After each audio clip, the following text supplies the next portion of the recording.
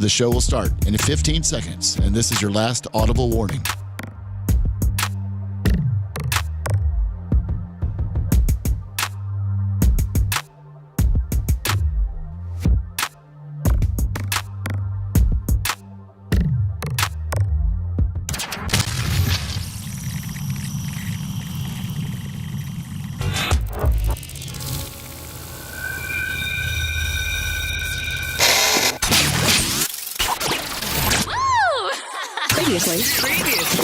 Previously on the Bubba the Love Sponge show. Like the Vanessa thing. Jonessa or? No. Her real name's Vanessa, and that's what the guy wrote. Oh, my bad. I didn't Here know again, that. another Anna attempt to throw off and correct. Because it sidetracks me to have to explain what I'm trying to say was what I said the first time that you corrected, and I was right. But I have to go and dig it deeper to correct it for you because you're trying to trip me up. Sorry. Do you have that problem in life? I got a lot of problems in life. You're listening to the Bubba the Love Sponge show. Broadcast rights for the Bubba the Love Sponge show have been granted to this station by the Bubba Radio Network and is intended solely for the enjoyment of our listening audience. Any rebroadcast, retransmission, or other use of this production without the express written consent of the Bubba Radio Network is prohibited.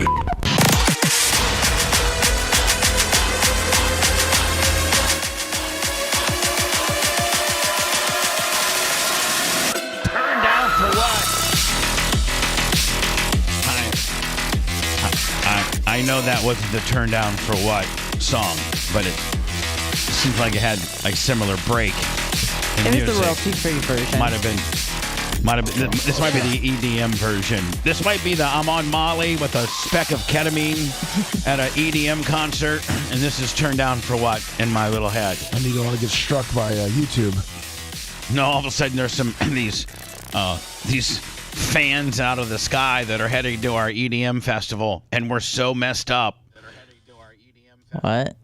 Where's that coming from? That was me. That was my bad. Jesus, lummy idiot. You know, me and Seth were just privately talking good about you. Thank you. About how, you might have a skill set, and then you just completely blew it. I mean, why how would you be having the what were you? Did you have it on your phone? No, it's on the computer checking Bubba Army Radio.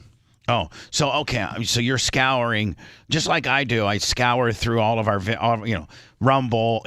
I usually have them in this order: Rumble, YouTube, X, Facebook, Twitch. Mm-hmm. So that's usually that's kind of what I monitor, and I think you take it a step further, and you have Bubba Army HQ on there. Correct. I just want to make sure. I make sure it fires, and I was going for my cough button. My thumb slipped off of it. What the hell's going on? So, I mean, when you're going for your cough button and your thumb slips out of it, and then you're describing what you did to your boss, then you don't slip you don't do the thumb slip again. I'm sorry. You know what I'm saying? I'd be like, yes. saying, hey, I want to say hi to you. My button went off. Now hold on. As I was explaining, if you went, hey Bubba, if let's just rewind, and I went, good morning everybody, hey, how are you? Lummy, I'm good to see you. Everything's going on, and then you go, Bubba? What did you just do? Then I don't. While I'm describing to you, what I should say to you is, Lummy, I was talking to you and I kept slipping on and off the cough button. Okay, that's the explanation. Not while I'm explaining to you what happened, I go ahead and emulate what I just did. Well, what I did was I off the button to you. Yeah, that wasn't too bright on my part. God, on you're that one. stupid. Yes, I know. Hey, Seth, remember that conversation we had just literally I'm dropping 15 seconds before we went on the air, which I actually wrote down. Lummy bench coach. Yeah, we had high aspirations for. Now, I want to ask you a question, Lummy. Could you tell me do you feel actually overwhelmed by everything that you have to do every day for the show? And I'm asking honestly because I'm overwhelmed for you when I see kind of everything that you deal Lummy, with. do you need you got help? 8 phones No. over there. Lummy, do you need help? No, I got my routine down. No, I'm serious. Well, what's your routine, buddy? What's your routine? Routine is pretty much I get the Cash App Pretty Venmo. much. Well, I'm just saying. Pretty much. Cash App Venmo. up and see if there's any overnight tradings that I can call out. Right, overnight tradings. I like it. And then the overnight trading hours, like how maybe the markets in Japan were trading. Correct. In case we had Airtight Ski Pole throw in $50 from San Francisco. Exactly. Or all of a sudden you got like John Kostika who got drunk on scotch last night and threw a $250 on the PayPal. Exactly. Something like that. That could very well happen. Yes. Yes. We have such great fans like that. And then I have just make sure my Twitch, YouTube. Which one do you like in your little tab order? Like, here's my tab order: Rumble, YouTube, X, Facebook, Twitch. That's the order of how I progress on down through. I try to monitor each one for a little bit. What I probably could do better would be like throw some shout outs to people, like for instance Dutch Duke. He's over here on Rumble right now. And Bronx 161 Street. Like, things like that. Maybe throw them a bone like that. Why are you throwing them a bone and keep saying fire Seth? Fire Seth, the dude's a snake. Fire Seth. He's starting a hashtag. Bronx 16th Street started a hashtag. Okay, well, see, I don't know that, You bud. just shouted them out. But I don't. You missed that one in the chat. Seth, listen, all employees must know that if I give somebody a shout out, it's just because I'm literally looking at their screen name. I'm not reading what they're saying. I am. Well, I know. So do not donate until Seth is off the show. Oh, who said that? That's Bronx 16th Street. You're throwing him a bone. Listen, Bronx, listen, seriously, you better slow your roll a little bit, or no more mentions from me, okay, buddy? No more. Everybody, I don't. They're I don't all going to Dutch Duke. I want everybody to be positive on here. So, I know I was getting. Yeah, at. go Glowblog. You can say hi to her. Who? Isn't that Glowbug? I see Wizzy is in there. I'm on Rumble. I see Wizzy's on there. I have not. Because I was scrambling around. I have not even got the other ones up yet. Now here, let me see if I can go over to YouTube and turn it up. I believe Glowbug is your mom's neighbor's daughter. Oh, that's hot. Oh, you mean Gloria? Gloria, yeah, her name's Glowbug. That's her name over in Rumble? Yeah. Oh, okay. Hello, Glowbug. I actually spent Saturday night with her. Oh, nice. Her husband, which his real name is Angus, but I call him Malcolm. You know how I am when I like for instance, Creatine Travis. His name ain't Creatine Travis. It's far from it. Yeah. It's like Mark or something. Okay? But what's his name, Lummy? Creatine Travis. And what's he identify as? Creatine Travis. And what do I call him? Creatine Travis. Right, I never call him Mark the Spark or anything like that. He's Creatine Travis. Paper Tiger. Gloria, who is the daughter of my mom's best friend at the Groves, her name is Sue. Sue's her mother. Her father's name's Greg, and they live like maybe 5 houses down from Janie Cakes. Well, that's Janie Cakes and Sue are best buddies. Like they're Larry Plummer and Bubba Clem. They're best buddies. Nice. So her mom does everything with Sue. Well, Gloria, after she wasn't really a fan of the show. And we all met I think me and Merch Crick went down and see Janie Cakes one day, and Sue loves to cook. This is old timer stuff. You know what I'm saying, Seth? Yeah. This is like 1970s stuff. I love old timer stuff though, because you're always talking about. Didn't you used to fall asleep to like Little House on the Prairie and everything every night? No, I mean, come on. Let's just not. I mean, don't try to take both of my balls right before the first. I mean, come on. My bad. Just one of my fondest memories of you. When I used to live in Odessa, I would sometime watch Little House on the Prairie, and I would cry. Because it always had Little House on the Prairie always had a meaning to it, and sometimes it'd make me cry. I'm not near the man that you think I am. So anyway, we go down one day to have dinner at Sue's. Sue, they're from Ohio, so she cooks Midwestern like my mom, and it's a home-cooked meal. And so me and Merch Crick go down. Well, we meet Gloria. Gloria is Sue's daughter, who's a wedding planner, and her husband's name, his real name is Angus. But the minute I hear the word Angus, I automatically think of AC/DC. Exactly. And I think or of beef. the two. No, not for me. When I hear Angus, I hear AC. I think of the two most probably popular brothers in rock and roll history as far as being on a mega group. I mean, would you not agree? AC/DC. Young? I mean, so it's Malcolm and Angus Young. Yeah. So his name's Angus. I don't know what Gloria's last name is. But I just somehow my little brain. It's a strong name. Start calling the guy Malcolm.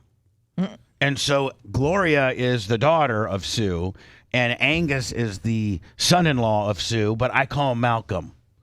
So we were there. We were at Tara's house on Saturday. They were there to watch the ball game with us, Gloria and Angus. and just right out of my mouth, "What's up, Malcolm?" And I don't even mean, like, I'm not even trying to be a dick. It does always seem like you're trying to be a dick. It's almost like you're saying, "What's up, home slice?" when you change everybody's name. Yeah. I mean, that's just how I take it. But they genuinely don't really, like, I'm wired that way. And I'm not trying. So by the end of the night, I conditioned myself to know that Malcolm's name is really Angus. But I don't ask me to turn back on a creatine Travis, or an airtight. Yeah, like I know airtight ski pole's name's really Joe, but he's airtight ski pole to me. Like if I saw him out and about, I'd be like, "Hey, airtight." Well, he's Joe from the West Side too. I feel like he's got multiple. You're right. Monikers. He's one of the very few that's got multiple. Scout and Big Gulp. That's not their real name. They're like Sherry and Rhonda or something. No. Yeah. Don't tell me that. That ruins everything. There's Sherry and Rhonda. No, it's Scout and Big Gulp. Exactly. There's no Sherry and Rhonda. Right. There's no Sherry or Rhonda.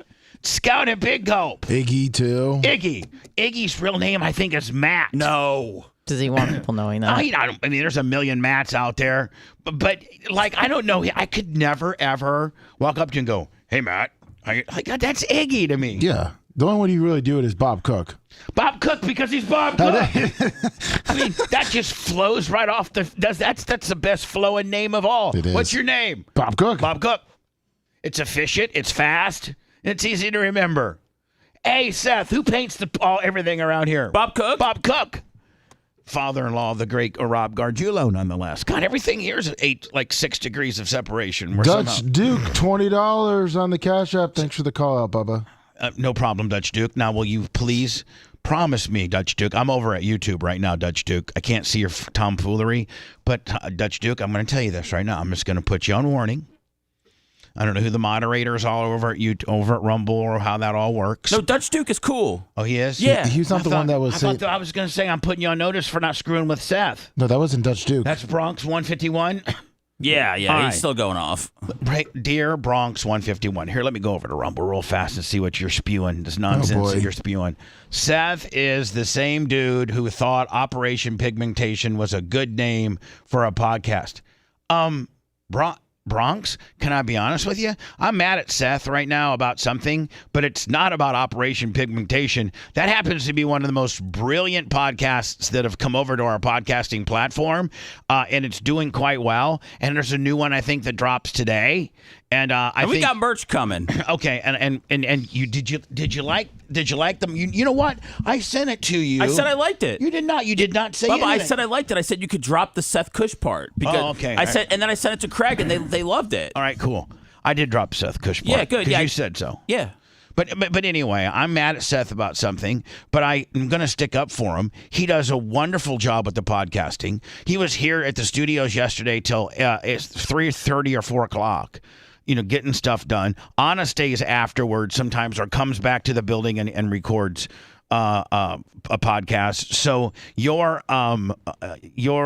criticism of Operation Pigmentation and thinking it's a bad name, right? You know what? Just shows me all I need to know about you as a human being. You're not fair. You're a dick. You sit back there and just say bad things. So you know what? Somebody block that guy. Oh. Right now. Whoever's in charge of Rumble or as an admin, I'm sure Red is. Red or Macho I Man. muted him. Just no, I don't want him muted. Well, muting it first, then you block them. Okay. Yeah. So, what now? Somebody's getting on me. Snook Slayer is saying F free speech. Our chat room that's supporting our program is not governed by the same rules as the United States of America. Snizook has your back. He was saying, "Why are we giving this troll the time of day? Snipe this a-hole grouper." Okay. And then he was saying, "Screw free speech." Like that's not how we run it here. Thank you. I'm sorry. I see you guys got to set me straight. I just see little snippets here, and see, I took it as Snook Slayer was saying, well, there's so much for free speech here in the chat. Bubba Hitler is going to make, to block it all down, and we can't say this and we can't say that. You can say some stuff. You can say Anna's being irritating today. You can say Seth seems a little bit of a bitch boy. You can say Lummy's dumber than a box of rocks. You can say Bubba looks kind of fat today. You can say Rhett seems condescending. I think I'm going through therapy. You can say that Macho Man is a little bit of a mumbler, and I have to I feel older than I already am. Anytime Macho Man speaks and he's in the stage or something, all I hear is Charlie Brown's teacher, and I have to ask Lummy to interpret. It's like Lummy's Macho Man's interpreter. I'm like, Lummy, what did Macho Man just say? Macho Man said that the TV in the cream machine is cracked down the middle, and you're going to have to somehow fix it because Hootie effed it all up, and it's just really, really a bad deal. Oh, okay. So you can be critical of the show to an extent, but when you do campaigns like the Bronx dude, where let's get Seth fired, nobody's getting fired. Nobody's getting fired. So don't think that you have the power in your little screen name there to be that way. Listen, we have thick skin. We're open to some criticism. We are. But not taking a person's job away. That's not your call. I think that's good to root for, Bubba. I think it's good to root for people to not be able to feed their families and stuff. Teacher will $10. I think that's fair. So, yeah. But look at your words. How about this, Bronx 151? Let's turn it around, okay, buddy? And let me just explain it to you this way. What if I don't know what you do for a living, Bronx 151, but let's say you work at an auto mechanics place. Let's just say you do. I think he works in marketing. Oh, does he? All right, so let's say you work in marketing and you're up there on your computer screen and you got this new logo that you're trying to put together for a new client, and all of your coworkers do everything they can to walk into your boss's office and say how crappy your work is and how you need to be fired. Yeah, incessantly. Like, you just don't say it one time. You say it all the times. So, what if every piece of material that you turned in that you were trying to market, whether it be print, whether it be digital, whether it be spoken word over the radio, whatever type of marketing you do. But there were, several coworkers that were going into your boss telling you that you need to be fired. Hey, did you know Bronx 151? He sucks and he needs to be fired. And you know what? Let's go ahead and form a little group and protest until they finally fire him. I can't wait. No, I mean, you can't. Sorry. I'm just saying, guy was out of character. By people doing that, but stop with the mean and stop with the mean-spirited chat. It doesn't affect us at all. A couple little jabs are cool, but stop. I hate I just don't do well with negative, and that goes with the show too. When Dan and I'm just going to be honest, when Dan and Seth started kind of getting into it a little bit, I had to shut it down. Because I was like, Seth, shut up and quit being so sensitive. And Dan, you shut up and quit trying to defend your position, because it's stop. So I just don't do well. As adversarial as I am as a host, let's leave the being the dick and the adversarialness to me, if we could, please. Now, of course, I can be a dick and do anything I want because it's my show. Yeah. Lummy, I'm thinking about doing a food review today. Oh, And Anna, I think, no, she didn't. This, to give Anna some credit, this is AOL prep. So this is not Anna's idea. This is mine, calling myself out. Thank you. Because had I not, this is what I would have gotten. Ready? Oh, that's not something I sent you. I didn't send that to you. Bobby.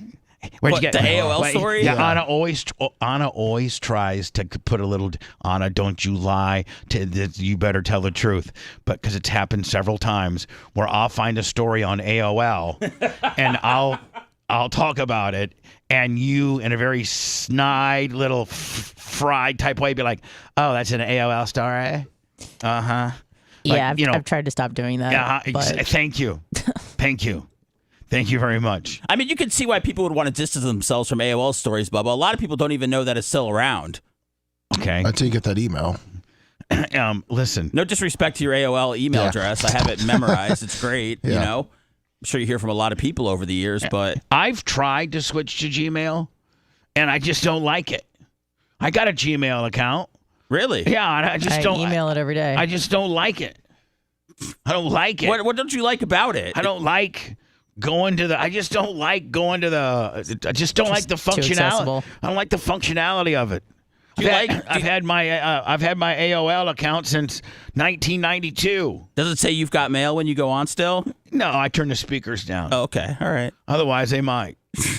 But AOL, they also have some good news. They have some decent news in there occasionally. Lummy, are we getting ready to get a big storm? Yeah, it's another weather porn storm, in my opinion. It's a cold front coming down. Oh, good. Cold front. I bet it's going to be like one of our last ones. Yeah, it's our last cold front. We'll get down to the whopping 79. We're completely opposite of people that live up north because, if it's their last cold front of the year, they'd be like, "Yay, it's our last cold front." We're depressed because we can't have any more of them.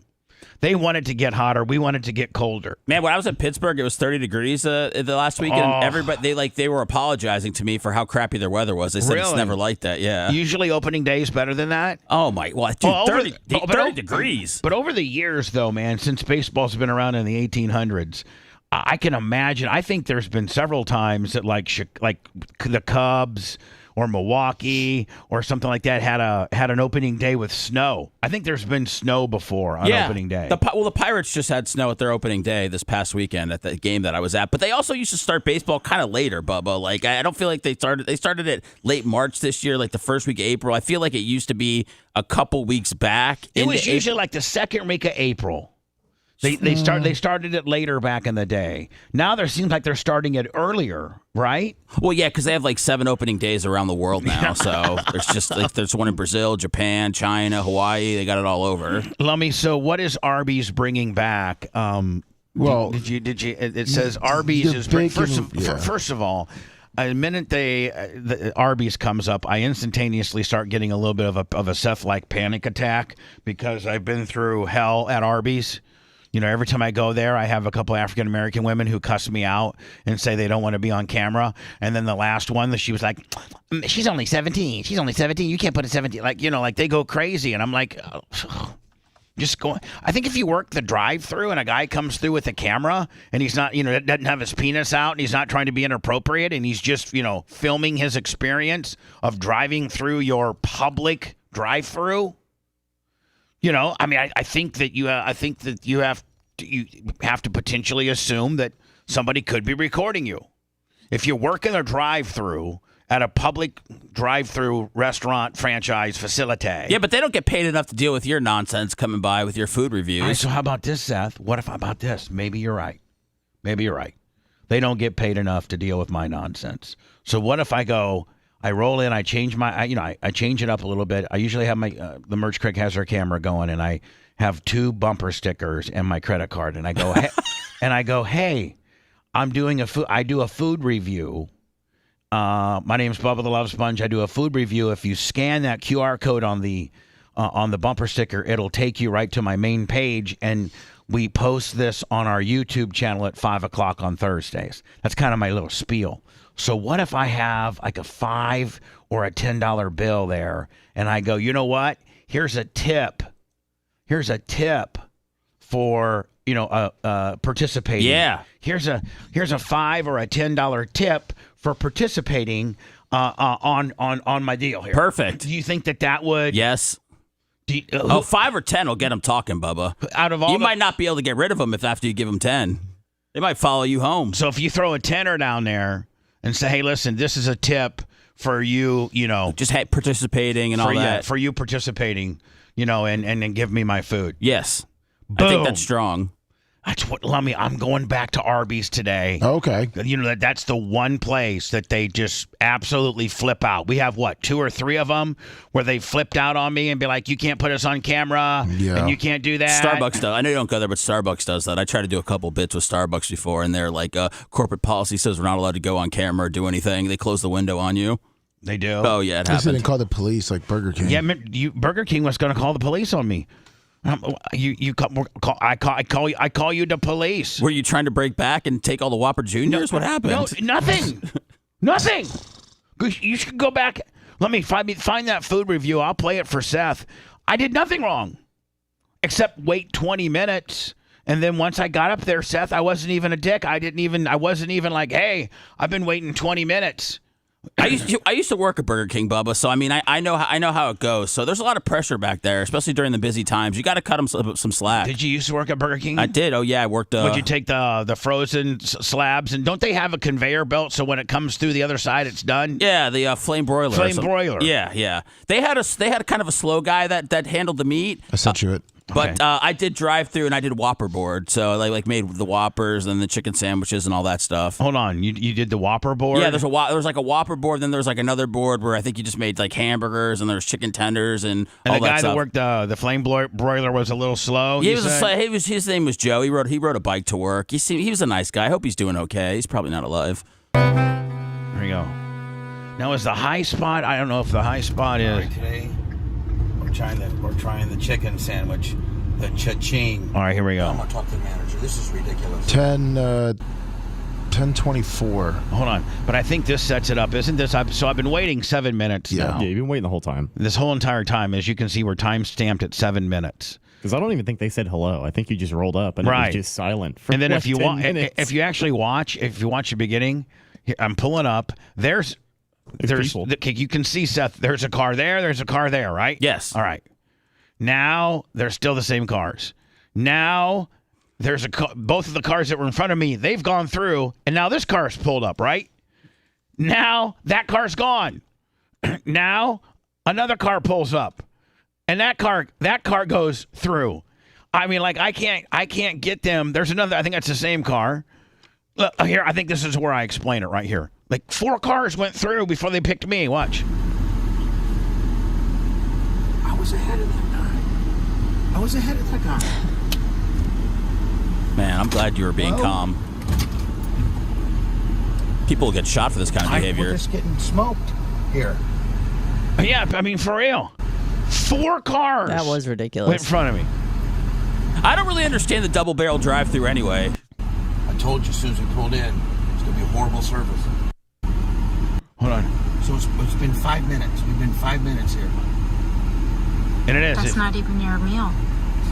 She took their order first. That's why I used to let Merch Crick talk. I was going to say, who's that? Here we go. That's with my sandwich. Here we go. 7 cars while they've held me here. Seth, hold on. Seth, now look, you saw it one time. It was a packed drive-through, right? Yeah, dude, that is great. And I'm sitting here, a complete packed drive-through. They've ran through all the cars, and now they're going to get to me. After 3 people have come and gone on the left lane that I was there before. Do you feel like you just picked the wrong side? Sometimes that happens. I feel like I'm being discriminated because I'm a white man and they can see me on the they can see me on the camera. By the way, all these food reviews are on our YouTube channel. You must subscribe to our YouTube channel. It's at The Bubba Army. At this point, I'm disgusted. It's been 7 minutes. They were waiting, Bubba. They were waiting for you to go away. Is that seriously? Yeah, it was like they're staring out their window waiting for the They're like, man, this fat guy must be real hungry. He's waited 7 minutes. I mean, trust me, when people used to come by and order like 9 Whoppers at a time during lunch, I mean, we took our sweet time. We wanted to punish them for making us work. Getting to see this firsthand.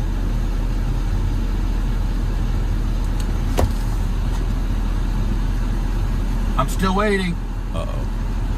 7 minutes. And you know what? Corporate, Lummy, we sent it to corporate, never said nothing. The manager, no, we gave them a link to our YouTube channel, everything. They never addressed this in any way, shape, or form. If I'm corporate Burger King, I'm like, I'm at least giving this guy a free value, man. Something. Guy's getting some free tenders or something.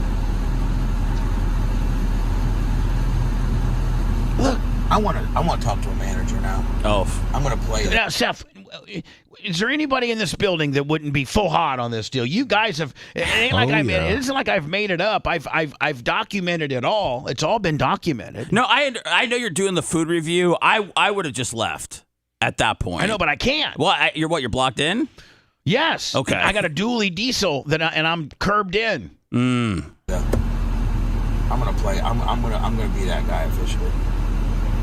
That guy's name is Karen. Yeah, I'm going to be Ken. Or Kareem. I'm going to talk to the manager. This is ridiculous. 7 minutes, 30 seconds. Was Merch Kurt getting all hot with your I want to talk to the manager talk? 7 minutes and 30 seconds, and the entire drive-thru is completely cleared through, including 3 cars that have drove past me. Well, that's nothing, Seth. Wait till you see this. After I talked to him in a very calm fashion, they threatened to call the police on me. Well, it's kind of when you rolled up at 10:10. Well, they threatened to call you the police. Yeah. I call you the police. I'm going to call you I police. was like, you know what? Thank you, because I need them. I need them for you guys. This is great criminalism, where the criminal calls the police for you. Did you think about pulling up and ordering? Well, Seth, I'm at this point, I'm scrambled. I want to talk to them. Would you not want to talk to the manager after this? Yes. The manager doesn't care, trust me. 7 minutes, 55 seconds. So it's 8 minutes. It's been 8 minutes. Okay. Here we go. Okay, go ahead. Yeah, first of all, I want to talk to your manager. And then I like to put... I am. Yes. Do you know I've waited 8 minutes? 8 minutes. 8 minutes. Every car has gone through drive-thru, and I've been here. What's that? Really? And you know what? They're patronizing me now. Now they're, you know what they're, Seth, you know what they're doing? They're Gen Z patronizing me now. Oh, really? Really? Are they? I don't mean. Are they? Are they Asian? No, they're Spanish. Oh, they're Spanish. Okay, here we go. Car has gone through drive-thru, and I've been here. What's that? Really? Yes, really. Oh my God. And I'm videotaping this too because I do a chicken sandwich review for my YouTube channel. So I can't wait to share this with everybody. 9 minutes. I've sat here 9 minutes. Really, I have 9 minutes. Oh, hold on. There's another truck pulling up. You might want to go ahead and take their order because everybody else has gotten their order taken before me. So go ahead and order that. There's a guy right over there. Just take his order because I'm pretty much used to it. I'm so sorry about that. Right. What comes on a cha-ching hand-breaded sandwich normally? Please celebrity sauce. What? Celebrity sauce? It sounded like she said samity sauce to me. Yeah. That's what I heard. May I get a hand-breaded cha-ching sandwich with ketchup and cheese only, please? Only cheese and ketchup? Okay, anything else? No, ma'am. Okay, come to the next window. Is on the meal or just a sandwich? Just a straight sandwich, that's it. Okay, come to the next window. Sorry for that. Whatever she said. Unbelievable. I would not have eaten that sandwich. Oh, it's getting hawkered on, assed on, vagged up. I mean, it's got vag with a side order of man ass on it. I'll tell you that right now. All right, so where does this start getting? 10:10 is when you talk to the. All right, here I go. 10. Here we go. So Seth, even by like really mad drive-through standards, I was fairly much held my composure. Yeah, it's a very gentle giant in the drive-through line. Now watch.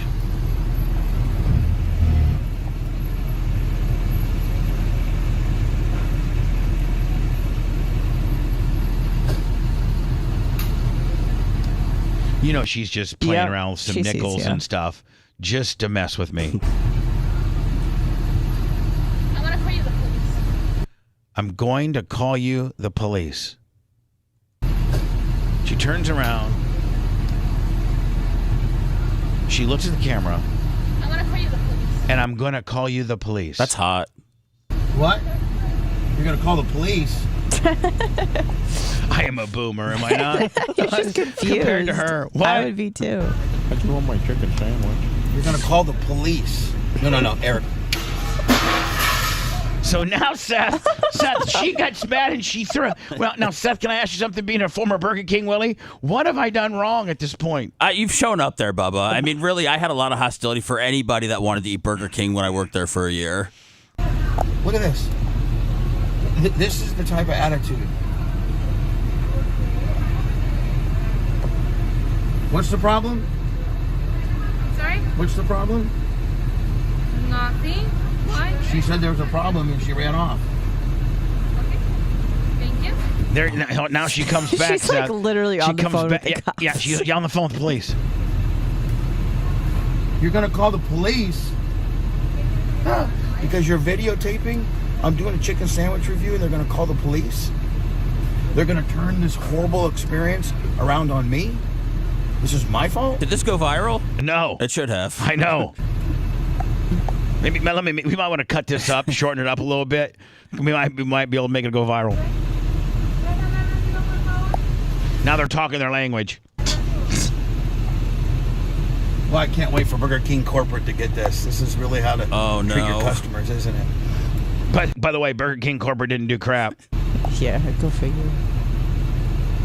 I'm going to call the police. What have I done to warrant that? Now, she looked like she went and got the receipt from somewhere else different in the building. Maybe the printer was broken. Had to take a picture of your card real quick. Yeah, they had to go. Yeah, you're right. You're right. Her cousin in Puerto Rico bought a brand new scooter on my card. Yeah. All right, does it pick up? Okay, does it pick up? I mean, it's just that one lady that takes over.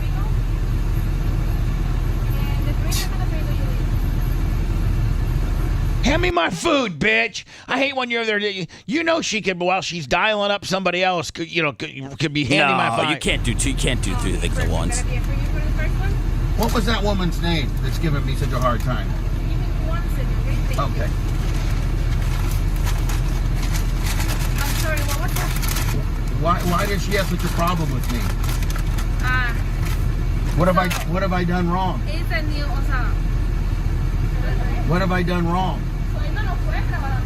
Now they're talking back and forth, Seth, saying, tell that fat ass to get the hell out. You know they're saying fat jokes right now. What, doesn't Merch Crick speak Espanol? I don't know. No, Of course she doesn't? No, she's fake. Oh. Now there's 3 of them up there. What have I done wrong?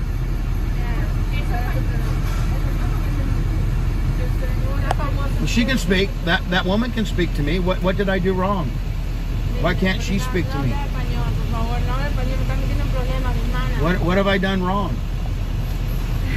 I ordered a chicken sandwich with ketchup and cheese only, and I waited at the drive-thru for 10 minutes. What did I do wrong? You saved in the speaker for the drive-thru is a 90 minutes, right? Yeah, so No, what? Excuse me?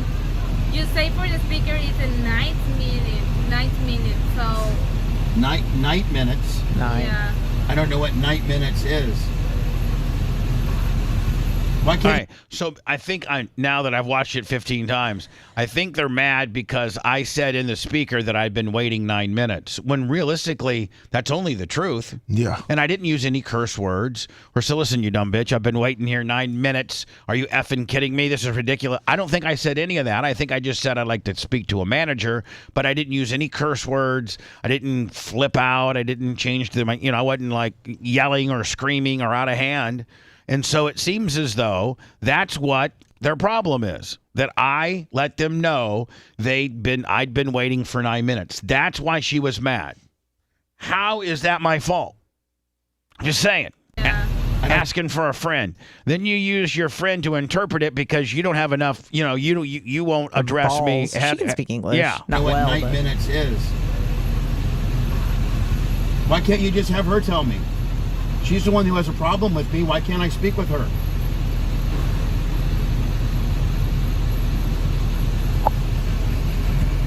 Would you like me to stay here for the police?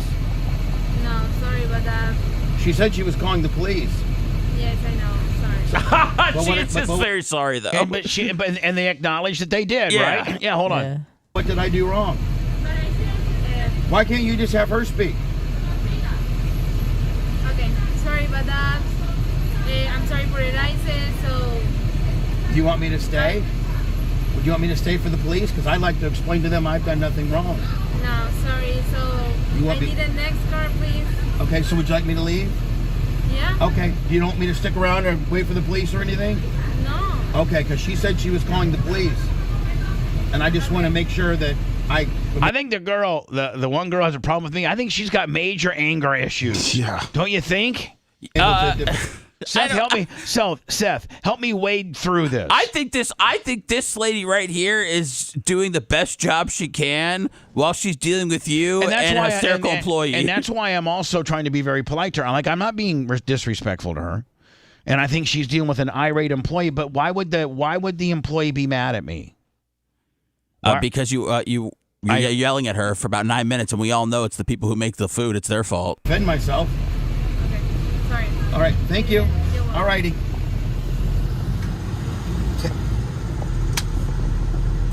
You just got faced by the king, bitch. I know. Just got faced by the Rican. Wow. Wow. Anyway, let me. You want to go on chat? Go to our. Did you actually eat the sandwich? Yeah, I did.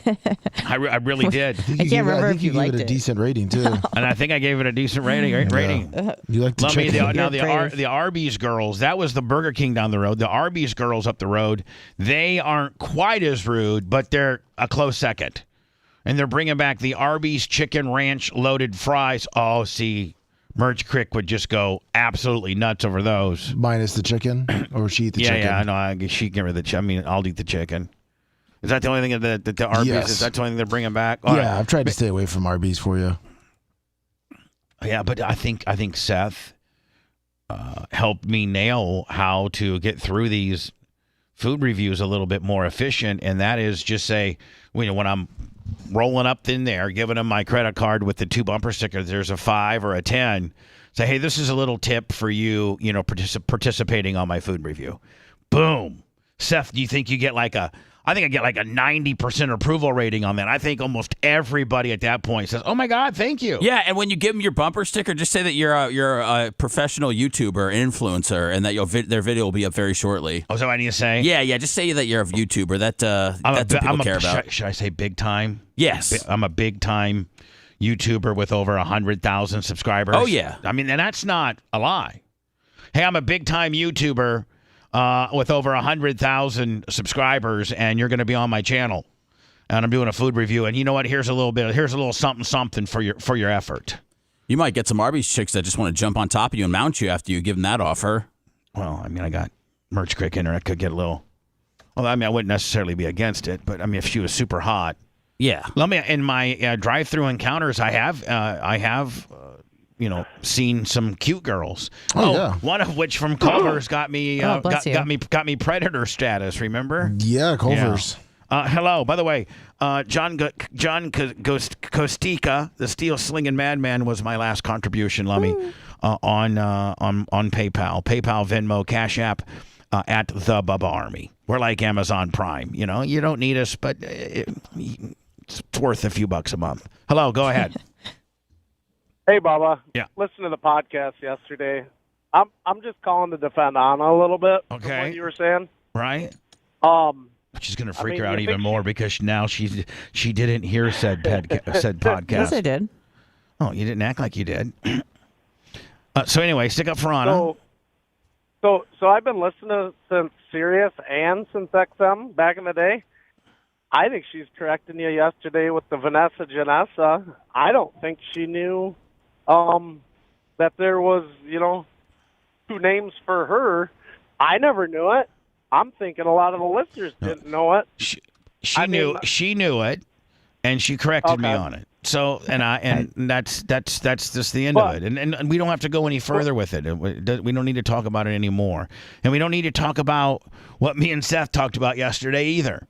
If people want to hear about what we talked about, go listen to the Clem and Kush podcast. It's available anywhere you get your podcasting or Bubba Army HQ. Go listen to it. I'm not going to rehash it on the air today. It's not going to be a thing. Okay. Okay? All right, bud. Have a good day. You as well, buddy. If you want a deep dive into the Bubba the Love Sponge show from the past, go to BubbaArmyHQ.com. The Bubba the Love Sponge Show. We'll be back after these words.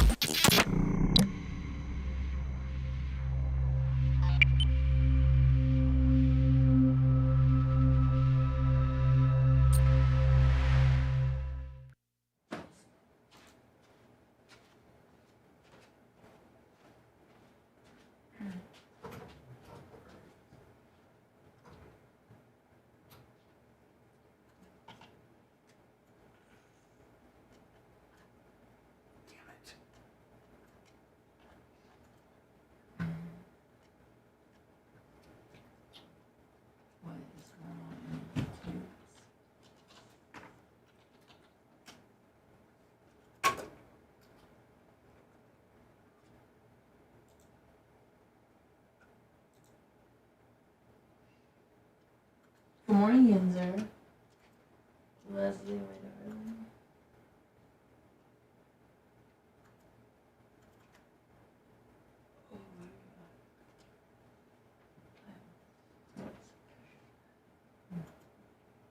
Oh, shit.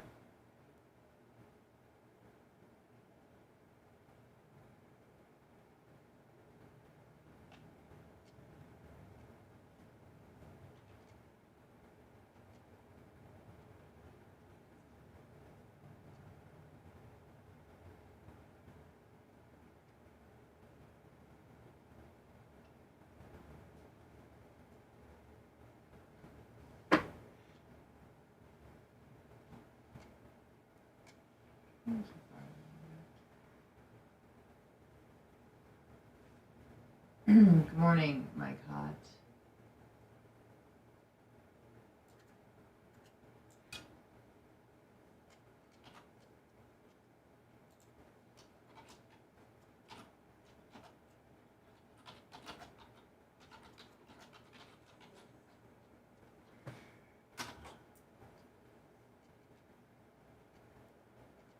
What's up, creatine?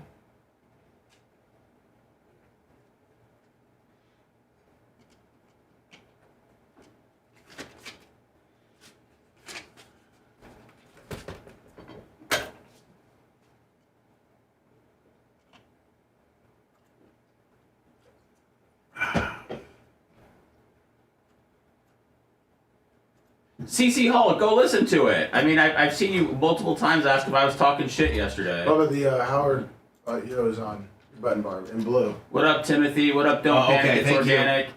Thank you. Well, thanks much. Oh. What up, Grouper Have Lips? a good time at the Lightning game. How's the Lightning do? They win? Yeah.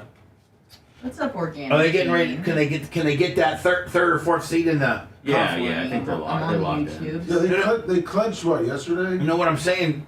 I know they're locked in, Seth, but are they locked in wild card or are they locked in with the fourth seed? It's a big difference. I think it's a wild card, right? I mean, Well, right now they're Yes, locked you in the can. wild card. But they're trying to get that third or fourth seed out of the division, which the wild card in the conference is tougher than the third or fourth seed in the division. I think that's how I understand it. Let me go to my. I think they're 6 points away. It's going to be tough for them to take it from Toronto. Dude, I know there's. So they're going to be locked in as a wild card. Yeah, that's what it's You're looking. right. Fuck. Toronto has 101 Had probably points the and hardest Tampa day has jiu-jitsu I've 95 ever points. had yesterday, so I feel So let's go conference. maybe a little back action. I know some people like to show off their tits. Right in the now, past, but 1, I'll 2, take it. 3, 4, 5. We're the 1, 2, 3, 4. We're the sixth seed. They take 8 teams, don't they? yeah. And So there's- it's 2 verse 8, 3 verse 7, 4 verse 6. I think, or maybe they go 1-8. I don't think they give the teams a bye. I don't think you get a bye in hockey, do you? no. I think you go 1-8, 2-7, 3-6. So we would right now play Boston. We would play Boston right now. Fuck. We're not the 8 seed. We'd be the 7 seed. And no, we'd be the 6th seed. 6th. Washington would be the 8th. Islanders would be the 7th. Tampa Bay would be the 6th. Toronto 5. Florida 4. Boston 3. Carolina 2. Rangers 1. That means we play 3 plays 6. That means we play Boston. So Yeah. we have got to do fucking something. Maybe drop down to that 7th seed where we play Carolina instead. But we beat Boston a couple times this year, haven't we? I think we've split it with them. I mean, they got 107 points and we got 95. Didn't they start the season like barely losing, or was that last year? Though they were like at one time like 12-0 or something. This year? Yeah. Okay, that's what I thought. No, actually, the last 2 years. Orange Cat, They've I would be been- against that. The last 2 years they've been that way. Morning, Jay Bowler. Try to step a game up for summer. Did you get the Napa Mike? No, sir. Napa Mike 100, I think. Yes, sir. Cash up. Thank you, Napa Mike. Come on, Lummy. You can't let that shit fly, you stupid fuck. So I wasn't in the room when he came in. Morning, Dark Match. Let's see what it is.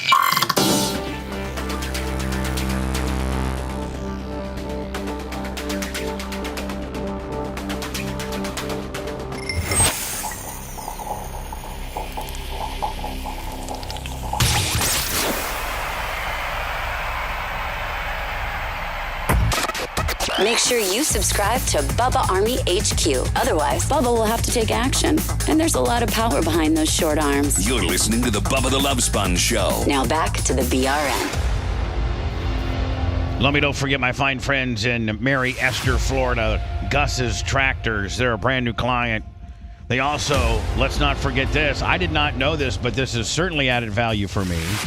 Is that Gus Tractor and Equipment, Mary Esther, Florida, 1490 US 98 is also, Lummy, not only are they slinging Mahindras, which I'm a big fan of, but they're slinging Skags too. Oh, that's the best. So that really, really makes me excited, and it's going to make me even want to promote you more. Gus's Tractor and Equipment, home of your Skag dealer. Nothing's better than a Skag, my friend. Nope. Whether you're getting a Mike's Lawnmower Supply, or which is in Ocala, which is, I guess, the number 1 Skag dealer in all of Florida, or Gus's Tractor and Equipment, Mary Esther, Florida. Let me, you know what, can you get me, I'll actually get a hold of Maria from Skag, which I'm going to send her an air check of this, Lemmy. Okay. Maria, can you send me a list of all your Florida dealers? So that I can, because we're heard in various places. If we're heard in Fort Walton Beach, we're heard in Ocala, we're heard in Orlando. Lummy, there's a lot of different cities that we're heard of in Florida, and I'd like to be able to say, oh, you live in Daytona Beach. You need to go down to, Fred and Jim's Skag Supply, or whoever the dealer is in Ormond Beach. So Gus Tractor and Equipment, our new sponsor out of Mary Esther, and they are a Skag dealer. Whew, the nice. best. And my buddy Randy, the CEO, president, main man, owner, and head blade sharpener of Skag. Lummy, he won his first Wally. Nice. As a car owner. He owns, not for all these years that Randy's been supporting NHRA, he's been just a major spot, like the number 1 sponsor. Like the big guy. This year, he went out and bought his own teams. So not only is Skag the sponsor, but he owns the teams. It's a far different, it's far, far, far different. It's like owning a luxury box for the Bucks or owning the Bucks. You know what I'm saying? Yeah, you want to own the Bucks. Yeah, you want to own the Bucks. Or it's like, being Publix. Isn't Publix, I think Publix might be the Buccaneers one of their biggest sponsors because they have so much signage in the stadium. And yeah, they do like the game day experience tailgate, the Publix lot. I think is what they call it now. Publix might very well be the Bucks, biggest client. They do like big tailgate giveaways every game. The official supermarket. Far cry from being the official supermarket to owning the team. Well, now my boy Randy from Skag owns 3, maybe 4. I know he owns the Versatran funny car. He owns the Skag funny car. He owns the Skag dragster, and I think that he owns this girl named Erica. I forget her last name, but she's the defending champion of the pro stock. I think he owns her car too. So congratulations as a car owner. When you win the drag racing meet, Lummy, when you win the whole thing. Yep. See, Thursday, Friday, and Saturday, Thursday's practice. Friday and Saturday, every run that you do, it doesn't matter whether the guy beats you or not. It's just for time. You're trying to qualify. Then on Sunday, they shuffle everybody's times over the 2 days that you've been running, and they seed you 1 through 16, and then you go ahead and bracket race. And if at the end of Sunday you've beat everybody, you then get their championship trophy is called a Wally. And Randy got his first Wally as a car owner this past weekend, I think, or either a weekend or weekend ago, with the what was it? I think it was the Justin Ashley guy. Oh, nice. The Justin Ashley guy. So congratulations, Randy. And Maria, send me a list of all Skag dealers. Lummy, who does Aaron from Average Joe, wonder what dealership he deals with? I'll find out. Napa Mike, $100, and Beach Meadow Detectives, $10 on the Super Chat. So Seth and I were talking that Lummy, I don't know how we got down the Burger King rabbit hole, or I just don't know how we've gotten. Food review. Yeah, how we've gotten to where we are now. But initially, I wanted to open the show up with, I got a little problem with Seth. Oh, no. Which would be like, oh, my God, Bubba loves Seth. He treats him as his favorite. How could he ever be in trouble? Seth, what's your middle name? Tyrone. No, it's not. That's not. Seth Tyrone Kushner. Oh, I see that. Have you taken a look at the mess that you've made? The one, you can ask any employee here, what is Bubba's newest shiny object? I always got new shiny objects. The cash cube. Well, podcast table.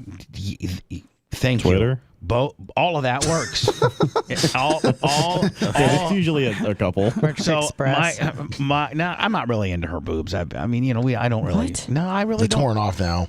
Yeah, I mean, I don't really do much with them. Wait, you could do without them? Whose boobs are you not into? Merch Cricks. Like, I mean, I'm into her boobs, but I don't really take them around the farm every time we screw around. Does she want you to? Probably. I mean, but Did you know, they ever whatever. hurt her? I don't know. They're so big and she's so small. Probably. She probably deals with pain every single day, just hoping Bubba will just acknowledge them or something. So anyway, I get these new I get these projects or these shiny objects in my head, and Lummy, what we just did to the front part of the building was a task that I'm still working on. But now of which, without talking in depth as to what I'm talking about, what's everybody's opinion of said remodel? I think it looks great. I mean, and I'm not done yet. Like I'm not done. I got probably another 2 or 3 weeks. But what's other? I should probably ask Macho Man. Because he probably would be more of an expert on that particular thing. He's put a lot of work into it, right? Mach, what do you think about that remodel? Do you like it? Well, he's No not comment. here. I He's in guess the he's front. not speaking now. I've been so busy with other things I haven't even noticed. Oh, shut up! I'm going to call you out now at this point. In fact, you know what I'm going to do? Actually, I'm actually going to give you a Tukey. Oh no! Yeah. Wow. Yeah, because you how can you have worked in this building and not know what's going on? The C Morning Zoo on Z100. And not know what's going on in the front of the building. You know very well what's going on. If I get into detail, then the details it's going to be obvious. All you got to say, so you didn't play with me. All there. you got to say is, He said it's all or nothing. It looks horrible. It's not. It's coming together. It looks great. Okay. Oh. Whatever. I'm done with everybody. That's okay. You guys, none of you can. No, I love it, man. I think it looks good. I thought so too. Yeah, whatever. I sleep on that floor. Me and Macho are helping Big Red today, so. So anyway, Seth. Yes. You left the podcasting table and getting that going, which we're trying to get going, I think, for our first, you and Clem and Cush's first guest, which I think is Brandy Love. Yes. Next Tuesday. She's going to be, and we're trying to get the podcast table and the ability to be on camera. We know that there'll be 3 people on that shoot, me, you, and her. Get it set up for a 3-person shoot. But we debut our podcasting table, or our podcasting world, so to speak, next Tuesday with Brandy Love. That's going to have to require you to not look like we're living like a bunch of pack rats and or hoarders, and that my podcasting table and area hasn't turned into your baseball card collection area. Well, I mean, have you seen it? Has everybody seen it? I went up there this morning before the show started, and I'm like, what in the hell is going on around here? I hate people that leave your area messy. And I get that. And you didn't even... Now, had you warned me about it, and be like, hey, Sponjo, just want to let you know, don't freak out on the podcasting table, because me and Brian are in the middle of taping something, and I'll have it cleaned up here in the next... soon. Very soon. Yeah. So sorry. So sorry. But it looks like hell right now. Well, it looks like a couple 5-year-olds that are trading cards. Oh, I mean, if I could be intellectually honest for a second, it is a mess. Brian and I did do a break yesterday, and there's a lot of cards up there. There's probably like 1,000 cards. I have to sort them, go all through them to make sure I send them out. But I kind of spread a bunch to the left and a bunch to the right, so I could leave the table kind of open in the middle in case anybody needed it. I felt like that table. The first time that table gets used is going to be next Tuesday. Okay. That's the first time. We're going to debut the table with Clem and Kush visually with Brandy Love. Now, it will probably end up being more than a podcast. It'll probably end up being seen everywhere. Yes. Okay. Now, that being said, maybe just a little heads up on the messiness. Yes, I do apologize. It's going to be it's quite the task to separate 1,000 cards in between the 30 NFL teams. So I was going to do that yesterday, but then the Operation Pigmentation guys were here, and then by the time I was done, I said, I'll get to this at some point. All right. I'll make that point today to take care of it. Wasn't necessarily on my list of things to get to, but I don't want to. How long were you going to let it set? I mean, how long were you going to let it set? I mean, I was probably. First of all I ask is this. Yes, sir. Is if anybody is going to leave your area, like completely, I walk through this building and check on. Come on, things. You don't do a walkthrough. Lummy, do I not? Yes, he does. And sometimes he even grabs a vacuum. Yeah. Well, I've seen that, yeah. So I walk through here. I know how cluttered or how uncluttered particular areas are. And I'm trying, and I'm in the middle of a little bit of a remodel up front, and I don't like Lummy. I thought your area was. I went by your area this past weekend, and it was a little messy. Yes, it was. And I don't like that. Like I want everything to be in order. I want your chair pushed in. I want your headphones put to the side. I want all your personal belongings, water bottles.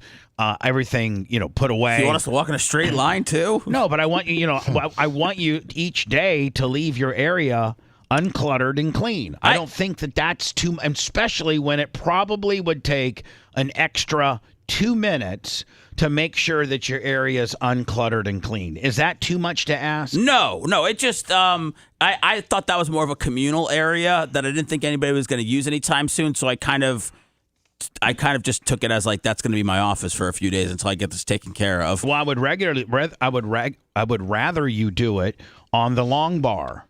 I would rather you use the long bar because that's not involved in any shots. And Macho Man is in the middle of wiring up and cameraing up and autoing up. That's true. That whole area, getting it ready for Tuesday. And if there's a bunch of cards around there, that could potentially get in his way. Okay.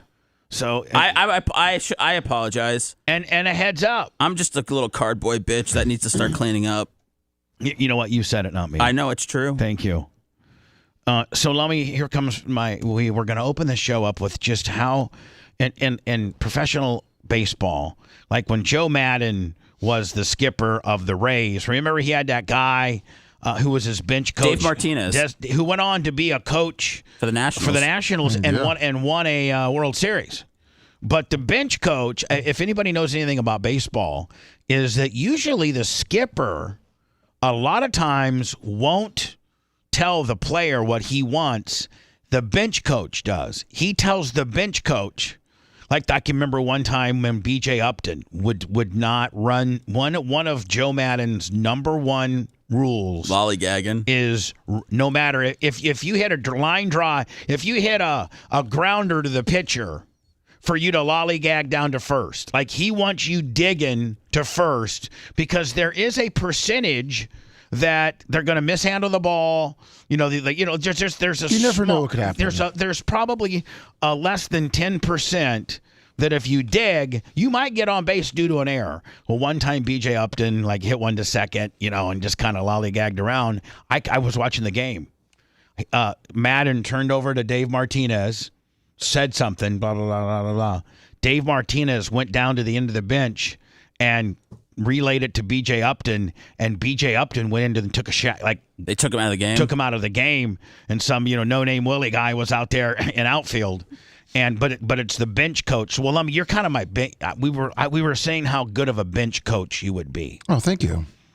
Because I think, we were talking, I think, in basketball because I couldn't find my backpack today, which has my, thick core water in it. And Lummy found it. And then I was so grateful that I was going to be quenched before the show started. I was like, this guy could be a team manager. Like, not the head coach, but a guy that's responsible for a lot of things. So I stopped you and I said, listen, he's not smart enough to be the manager. Yes. But he'd be a hell of a bench coach. Right, and I agreed. So Lummy, let's practice Lummy being the bench coach. Okay, you ready? You ready? Hey, this is privately. I know we're doing publicly, but we're pretending. Okay. Okay. Hey, Lummy. Yeah. Did you see the mess that Seth left up in the podcasting area? Yeah, I did. Okay, that is unacceptable. I do. That is just does not work for me. Can you let that be known, please? Yes, I will. Okay, cool. Now, now you see Seth in the hallway. Hey, Seth. Hey, Coach Lum, what's up? Hey, can I talk to you over here for a minute? Yeah, no problem. Hey. I've been really swinging the bat well lately, haven't I? You've been killing it, man. Thanks, You've been doing a dude. great job. I saw your card break yesterday. You really killed it. Thanks, you did man. a good job. But hey, when you're done, can you clean it up a little bit? I don't want it to get on Bubba's radar, so I'm just trying to help you out and take it off his plate. What about can the clubhouse attendants maybe take care of it? You know what? Maybe talk to them. But right now, if you don't mind, let's move it out of the way because I don't want Bubba to get pissed off, and I don't think you do either. I don't want that taken away from you. And you know how Bubba can get. Why don't I pull my beanbag and slap you around with it, Coach? Well, if you want, I'll help you clean it up, and then you can slap me around. Thank you. Let me. Bench coaches have to have a spine. What a great coach. I like it. He said do it first. He's a superstar, Bubba. Sometimes that's what you got to do for the superstars.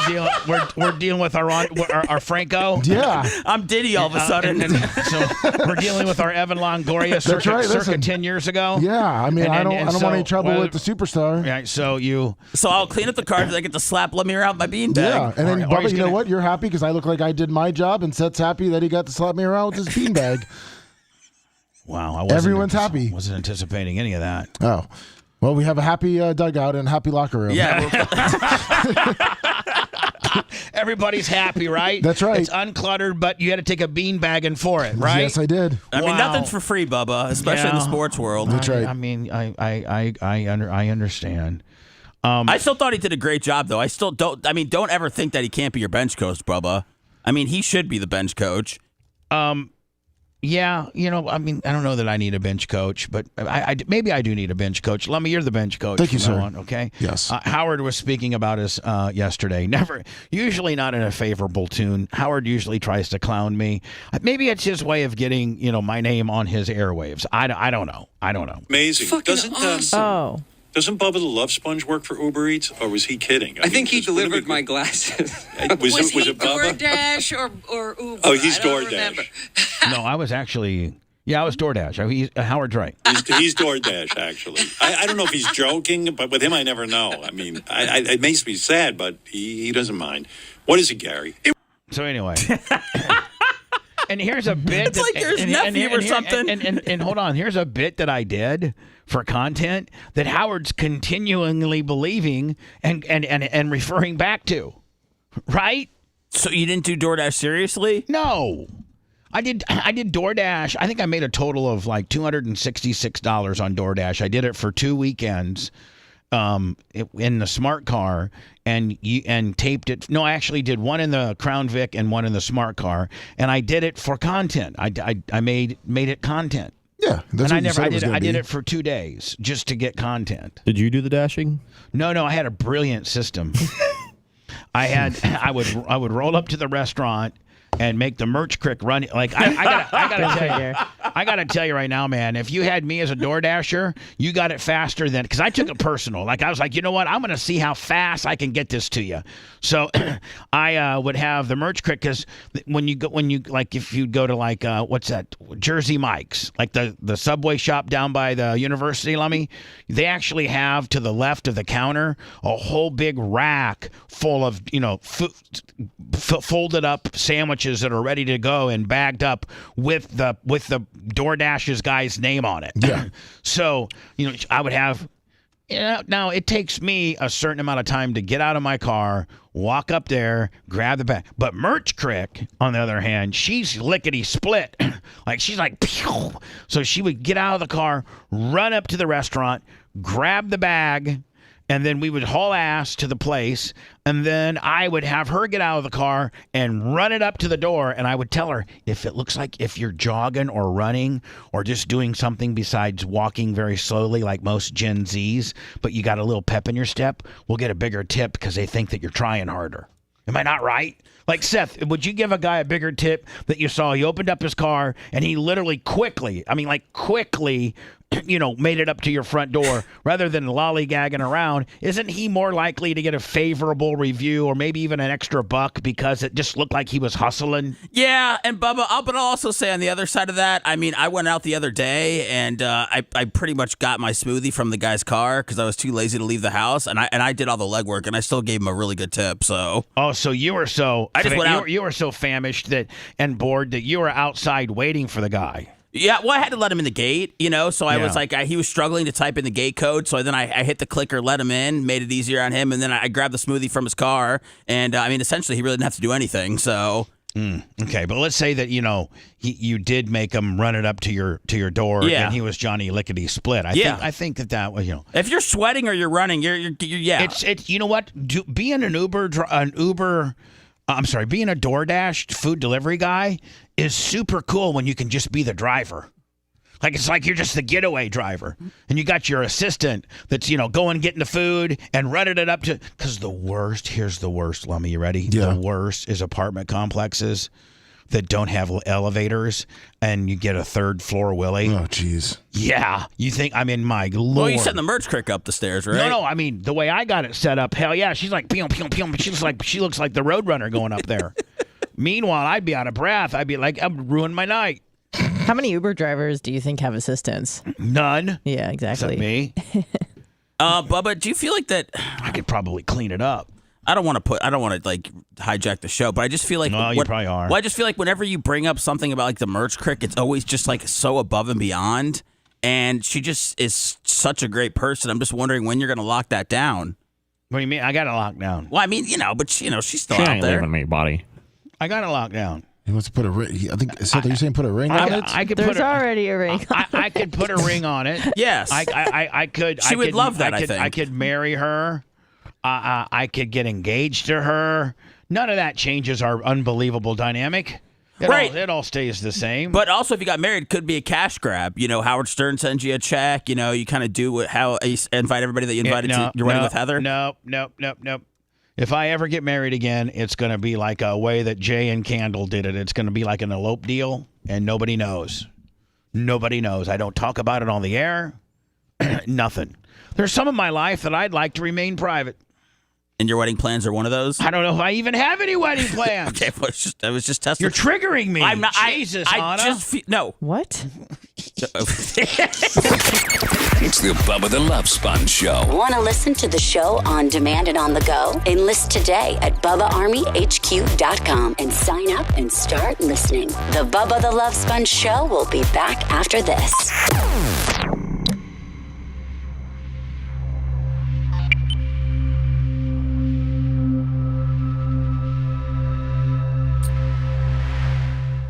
We'll save it.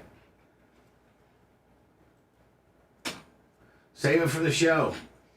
Don't you want to have a conservatorship with her one day?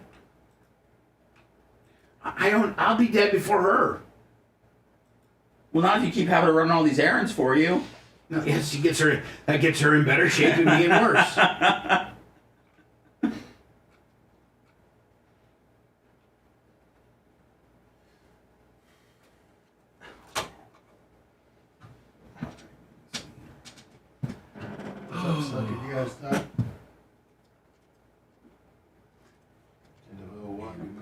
To be an American, at least I know I'm free.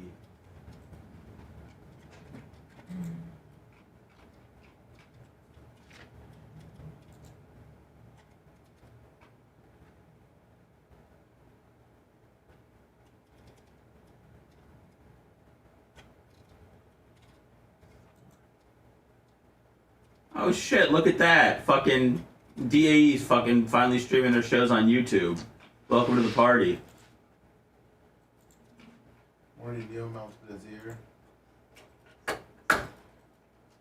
I can't imagine just now putting your show on YouTube. I heard Bubba wears a Bubba.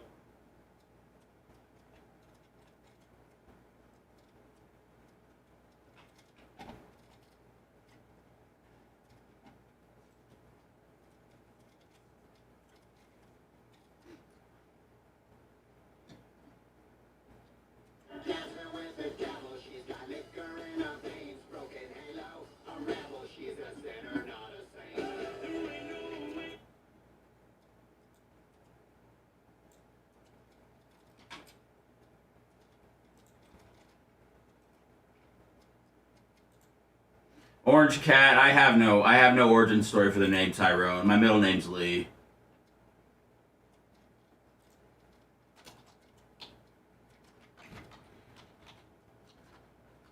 But I would change it to Don Darius in honor of the guy that works with Alex Stein.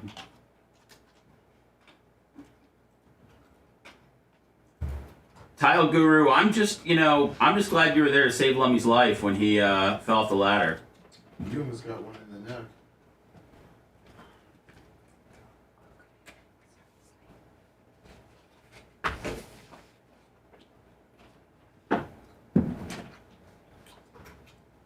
Merch Quick, you should say hi to your fucking union rep right here. Hi. I feel weird now. I think he's been talking to Tara. Oh, she's been talking to Tara. Is that what she said? Mm-hmm. I don't think she heard it. Good. Oh shit! I felt weird after she came in. Yeah, well, because it's not like I talked to her. I don't know what the fuck she wants. She might not want to marry you. That bitch would marry me. Right now? If I got on here and say you want to bitch would marry me right now. Right now? No. Can we do that? No. Let's pull some fucking numbers, cuzzo. FTE Greg, $25 of the cash out. Good. Well, don't threaten me with I could get married right now and then bail on it. I'm good. I can let her say, hey, after the show, you want to go down and get married? Yeah. Yeah. She'd be like, oh my God. For real? Yeah. For real. It'd be like, for first get out all these fucking packages. She has a wedding dress probably.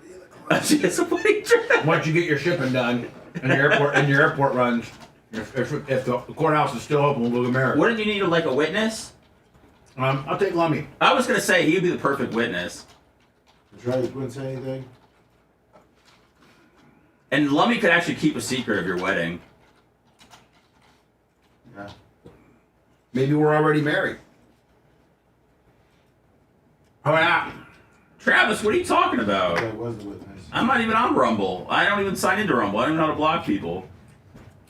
I'm signed into YouTube. I just chat from Rumble. I could probably make a name.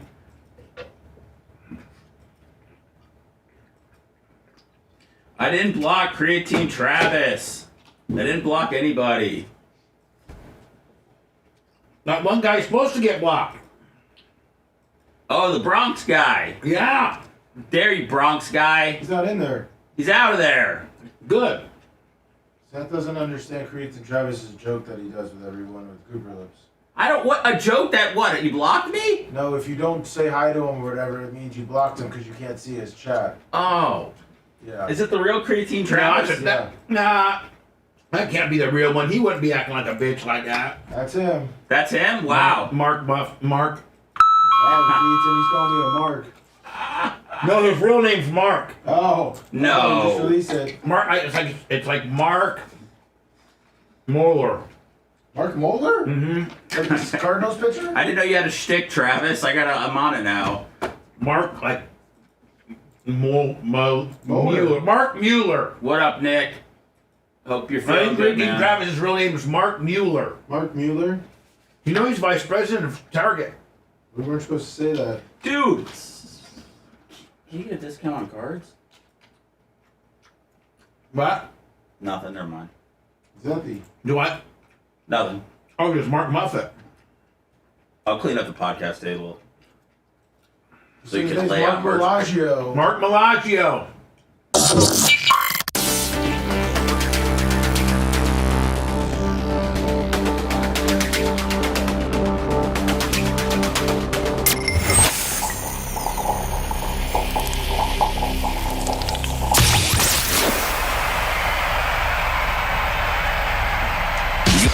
You're listening to the Bubba the Love Sponge Show. After the show, make sure to check out BubbaArmyHQ.com. It's all things Bubba 24/7. And now back to the BRN.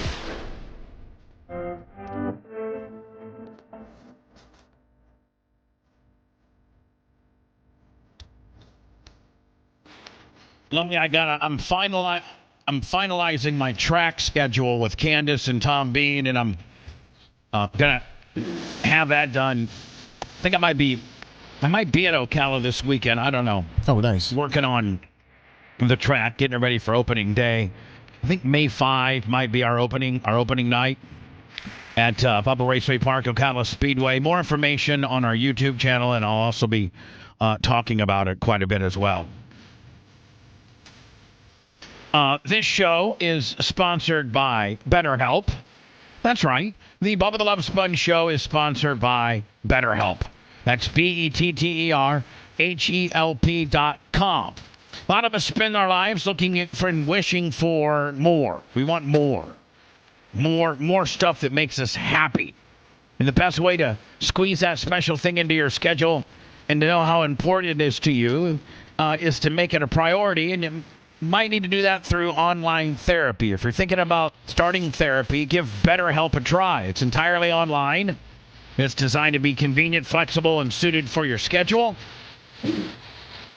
Just fill out a brief questionnaire and get matched with a licensed therapist. You can switch therapists at any time for no additional charge. Learn how to make time for what makes you happy with BetterHelp. Visit BetterHelp.com/BTLS. You're going to get 10% off your very first month. That's BetterHelp, HELP.com/BTLS. So what I was getting at is once I get my track schedule in place, and I know the weekends that I have to be in Ocala, then I'll be able to see what other free weekends I have, and we could maybe at that point plan maybe a Tampa Tarpons deal. Yeah, that's awesome. They are just so amazing to us. They even Seth one day let us go down there and we got to take batting practice. I saw that. Yeah, there's a video of it. It was horrible. I did horrible. Yeah, you weren't the worst that day. Dr. Dan was a little bit worse. I think Dan was bad. I don't know. No. I don't think I got one out of the infield, did I? At least you didn't swing and miss. You hit some mean grounders. No, thanks. Thank you. You hit some mean grounders like that's ever going to make it anywhere. Did that you sing the national anthem or anything? He did throw out the first pitch, too. The first pitch. I did throw out the first pitch, and it sucked. Yeah. No, it was great. It was horrible. It made it. It made it. It was horrible. I should have been practicing. Right down the middle. With one hop. We got it on video. We didn't say anything about the hop, Bubba.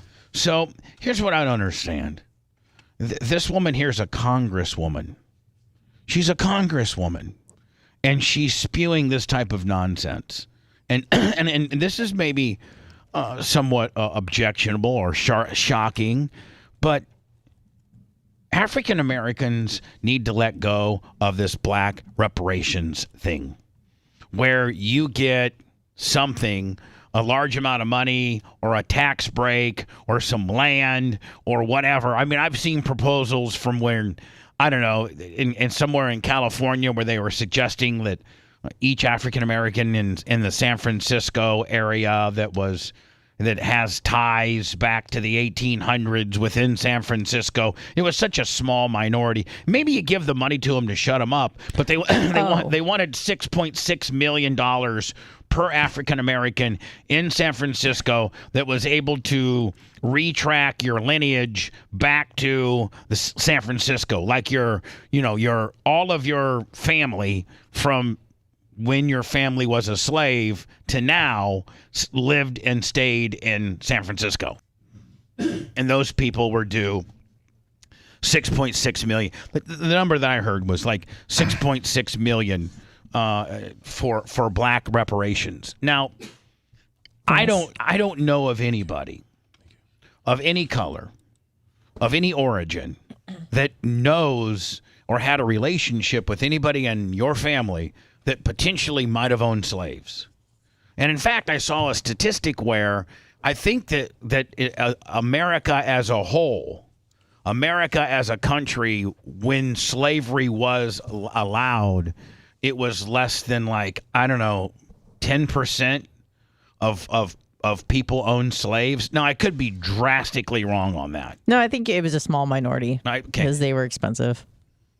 So I don't know the number, but it wasn't something that was overly like, it shocked me. Like, oh my God, 82% of people during slavery owned slaves. I think it was a very minute number. Now, that's not to underscore the severity of what we did to African Americans and the fact that we did own slaves, and there was a period of time where this country had slavery as a legal thing, and there was a percentage of people that owned slaves.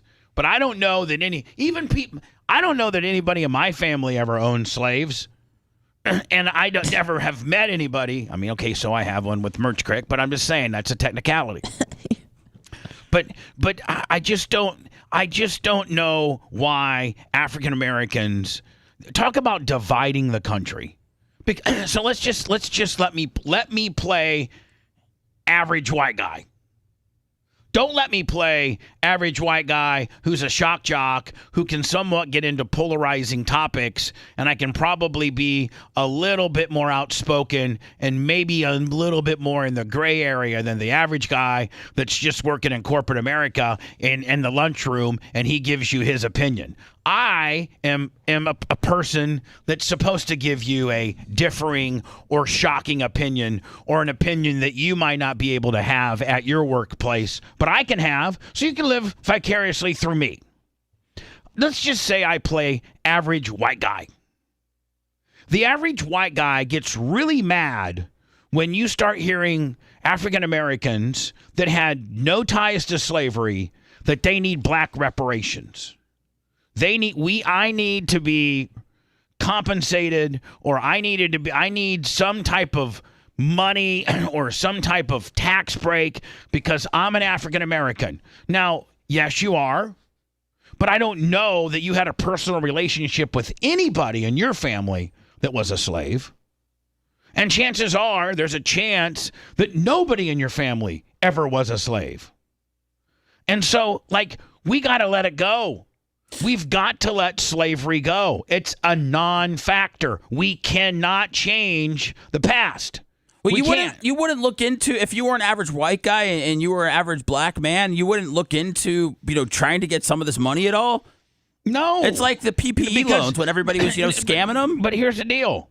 Nobody in today's government or in today's society had anything to do with slavery. None of us did. Nobody alive right now. When was slavery abolished? 1865. 1865. But that was the end of the Civil War. The Emancipation Proclamation was January 1st, 1863. Okay. So let's, by just giving it 7 years, let's go 1860. When did you say the Emancipation Proclamation, which was in the middle of the Civil War, was January 1st, 1863. 1863. But that was just the Emancipation Proclamation. Let's go 1870. They won the war in April of 1865. All right, but let's add a +5 because I've watched some stuff that there were some actually, the lawman Lance or Bass Reese Lummy, he was in Texas and Arkansas after the Civil War, and it was like 1868, and there were still people in Texas. I'm sure there were some hanger-oners. They had some slaves because news didn't travel. The slaves couldn't go to their cell phone and see the latest news. And there was no TV. There was no news spread through newspapers or spoken word. Well, if a slave in Texas didn't want his slaves knowing that they'd been freed, he just would limit their ability to read a newspaper. Well, a lot of them couldn't read, obviously. But I mean, because they weren't taught. You would lock down any news that came to your plantation would have to come in from abroad. Exactly. So you would just limit everybody coming into your no visitors, thanks. Hey, listen, I know you're coming in to fix. I know your family's fixing to come over to my place on Sunday and have a big dinner, but don't have your kids running their mouth about the rules, new rules. You know what I'm saying? Yeah. Let's just let's call it 1870. By 1870, I think most African Americans were aware of the fact that they were free. Sure. And lived, I think at that point it was illegal then to hold them captive, and they were free to go. And again, I don't know a lot about black history, but that's just kind of how I know it. Well, if there's anybody in my family that was around in 1870, if there's anybody in anybody's African-American family that was around in 1870, I mean, how many generations ago was that from today?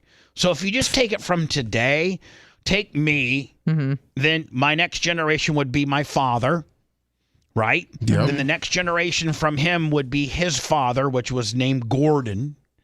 And I think he will I don't know. I don't know when he was born, but Gordon, and then his father, which was John, and then his father, which was also John, who was one of the very first settlers of the Clem family, which didn't have any slaves. I know for a fact. You're looking at like 7 or 8 generations because each generation is about 2 decades, right? So each generation's about 2 decades, sometimes 3, but that's the max. Don't ever think you ever see 4. No. But so would you guys say how many generations do you think we are away from slavery? At least 7 or 8. Yeah. So let's be conservative and call it 7. Well, that's 3 or 4 generations past any of our memory or any of our people that we could have even had any contact with. So why are we continuing to blame slavery on people that had, listen, there's not an African American alive that had anything to do with it. And there's not a white person or any other ethnicity that lives in America that had anything to do with it. And there's some people that say like there were black slave owners in the 1830s and the whole time. I mean, I think they accounted for like 12,760 of the slaves. You mean African Americans who owned African Americans? Correct, in the South. Yeah. Yeah, and that really throws a cog into the whole system. There are 3,775 black slaveholders in the South. Now listen, if you're an African American and your family has a history, you can date your history back that your family was slaves. I don't know what to tell you other than I'm sorry. Why are you sorry? You didn't do nothing wrong. No, but I'm just saying, like, I'm sorry. I mean, I'm sorry. Being an American that is white and my race participated in this event. I'm sorry. I'm sorry for that. But I shouldn't be blamed for it. And I certainly shouldn't have to lose any type of money for it. And you shouldn't be given any money for it. Here is this. Now, this is just not an average woman. This is a congresswoman from California. And this is what she proposes. Just this past week, I saw, I don't remember which celebrity, but it was actually a celebrity. And I was like, I don't know that that's not necessarily a bad idea. But I'd have to think through it a lot. One of the things that they propose is black folk not have to pay taxes for a certain amount of time. Because then again, that puts money back in your pocket. But at this, let me see what she should say. Black folk what? Not have to pay taxes. Black folk don't have to pay tax. But I'd have to think through it a lot. One of the things that they propose is black folk not have to pay taxes. Black folk, this is her wording, doesn't have to pay taxes. For a certain amount of time. Because then again, that puts money back in your pocket. But at the same time, it may not be as objectionable to some people about actually giving out dollars. But obviously then you start dealing with the different tax brackets and things like that. And that's one of the reasons. Yeah. So Beyonce doesn't have to pay taxes, but I do? Yeah, exactly. Stephon Curry doesn't have to pay taxes, but you do, Seth. Okay? Love it. That, we argue the reparations make sense because so many black folk, not only do you owe for the labor that was stolen and killed and all the other things, right? Hold on. Who does? Who owes for that? This country. For the labor that was stolen and killed and all the other things. And guess what? All that labor and all those deaths have nothing to do with you or anybody that you know. Or that anybody that's alive, for that matter, wasn't taken from you. Wasn't nothing. It'd be like saying the person that brought the Clem family over here in the 1600s. He got somebody beat him up in town square, and now I'm a victim because of that. You can't be a victim 7 generations away.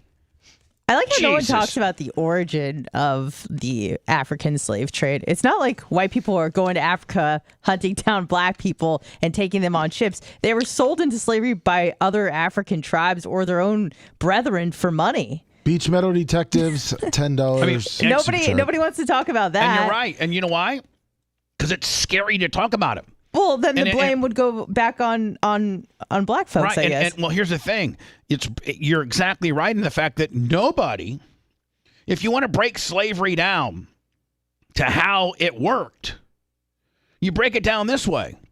And nobody wants to talk about this for in fear of getting canceled or getting suspended or losing a client or whatever. But fundamentally, slavery worked like this. And again, Anna, this is an instance where I would like for you to correct me if I'm wrong, because you probably know way more about it than I do. But here's how I interpret how I've been taught it is that Americans or British white people would take these big ass boats to Africa, and they'd have a crew of 10 or 15 guys on their boats, and they would pull up to the harbor or to the port, and they would get off their boat. And they would meet an African-American man. Or maybe just an African guy. An African guy. Him and his boys, before the white British guys and their crew, before the Get Fresh crew pulled up on the ship, that the black guy had already gone into the jungles of Africa and captured people against their own will.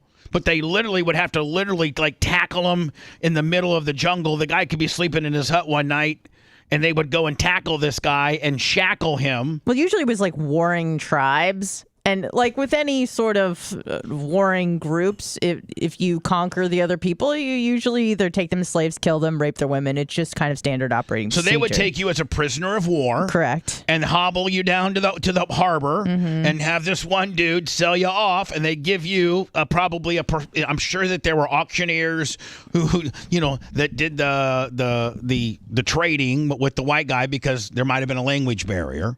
And then the slave broker gave the villagemen or the tribesmen who conquered another tribe the money or some type of food or something, some type of gold, some type of barter or something of value.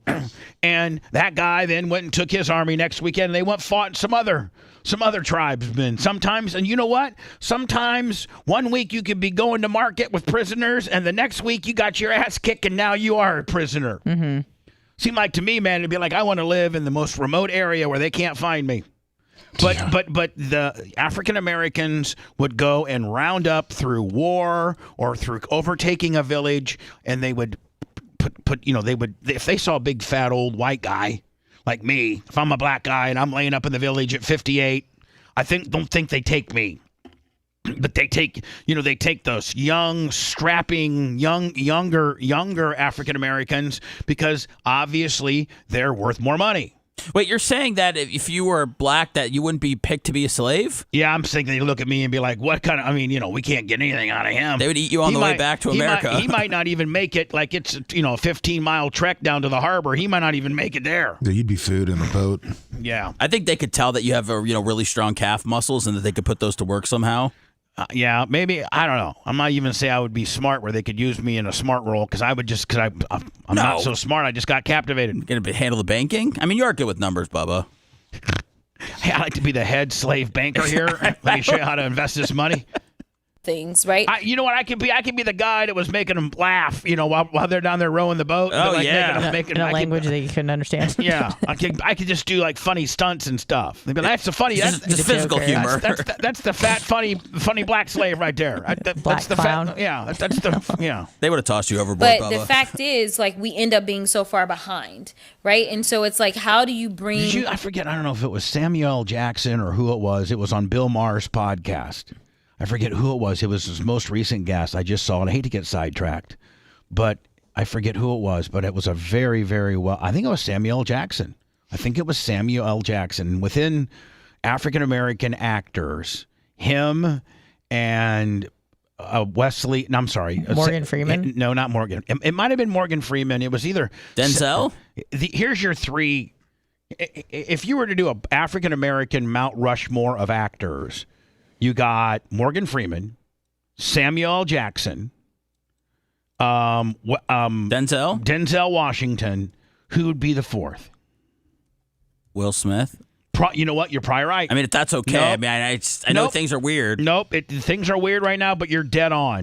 So one of those three were on the Bill Maher podcast most recently. Are you sure it wasn't Billy D. Williams? That's who it was. Who's that? That's who Billy it was. D. Williams? That's who it was. Hold on. And you know what? You guys can clown me all you No, I'm want. not. But Billy D. Williams is in that upper echelon cool black guy club. He sure was. Like Billy D. Williams. What Billy D. Williams said, man, like in the hood. People are like, man, Billy never D. seen this person before. Billy Colt 45 commercials. Oh, man, Billy D was one of the smoothest, well-respected black guys there ever was. We've watched the Colt 45 commercials. Billy D would be doing a tell you, hi, it's Billy D. Williams, and if you want a hot-ass bitch at your place this weekend, you pull in a Colt 4. I mean, let me find me some of the old Colt 45 commercials and Billy D. Williams. So he was an actor, he was a musician. He was both. Looks like he defended blackface. He did. He defended. He defended blackface. He has a Reginald Roundtree kind of swagger. And Billy D, who was at one time regarded as the coolest African American in America. Like he was the guy. He was the guy. I sent you a video. And he was on Bill Maher. This is the kind of stuff that Billy D used to do here. Here we go.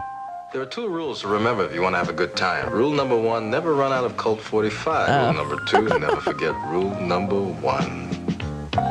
And then he always had like the hottest dime piece. Watch. You want to know why you should keep plenty of Colt 45 on hand? You never know when friends might show up. I don't claim you can have a better time with Colt 45 than without it. But why take chances? The power of Colt 45. Hell yeah! Didn't that make you want to go out? If you're a black guy, didn't that make you want to go out and get you some Colt 45 immediately? Yep. So he was on the Bill Maher. He was on the Bill Maher podcast. Billy D. Williams, you just as an African American just don't question his authority on any type of black guy ruling because he's the smoothest brother there ever was.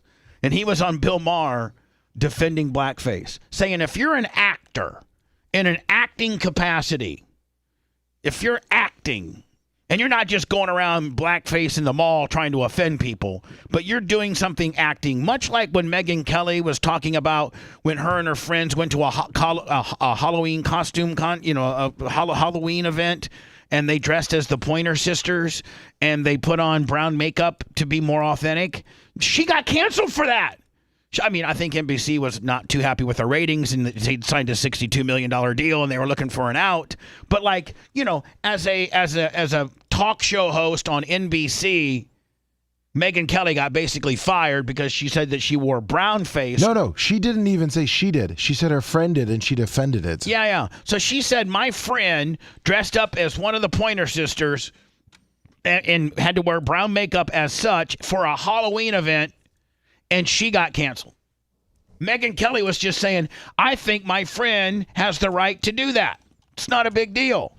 Now, is she rolling around that like that in life? Well, quite frankly, she should be able to. You should be able to wear any kind of makeup you want.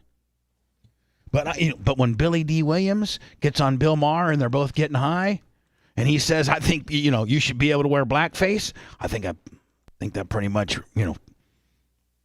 You think that even gives it okay across the world? I think anybody that wears blackface from this point forward should refer back to Billy D.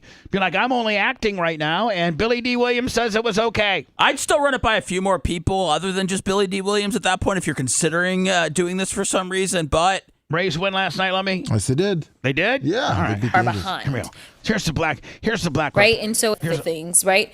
But Here's the Congress lady from California that says African Americans need to not pay taxes due to the fact that of all the free labor and all the bad stuff of slavery now ensures the fact that African Americans shouldn't have to pay taxes. That's what she's breaking this down. Killed and all the other things, right? But the fact is, we end up being so far behind, right? And so it's how do you bring forth people? What? If I may interject for a second. She said black folks and not descendants of slaves, right? So you could just come here from Haiti, 50 15 years ago, and you don't have to pay taxes? I think so. That's what she's. Even if your family has no history of American slavery, right? Even if your family never was an American slave and you just rolled in you here just through moved Jamaica, from like Brazil or something. Yeah. Okay. Behind, right? And so it's like, how do you bring forth people? Exactly. And so it's like, if you do the no tax thing for people that are already, say, struggling and aren't really paying taxes in the first place, it doesn't really exactly. They may want those checks like they got exactly. Just this past week, I saw. Yeah. Anyway, our society. I mean, we are absolutely screwed. We have screwed ourselves. We are so woke. It's pathetic. Do you think if you were half that you would get? I don't know. I don't even know what you get. I know if you live in yourself. I don't know if you live in Arizona. The Arizona Supreme Court just ruled the lockdown on abortion gimmick 0 weeks, even if you're raped. Like, let me just tell you something, GOP. Keep screwing around and find out. Keep locking these abortion laws down even more strict, and you'll lose. You're going to lose. The Democrats are idiots right now. They're absolute idiots when it comes to immigration, when it comes to this whole transgender deal, when it comes to defunding the police. I mean, all these major metropolitans have the highest murder rates ever, the biggest homeless problem ever, and we have immigration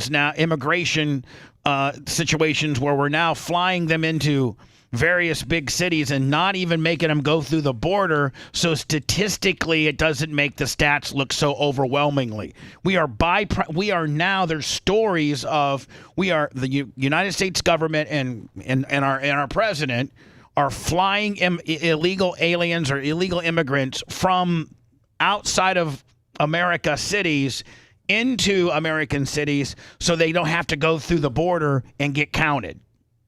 Now, so the Democrats are absolutely insane with regards to some of these policies, and they're handing the GOP this big matzo ball, this big Tim Wakefield 46-mile-an-hour knuckleball lummy that didn't break. No movement. It's 46 miles, and Jose Canseco, like the gorilla that he is going to smash it 500 feet. Yeah.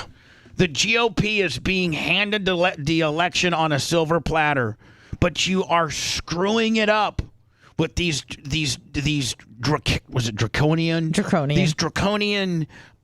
1800 abort. Like, we have as a civilization have really changed since the initial abortion rulings that went down and triggered Roe v. Wade. And once the Supreme Government got out of Roe v. Wade and put it down to the state level, which technically they can or cannot do, but you state officials that are locking these abortion laws down to zero or not even anything. Hey, listen, on our Twitter, I've been saying 22 weeks. That's my number. I am a conservative. I am probably more of a Republican than I am a Democrat. And I'm saying 22 weeks.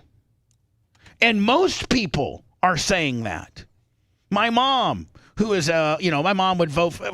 I mean, doesn't matter. Mickey Mouse could be the candidate for she'll vote for him as long as he was a Republican.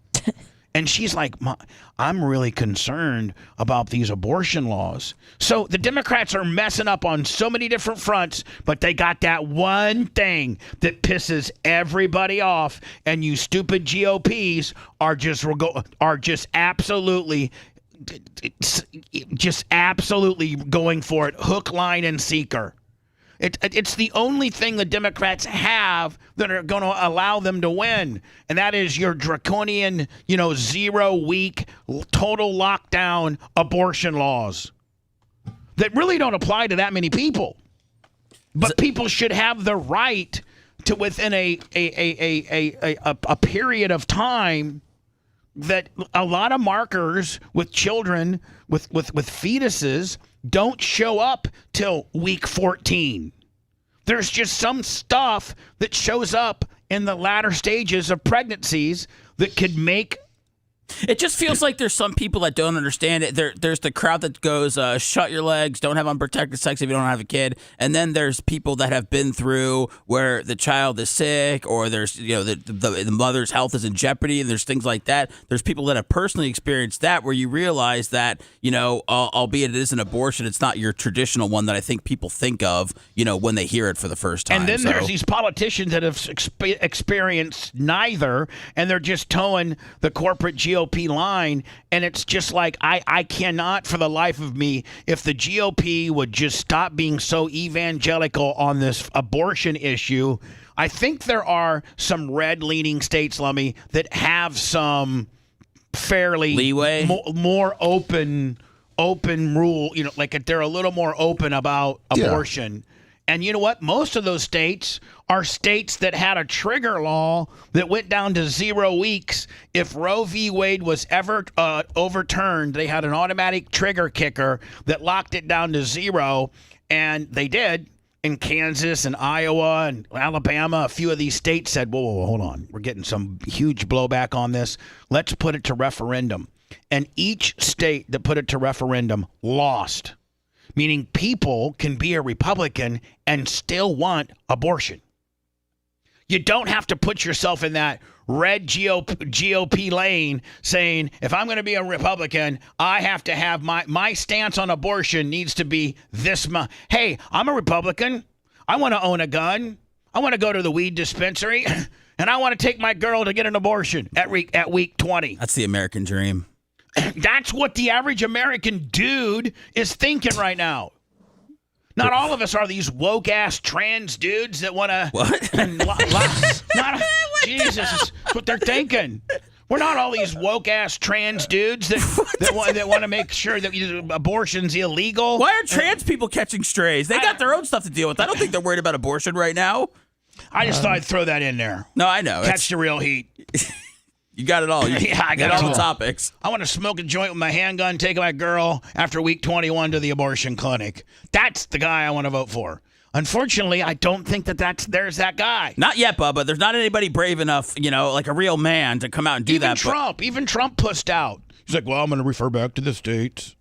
But realistically, I mean, it's for Biden or Trump. It really isn't a fair question because they really can't do anything about it. Nope. So realistically, the answer for Joe Biden, and I'm speaking, I'm not speaking bad towards him, or Donald Trump. The answer is, you know what?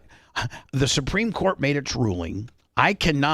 There's nothing I can do as the commander in chief to make a federal mandated abortion law, and is it called SCOTUS? The Supreme Court's called the SCOTUS? Yeah. How about that How about me pulling that on my ass, huh? Very impressed. The Supreme Court of our country has made a ruling that they're going to throw abortion down to the state level. Now, how I feel about it doesn't really matter because it's nothing. I cannot, as the president, do anything about it. Now, I can give my opinion to the Republican and Democratic governors across our state that are making laws, but I can't really do anything about it. That's the answer. But if I may. Yep. Not that I agree with it, but don't you think that if it's the will of the people that live there that voted in those governors, because the governor of Arizona is a Democrat, but the Supreme Court. But you're onto something, and that is it's easier to get things changed politically locally than it is federally. Sure. So if you're not happy with your abortion laws, form, you and your girls get together and get this guy out of office and put somebody in there that has that aligns closer to what you think. And I'm not suggesting that everybody in any given state feels the same way, but generally speaking, if it's the will of the people that they want, John Fetterman to be their representative, or they want a certain AOC. Governor, right, or a certain constitution, whatever the case may be, I'm almost okay with that if that is the will of the people. And you can control. If I don't agree with whatever issue it is. You can control that easier on the local and state level than you can on. Hey, you and I cannot get a Supreme Court justice changed out. We don't have that ability. Right. But we do have the ability to change our congressperson that represents us, that's going to Congress and has a better understanding as to what we want locally. That gives us. We have far more power that way. Mm-hmm.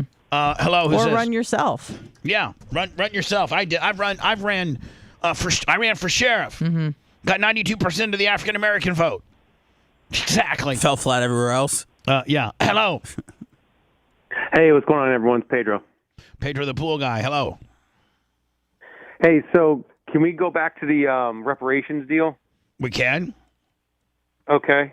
I was working with some guys, a bunch of black guys, doing pool stuff. They were all the lead guy was a preacher, and so all through the day they'd be yelling at each other about the different interpretations of the Bible. So I got into their conversation, and I was like, "Hey, let me ask you about this reparations deal," and you should have seen them all explode. They're pissed about it. Meaning they think that it's a bad look for African Americans, and the fact that most African Americans go out and work a hard day's work, or have a good job, or continued their education and are making a living, and that they don't want a free handout, and it's only these lazy people that want a handout and not want to blame something that happened 100 and some years ago. Exactly. And so they don't what came out of their mouth. That this Congress lady is not their opinion at all. Right. And I've talked to a bunch of them, between the East Coast and now the West Coast, they all said the same thing. It's a bunch of bitches that don't want to actually work. They want a handout, and there's like in their words, there's like an unspoken teaching to work the system so that way they don't have to work and get as much money as they can for as many kids as they can. And that's why a lot of them. I think that's probably very prevalent in the African American community. I also think that's very prevalent in the white Triz community. I think that's prevalent. I think that's just prevalent everywhere, anywhere you go in America.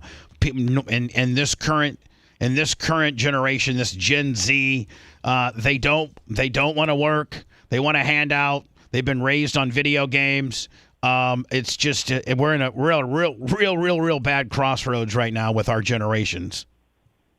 Yeah, it's sad, man. Even some Cuban guys that I've met over here said the same thing. That, they all bust their ass, they built companies, and now all these young people just expect to get free money or their parents to hand them something so they don't have to work. And they're like, BS, dude, you got to go out and work. Maybe we'll talk when you break your arm. How's your wife's health? I know that she was having a little bit of an issue health-wise. Has she gotten better? Yeah, it's been a tough road, man. Last year was horrible for us. So between her having 3 surgeries and my mom passing away, it's wow. Well, listen, appreciate you listening, Pedro. More importantly, appreciate your strength and being there for your wife and family. Hey, I appreciate you guys getting me through all this crap, man. I'll tell you what, it's we're your therapy. You guys definitely kept my head on. Well, hey, listen, we get reparations. I mean, you know what? Maybe I got this all wrong because the whole show's built on reparations. Thank you, Pedro. I mean, right? Yeah. I mean, our whole show's a PPM handout, isn't it? Well, you've had a lot of pain and suffering in your lifetime, Bubba. So. Yes, this is a daily telethon. We gotta keep the lights on somehow. So don't forget PayPal, Cash App, and Venmo. All at BubbaArmyHQ.com. Bubba the Love Sponge. We'll be back after this.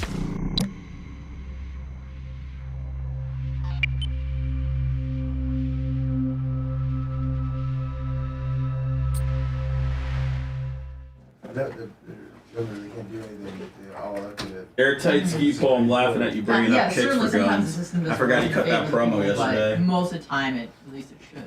Who did?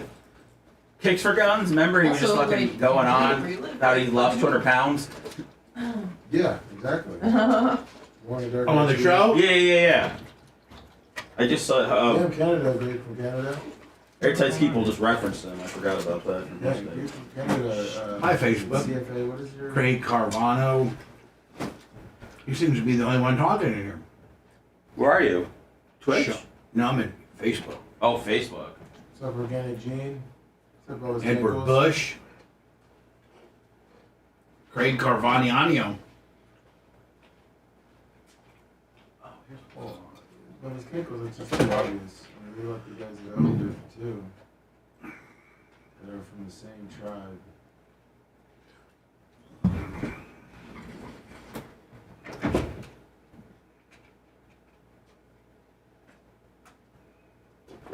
Luga.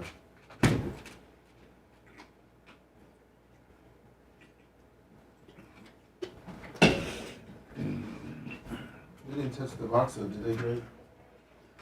Hello, Bubba's Cankles.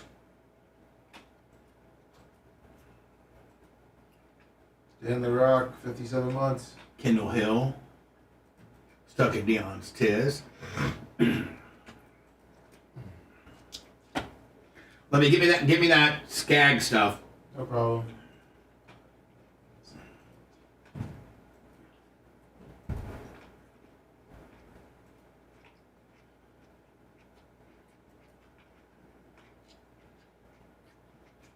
Hi, National Young Boy Mitch.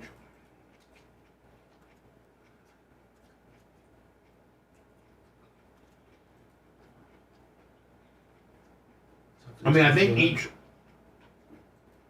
form has its own little sleeper cell of people. Yes, they do. Alpha, high spot on the bench. Yeah, they're all different. They all run a different game.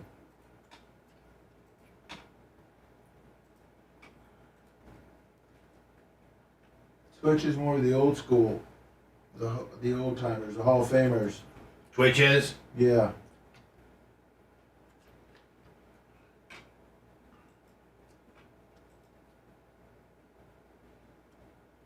Oh, nice. Greets and Travis.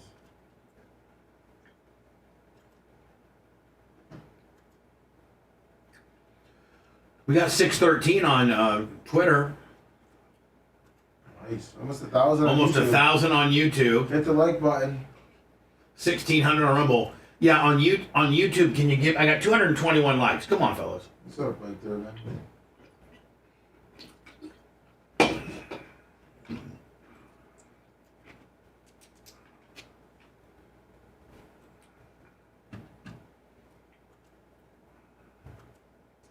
There we go. Clicking away, clicking up.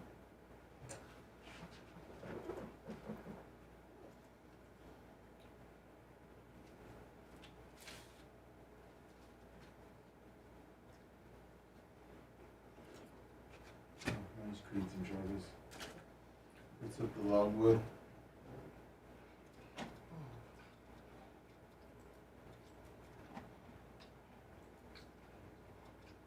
Oh, fuck is my...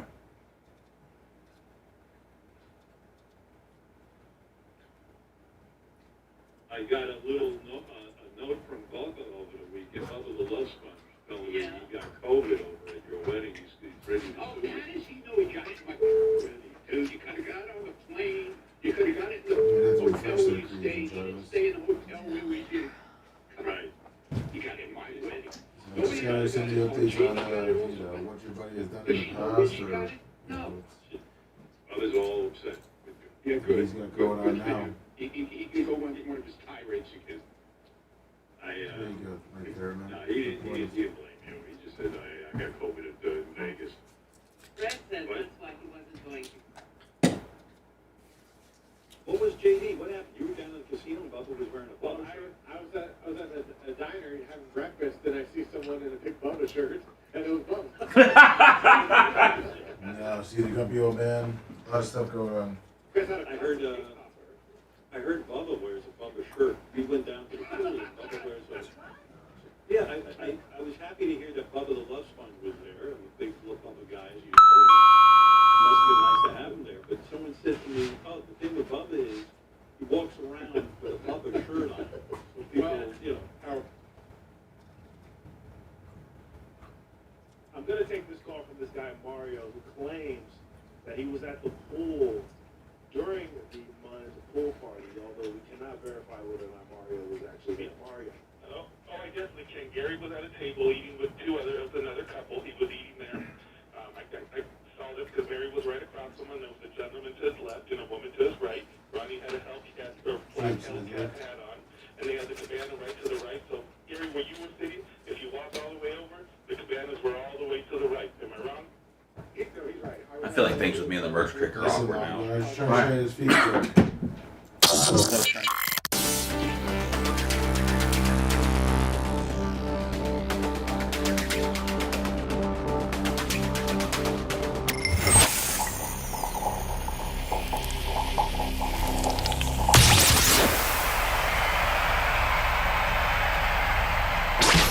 It's the Bubba the Love Sponge Show. Missed part of the show? We got you covered at BubbaArmyHQ.com. Now back to Bubba Live Worldwide.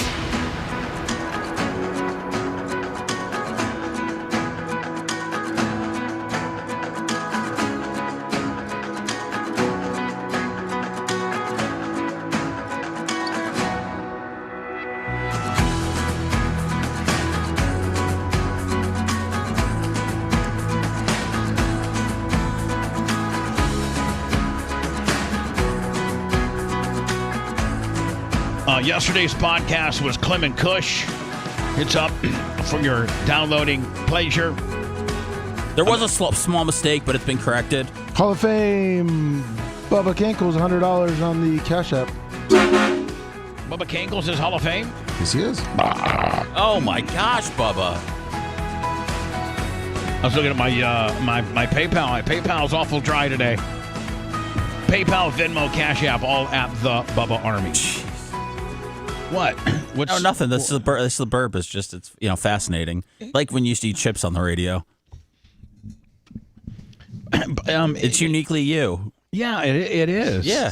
Yaya's was the best. He used to lick his fingers. Oh, Jesus. Let me guess, Yaya's. Is it still around? There's one, but it's that one that's not really the original. You mean the one? Clearwater. Yeah, off US 19. Yeah. Yeah. No, hold on. There's one up there in Dunedin. Oh, and there's one off Roosevelt. Right. Hold on. St. Pete. There's one in the countryside area that used to be a Long John Silver's. Yep. And they switched it over to a Yaya's, and it's been there for I don't know how long. And then there's one I used to be on South 34th Street in St. Pete that my good friend John owned for years, and then he sold to my friend Mark. And I got to think, man, if you're a Yaya's is a chicken place here in town.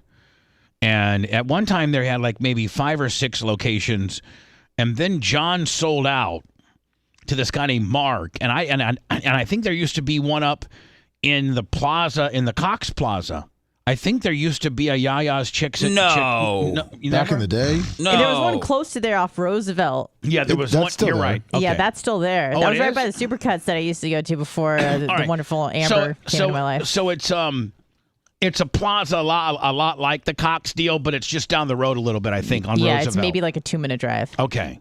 So let me find me I'd like to do a Yaya's food review just because I used to love their they had a chicken salad. Oh yeah, that they took big hunks of chicken and then they had that buttermilk dressing that they have. It was so good. It pretty much kind of their buttermilk dressing pretty much kind of like almost you might as well have gotten fried chicken. Because it takes the eating a salad aspect of it away because their dressing is just it's made out of buttermilk and it's just so good and slathery. Do they have any vegetarian options for me? I don't know that they do. Yeah, they used to cut that lettuce up perfect. I love lettuce. What I would do is I'd take one of their pitas. Oh yeah. And then I'd take their butter. They had apple butter. They had apple butter. And I'd put a big slathering of apple butter on my pita. Then I'd take their shredded chicken and put it inside my pita with a little bit of lettuce, and then I'd slather it full of that buttermilk dressing. It was so good. I just sent you their menu. And I sent you where they're located at, like their website. They have a lot in Michigan, not a lot, but well, that's where they first started was Michigan. I sent it to and then you. I think a guy on vacation from Michigan decided I don't know but that's how it happened. Susan Poitras, $50. Thank you. Great Thank show you, as Susan P. always. Thank you very much, Susan P. She was hanging out with her cousins last night. Guys or girls? One of each. Oh, really? At Tate's, yeah. Oh, really? I got people on Facebook, Bubba. I know what's going on. Is this the one from? There's none of them that look like this down. This is all Michigan, but they have the address. It's all on Michigan. Roosevelt.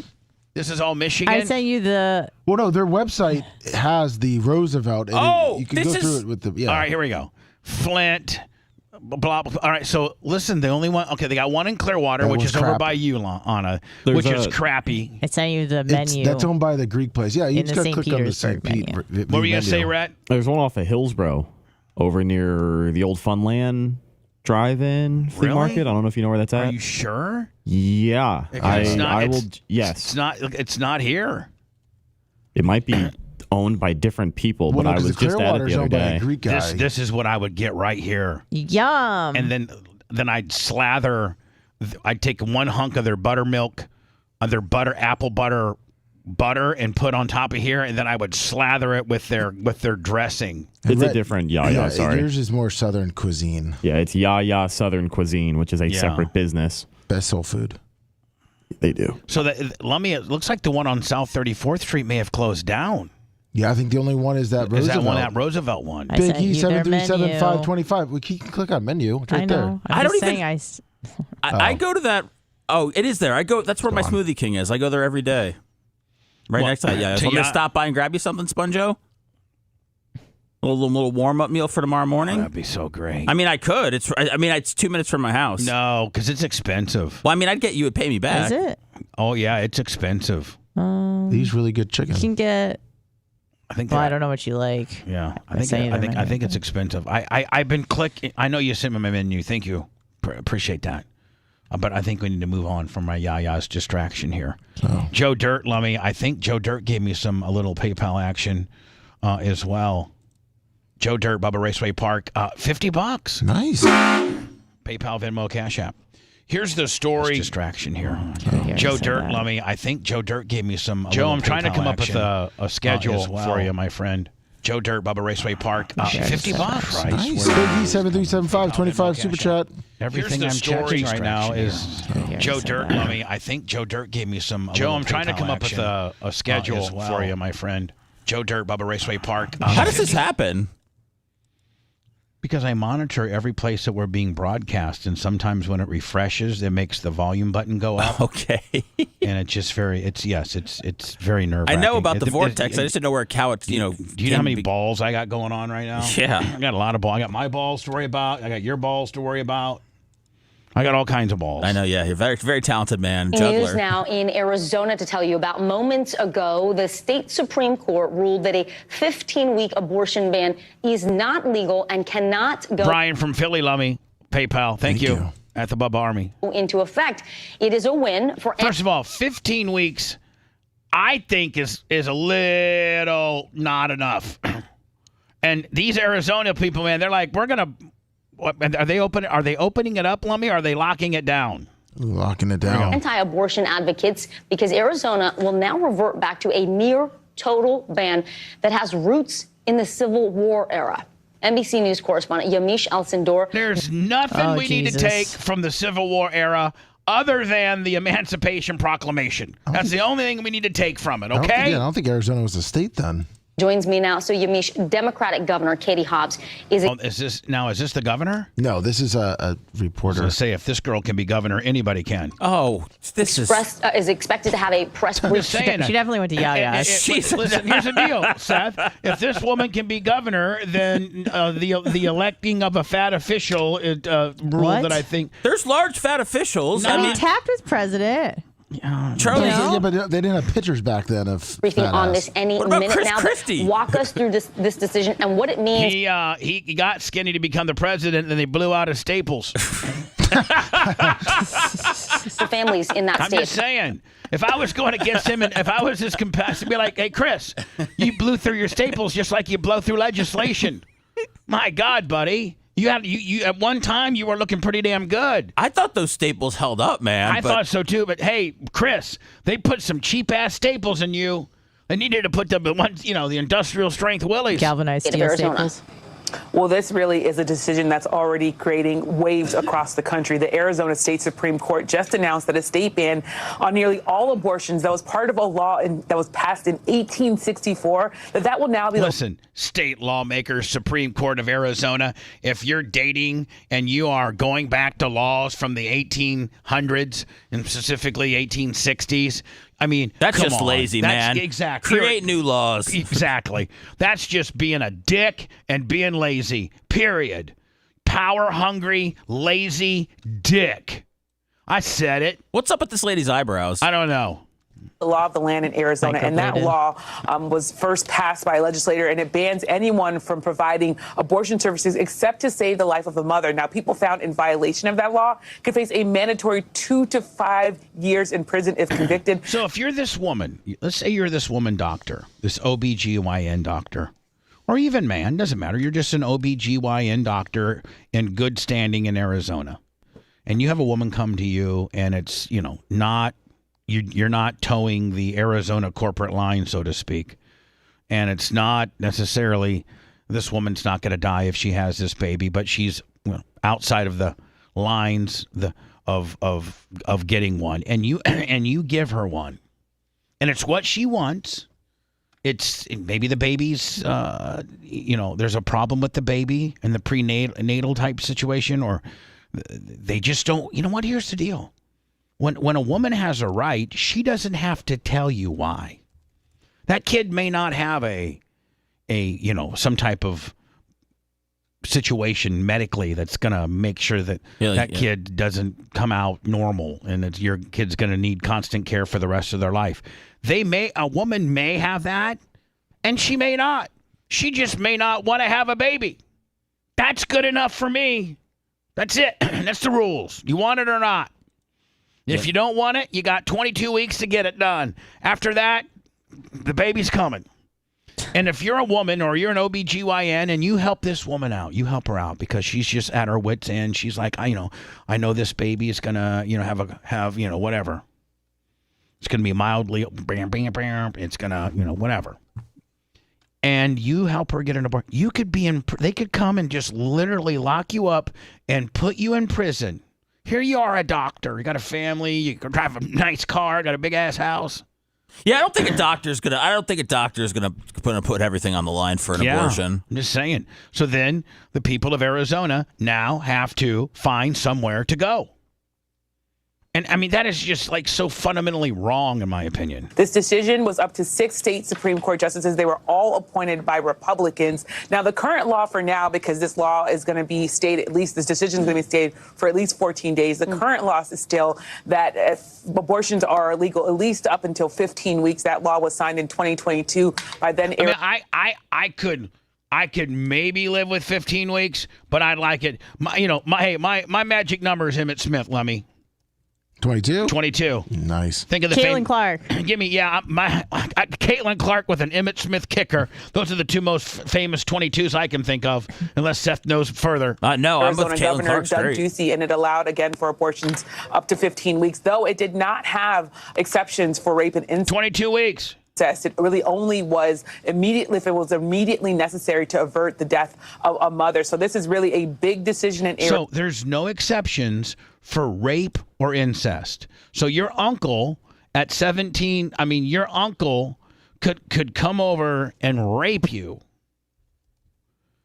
which is incestual and rape. Why is it always the uncle? Because it's... Why can't it be the cousin? Well, it's just because the Creepy uncle. uncle's a thing. It's always the uncle, man. It's an archetype. Yeah, it's just, you know what? It works better. I'm an uncle now. I'm just saying I don't want to be bunched in with all these people that are banging But a cousin isn't nearly as egregious as an uncle, because an uncle means you're probably significantly younger than your uncle, right? And it makes it more just more sultry. Right. So the uncle comes over and bangs you. Uncle comes over and bangs this 15, 16-year-old. It's incestual. It's rape. It's absolutely, there's no way that 15 or 16-year-old chick would want that baby. Like, there's just no way. I don't want a baby that was conceived for my uncle raping me. And isn't there all types of different situations where when it's incestual, just that many more problems potentially to the fetus when it's, not. Especially when it's the immediate family. Yeah. You might be okay with an uncle, but probably not. But statistically, you have it's a bad idea. Don't do it, folks. Yeah. So don't bang your nieces. Uncle Jim comes over to the family reunion, rapes his niece. God. She's 15, 16. Yeah. It's incestual. It's rape. She's like, first of all, you have to prosecute Uncle Jim. And secondly, so as she's, she misses her period, so she catches it at week 6, week 7. And, she under the total abortion ban, she has to have that baby. She has to have that baby that was conceived under the most extreme, worst conditions. She was raped by her uncle. And she has to have that baby, and there's nothing you can do about it, and I find that disgustingly wrong. I think that, and I know you have your 22 weeks, and people say 15 and 6, but I just feel like you should either be able to have an abortion or not. States are like, hey, you can come here, and then it's up to the doctors if they want to do it, this early or this late, or you cannot come here at all. We do not do abortions, no matter how young or how old. Like, I just feel like these states it doesn't have to be as gray as it is right now. Listen, I would really like if I'm trying to be a little bit sympathetic of the GOP. They want 0. The Democrats want it clear till the day before the baby's born. And so I think there's a little happy medium in there. Right. And I think that's 23, 24 weeks just prior to the third trimester. The third trimester being, I think 27, 28 weeks. Third trimester. I believe so. So, you're 22, and by 22, man, I think at 22, if anything, the majority of the issues that are going to rear their head with regards to a baby's health, I think have shown themselves by week 22. I think the majority of, I think if you get past week 22, 23, you're more in the clear than week 7. You still, even if it's illegal, you still have to find somebody that's willing to do it. You're right. If you just go, hey, I don't want to have this kid, a doctor might go, I'm not going to do this, even if it's in a very liberal state. Because you might say, but like, listen, here's the deal. I get a reputation of doing abortions, late term abortions, even though it's legal in the state that I live in. I automatically have, drawn a definitive line in the sand, and my clinic could get burned down tomorrow. Right. Because listen, I've been through some abortions. I've taken some chicks to the abortion clinic before. You crossed state lines, didn't you? I crossed 2 state lines. That's what people are doing now. And when even at a place that was legal, and the clinic was, we were within our rights. It was there a little bit of an age issue, and she was 16, I was 18, maybe 19, 20, I don't know. Oh, let's just go with. There's statute of limitations and all this. Yeah, so anyway, 17. Even when you roll up to a clinic that's in a state that allows you to get an abortion within the time period that you're getting it, there was picketers out there with dead babies on strings, and like they were accosting us getting into the building. Like, I almost knocked a guy out. Oh, like he literally put his hands on my girlfriend at the time, and was like, "You're a murderer! You're a murderer!" And I'm like, "Back up, bitch!" Or I'm gonna This is when I was in college, and I was on steroids, and and even more jacked up. I was jacked. Listen, I'm going to tell you how jacked I was.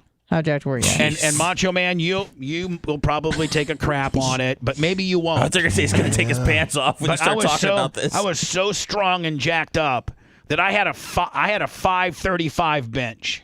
Nice. A 535 touch and go bench. Not where you have your ass pushed up, not where you bounce it off your chest, not where you have 2 spotters that are grabbing the bar. What about short arm Willie? Doesn't that make it easier for you? Yes, it does. And a barrel chest. But I had a 535 bench, weighed about 255 pounds, was on Anadrol 50, Deca, Anavar, Dynabol, everything I could just shoot up to make me strong as hell.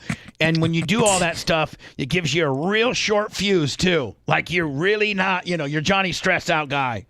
And so this guy comes up to me, puts his arms like kind of on my girlfriend's shoulder, the girl that I'm trying to get an abortion on.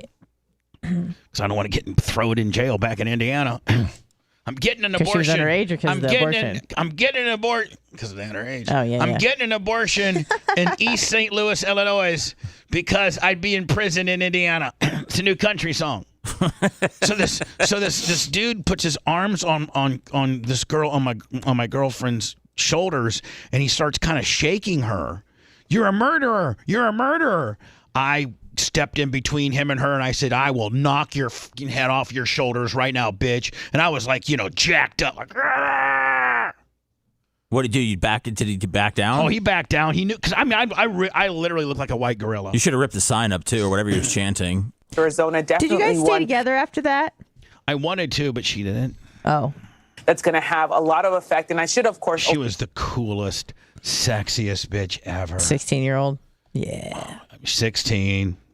Hot. You should look her up on Facebook. Just got her driver's license. She told me she was in college, but really she was in high school. When she said, "Hey, listen, I got to stay after class for cheerleading." I thought she was an Indiana State Sycamore cheerleader, not a North Vigo High School cheerleader. Go Cougars. Yeah, but it didn't stop you from impregnating her. Stop me from getting her knocked. Jeez. Hot is hot, right? Hot is hot. That's true. I remember when she came to my house. She used to come over before school and because when you're 20 years old, Seth, you got all. I mean, you can F. Yeah. I mean, and your recovery time is nothing. I could F now. I'd be in the morning and F. I just don't have any. I don't have the options. You don't have anything to F. No. You're ready to F morning, noon, and night. You just can't find anybody to F. I'm just shut down Willie walking around my house. You got the ability. You just don't have anybody to throw the ball to. Right. But if I you got the best arm in the league, you just don't have anybody to catch the ball. But if I had the chance, I could do a doubleheader every day. Yeah, okay. Well, me too. All right. Let me settle down. So she comes over to my house in the morning and we blast. She used to be just like clockwork. She would get to my house at 7. Her school didn't start until 8:30, so we'd blast until 8, and then she would clean herself up, go to school. I'd go back to bed because I didn't have to be on the radio. I did nights back then. I had to be at the radio station until 5 o'clock in the afternoon. But you were in college, you said? No, this is after college. I quit college. Oh. Benny Mardones over here. Listen, as soon as I got on the radio, I was like, listen, this is what I want to be. I want to be a radio guy. Right. Makes sense. Ass and food and fame. What else do you need? What in college, can you think of anything else that you need? Ass, food, and fame. Well, it's just kind of life in general, right? Right. And I was like, what degree am I going to get from Indiana State University that's going to get me ass, fame, and food? Nothing. So it looks like I chose the right route because I was going to be a packaging engineer working with boxes all day. Get the hell out of here. Lummy, what I would have done, I've gone back, got my teaching certificate, taught at Warsaw High, and been a coach, and been a high school football coach. Bang the students. Yeah, exactly. What? But I mean, what you would have? No, I said that you would have been having sexual intercourse with the students if you were a high school football coach. Well, I think that would have popped up eventually, which is okay, man. It's cool because it didn't happen. Whew. What is that? Man, I thought that's lighter than. Putting them on pred duty over there. I mean, I know. Yeah. No, that's. You don't really ever. Sometimes you put me in very non-favorable light. I thought Babyface showed up tomorrow. Also note that there is a ballot initiative that is underway. There are. So anyway, she would come by in the morning. Yeah. Blast. She was 16. I was 20. And I'm working full time at 103 PFR as the night jock. She's. Is this the one in the yellow dress? Yes, the one that came in a yellow dress with no panties. Is that why you love yellow dresses? What's that? Is that why you love yellow dresses? Probably so much. She showed up one night in front of the studio. The studios of the radio station 103 PFR had a big front window, like a jewelry business would have a big front window with their showcase. Then you'd go inside, Lummy, and you'd go through. Well, the front window of 103 PFR was the studio, so fans would come up and watch us, spin the records and talk on the radio. Nice. And they could literally, picture this whole window over here where your head leans, Lummy, being a big plate glass window, and them being able to, look inside the little fishbowl. And sometimes at night, I was 7 to 11. Oh, I'm sorry, I was 7 to midnight. Well, during the day jocks never got any booby flashings or anything like that because it was kind of in a business district, 643 Ohio Street. I think it's a sunglass place now. But at night, when the college girls and just whatever they were listening, they wanted to hear Nasty by Janet Jackson, or just on a Friday night when people were cruising the strip, they would come down to the radio station, gather like maybe, 15 or 20 of them, park their cars and just be drinking beer and getting high and listening to the radio while watching the radio guy down there. And times were so simple back then. Yeah, and a lot of times the hot chicks would come and put them right on the glass.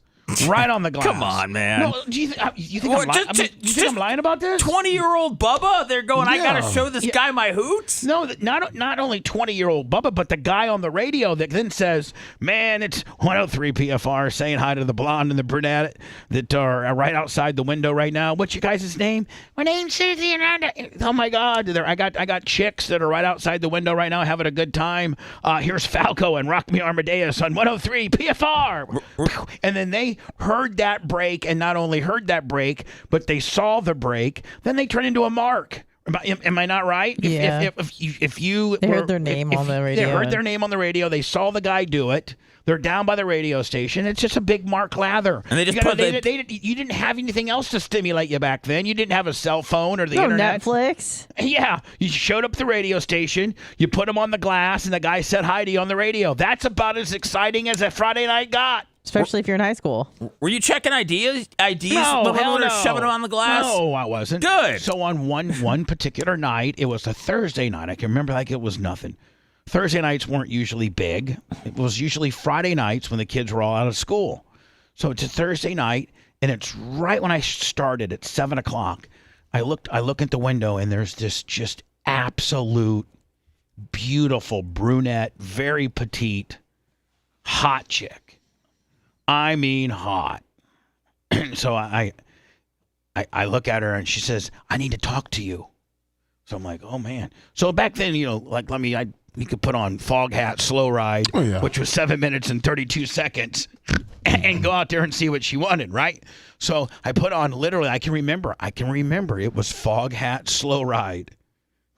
Come on, man. And listen, do you think why would I lie about any of this? This song is just such a random story. It's such a random song that if you checked the album version as to how long it is, my story would add up. Yeah, no, we used to play it a lot when I worked with Drew. Right. So I went out there and I go, hey, how can I help you? And she goes, are you the one? I'm looking for us. She knew because there was commercials that ran throughout the day. 103 PFR. If you're looking for a dance party or you need somebody to DJ your next event, call Bubba at the radio station, 812-232. I can even remember the number. It was 812-232-1300 was the secretarial lines. Call 812, 932-1300 and ask for Bubba, and so then I would get these messages of these people that wanted to have some type of wedding. I would DJ weddings, or I would DJ like 8th grade school, like the middle school would hire me to come in and bring my speakers and bring my little mixing board. I didn't know you were a mobile DJ. Oh yeah, I was. Wow. 25 an hour, 3-hour minimum. You're getting 25 an hour back then? 25 an hour, 3-hour minimum, $75. Boom. And I bought this one intern dude, and all he would do, and this was all done on cassette. So listen to this, Seth. I had a guy that was my cue guy, and I had a cassette player just over here all by itself with a set of headphones. And I would say, okay, find me, Talk Dirty to Me. And I'd have these pre-made cassettes that were either rock, slow, urban, different categories. And then they had a list of how many songs, and he'd have to find them for me as I was mixing them cassette to cassette when to the congregation. So she comes up and says, hey, aren't you the guy that is in charge of the DJ service? And I go, yes. She goes, well, I'm thinking about having a DJ service at my birthday party. I'm like, oh, okay. I said, well, it's 25 an hour, 3-hour minimum, $75, and I need a $25 deposit, because some people would cancel on Sure, you. yeah, you can't have that. But if they cancel on you, Seth, you at least got 25. Exactly. Right? Who cares? and I had a Honda. I swear to God, I had a Honda Accord, and Lummy, I had it strategically like Tetris, where I could get both big monitors, the amp, the cassette decks, and everything in the back of the hatchback area. So I would literally show up with that, and then I had this foldable kind of hand cart. Nice. That I could put them all, and then I brought an assistant, and I paid him $10. He got paid $10. Not bad. So I pay him $10, and he'd just be like my little, like my little queuing bitch. Be like, hey, queue up, talk dirty to me. Hey, queue up this. Hey, queue up that. And I would feel the pulse of the room as to what they needed. And then, Seth, I had like the dollar dance and the father-daughter dance. Yeah, you have it all. And you'd have to have a certain amount of wedding songs and things like that. And but so she came up, and I told her the statistics. And she said, well, here, let me give you my phone number because I'm interested in hiring, you. I said, okay. So she gave me her phone number. Well, I called her that night as soon as the show was over. But I called her house. You only had house phones back then. And her mom picked up, and she said, do you realize that Christine's in bed? And I go, oh, no, I'm so sorry. She goes, who is this anyway? And I said, this is Todd. Because I didn't want to say it was Bubba the Love Sponge. And you were still kind of Todd back then, weren't you? No. Rockin' Bubba Clem. Rockin' Bubba Clem. Have you ever been Todd? No. Okay. I haven't been Todd since 8th grade. You're trans. I'm trans. You transitioned from Todd to Bubba. There you go. I'm trans. Maybe we can start fitting it. Maybe we can start getting some breaks around here. Maybe I'm trans. There we go. But I've fully transitioned. Like I'm Bubba. I'd have to trans back to Todd. So I called her the next day, like around 3 or 4 o'clock, and she answers, and we just start talking. Next thing you know, she starts showing up to the radio station. Next thing you know, we kind of start liking each other. We weren't supposed to have any visitors at all. And I'd have her come in and go to the production room and stay in there and listen to the show while I did the show. And then, every couple records, I go over there and we'd make out for a little bit. Oh. Maybe get a little Cheetos finger. It's hot. Poor thing would sit there for a 4-hour show, though, just to get, fop-I-nop, goppy-ropped 3 times. So then that progressed to after the show, we would go back to my house. And then that progressed into her getting pregnant and us getting an abortion. That's she dumped you after that? Then she dumped me. Wow. There's a move to try to get signatures. The way she dumped me, I was like, listen, I still want to be with you and everything. She's like, listen, I don't want to be with you, and I've moved on. And if you call my house anymore, I'm going to tell my mom the truth, because we had to tell her mom that she was spending the night with one of her friends, so that we could drive over there on Saturday and get it done, because it was illegal in Indiana, and we had a little bit of an age gimmick going on there. How'd she find out? Her mom never found out. No. How did she find out she was pregnant? Did she take a test? Yeah, did she miss period? No, she went down to the clinic, down to the Planned Parenthood. That's how they had to do it back then. I don't think they had to pee on the stick stuff. Let me see when pee on the stick came to market. Trying abortion rights into the state constitution. Can we guess? And that's going to be. Can we guess when the pee stick came into play? I'm saying 95. Oh, really? I'm gonna go with 1985. I'm gonna go 1979. You pick up even more, I think, more momentum now that the state is banning nearly all abortions. Vicky? Yeah, it could be a real driver. Lummy, do you got to pee on the stick gimmick? In November I got 2 different dates. I'm just trying to check another What date. are your 2 different? I got 1984 and 1992. Yeah, so my event happened in 86, so I don't know that pee on your stick technology, even if it was out, made it to Terre Haute, Indiana by then. So I know for a fact that she went down to the Planned Parenthood clinic, and after she had missed ultrasound or something. After she missed a period, and then she came over and gave me the good news. I'm pregnant. So it looked like the first one came out 1977, but it was very expensive, and it looks like a chemistry set. Oh. That's like, when did they make it real easy where a girl just urinated on a stick and it gave you 1 line or 2? I got 1994. There you go. Well, before I needed a pee on a stick gimmick. ballots. It gathered enough signatures just last week so that it will be on the ballot in November. Is that your understanding, Yamiche? That's my understanding. That's what the advocates are saying. We're still waiting to see if it's actually going to be on the ballot. Another thing to note, apart from that ballot initiative, I think if we go back to what this ruling means, it's really a big question of how it's going to be enforced, because the governor of Arizona has said that she wasn't going to allow anybody to be prosecuted for violating abortion laws. And the attorney general also said that that was going to be the case when they were running for election. See, I like that. Governor that says, okay, we may have some old school abortion laws, but we're not going to really enforce them, please. But now that this state Supreme Court decision has been made, it's going to be very tricky to figure out whether or not the attorney general is going to be. Did she say trickly? I believe she said trickly. Is that a word? No. It is in Arizona. State Supreme Court decision has been made. It's going to be very tricky to figure out whether or not the attorney general. I like this girl. She makes up words like me. Is going to be bound to try. I like her. Trickly. It's kind of like trick knee, but trickly. Trickly.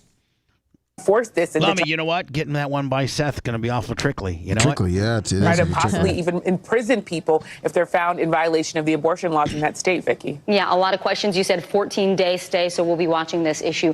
NBC News correspondent Yamiche Alcindor with that breaking news out of Arizona. Thank you. I have to go to words. I'm running way late. I got to get into the... she was a former writer, I guess, for Howard Stern. No, that was news to a lot of people. But what's that now? It was news to a lot of people that she was even employed by him. Yeah, she might have been an intern. I mean, like, I'll tell you right now, Howard, Marcy pretty much runs it all. Marcy and Gary and more importantly, Jeremy Coleman, the president of the channels. But Howard doesn't really, like, Howard walks into his office. I know it. I worked there. Howard walks into his office. First of all, he goes up his own elevator. Now, well, hold on. Let's just get something straight. Howard doesn't even go into the studios nowadays. He does it from either his West Palm Beach mansion or his Hamptons mansion. He doesn't even go in. And the only time he even goes into the studios if they're doing, like, they just opened up a new Miami deal or remodeled a new, and I think he agreed to do a show or two from the Miami studios, and then he agreed to do the same thing from when they opened up their Los Angeles studios. But other than that, he doesn't come into the studios at all. It's all done through him, his home studio, and then Robin's got her home studio. Everybody on the show has to sit in front of a computer because if organically they are called upon. Like, I was talking to Ronnie at his wedding, and I'm like, Ronnie, so do you just sit in front of the computer ready to be on at any time? And he's like, yeah, there's some days when they never come to me because organically, anything that I got into, Ronnie the limo driver, we didn't get into any Ronnie the limo driver drama, or there was just nothing about me on the show, and I'll just literally sit there for 4 hours in front of a computer. Well, I mean, everyone always thought that she was just the girlfriend of Benji Bronk. So hold on now. But back in the day prior to COVID, here's how it would work. Howard would take his own elevator with Ronnie up to this, I think, the 38th floor, and that wasn't the elevator that was open to the public. It was his own elevator, and then he went right to his office, and then I think he had somebody did his hair, and he would go over various things that he might want to talk about. But everything comes in packets. So, like, everything Howard's going to talk about comes in these packets. Packet 1, packet 2, packet 3, packet 5. And then within that packet, there's some people that have written various jokes. There are various pieces of video they may look at. There's just all kinds of that packet is jammed full of information. And then, but Howard doesn't really know, outside of his initial on-air family, he doesn't really know of a lot of people that work there. He doesn't, and in fact, when it's almost like is anybody familiar with the Peabody Ducks? Yeah. When the Peabody Hotel used to have the ducks, and 2 times a day they would bring the ducks from wherever the ducks lived down to the front, and they had this guy, they would have this red carpet, and these ducks they'd be like, dun, dun, dun, dun, hear he, everybody clear the way, the ducks are coming. The royal ducks are coming. And they would literally let me parade these ducks off an elevator. And these ducks were trained. They would stay on the red carpet. Sometimes they'd poop, and then they would get in the front fountain and do a couple laps around the front fountain, and then they would parade them back to where they lived. Remember that? Yes. Well, that's a lot like Howard. When Howard's done off the air, he has, I would say, probably a walk from our our Red Door studio to like maybe where engineering is, maybe a little bit past that.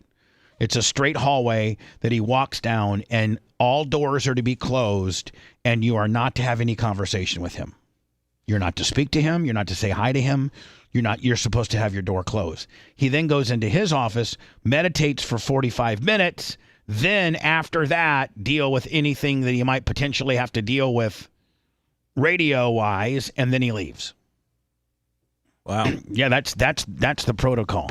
And so he doesn't know if this chick only banged Benji or was a writer for his show. Well, she came on the show. She was on the show for a couple years because Benji would have her on. They would do stupid things together. All right, so because they she was dated. Benji's girlfriend. Yeah. And so occasionally she would be on just probably talking about what her and Benji had done over the weekend. Correct. Right? Yeah. Like she wasn't paid by Howard. She wasn't paid by Sirius. She was just getting laid by Benji. Pretty much. Right? Yeah. Yep. So go ahead. I'm sorry. I was gonna say this video that I watched yesterday. It just made me sad because clearly she's streaming for money because I saw somebody give her $5. Right. And I don't know what act she's trying to pull off, but I mean, it was just to me. It just me. I mean, there's obviously some comedy in here, but it really just made me sad. Well, it made me sad because I don't think that he was on the same. If they're doing a bit, as we call in the industry, if they're doing some type of bit where they're trying to create content or adversarial content or something like that, I don't think he was on the same page as her, with her being as physical to him. I think that maybe he was told, hey, I'm going to yell at you a few times, make you look stupid, maybe point my finger at you, but that's the extent of it. Right? Because obviously he wasn't up to speed on the physicality, or he wouldn't have flipped out like he did.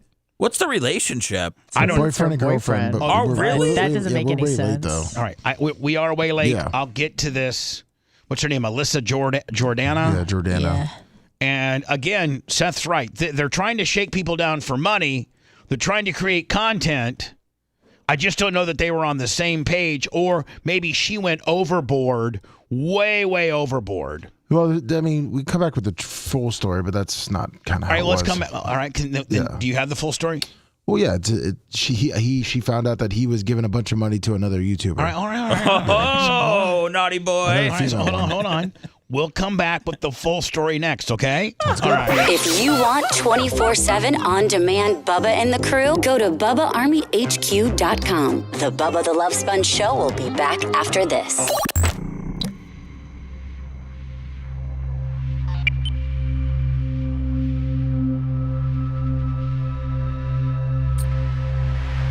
Full video. The violence starts at about 2 hours and 15 minutes. Okay. Because the New York Post one just shows like one hit. It doesn't really show the full yoking.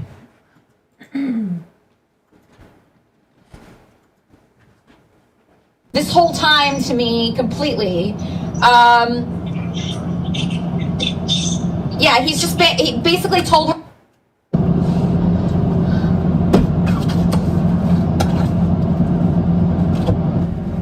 This is 2 hours long. No, if you go to 2 hours and 15 minutes, it's 2 hours and what? and 15 minutes. Okay, I got it. I kind of want to watch the whole thing now. That's his Venmo account. Guys, come on. There's nothing he can say. What can he say? Oh, it's not my Venmo account? It doesn't look like him. It looks like a 20-year-old picture of him. But it was him. Yeah, should I back up a little bit? No. Major. I was going backwards at 2:15. Yeah, I got the nudes. I'll post them in the Discord. I'll post them. Don't worry. I don't give a fuck if I have a Discord. You know, I'd make more money if I didn't have a Discord. Because people would be more interested in the streams instead of hanging out there all day. I want to get kicked off Discord today. Actually, I'm going to post nudes on purpose and put the person's phone number purposely so I'm kicked off Discord so I can have more. There's some language, but. Sounds good, man. Thank you. Thank you, Ringo. All right, man. Oh yeah, and I guess she was also engaged to Andy Dick. Yeah, that people think that was sweet. Well, I don't know what the fuck it Because they say, I mean, you can tell on the Stern thing. We're 9:33 on YouTube. So you think we could get it to a G-ball? Let's She get. wanted to be famous. Please? With, Oh, you with, don't with say. a thumb-in? A G-ball with a thumb-in? How about it? Bring it back. She might be a fucking a Jap. She's a Jewish person. Is too. she? Yeah, I thought so. Now, what's the phone number? 917. What's that? Is that her? What? Yeah, I mean that's on her. It's on her YouTube. Oh, that was the girl she was trying to expose, maybe. That Sarah chick. The one that has. The one that calls. There's a girl that calls in. That I All right, guess. hold on. his Whoa. Stop. We need to get through all this on, I mean, I'm not 100% sure. I know, but let's wade through this organically. All right. What's this girl's name, Lummy? Elisa Jordana. Elisa Jordana. Donna, yeah. George what?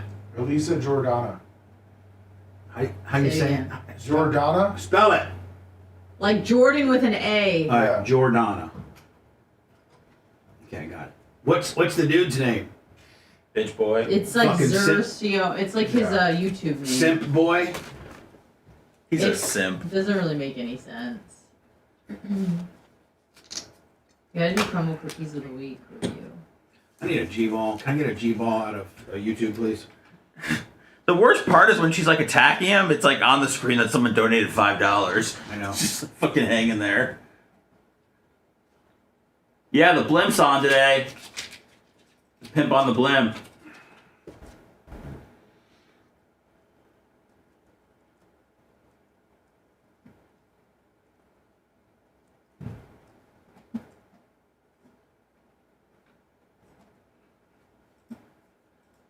What up, Mr. Kostika? You're the man. Hello, John and Kostika. My man. Kostika's the man. We text. What's up, Jay Kostika? What's up, Jason? Dude, when he yokes Oh, her by the hair. Poncho said to make sure you try to keep this one short for Stein.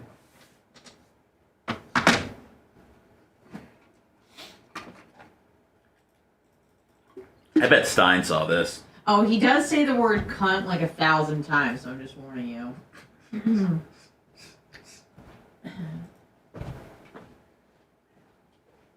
This chick fucked Benji and this guy? And Andy Dick, supposedly. Oh, Andy, is he okay? Is he alive still? Good question. Fuck. He was really popular for a minute, wasn't he? When he had the MTV show? Yeah, back when Probably Shore was popular. It was in the 2000s, Lummy. I booked him as a guest, so. Paulie? No, not Paul. We had Dick? Paulie on our show. I thought he was a fucking asshole. Hey, Seth, what's going on? Come on, I buddy. just thought his whole acting spacey. I just didn't get it. Come on, buddy. Well, he didn't have to fucking beg me to come into the studio. He didn't have to get past any security. He didn't have the gate shut on him?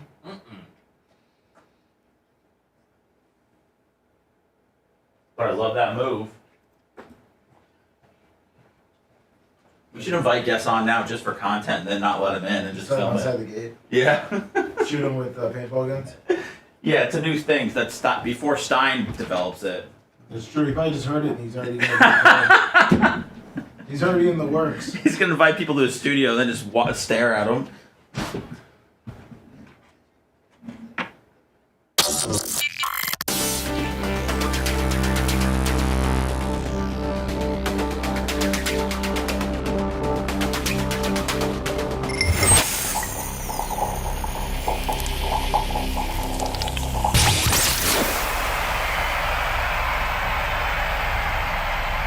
Do you want to hear all the times Hulk Hogan or Tucker Carlson called in? We have it all for you on BubbaArmyHQ.com. You're listening to the Bubba the Love Sponge Show.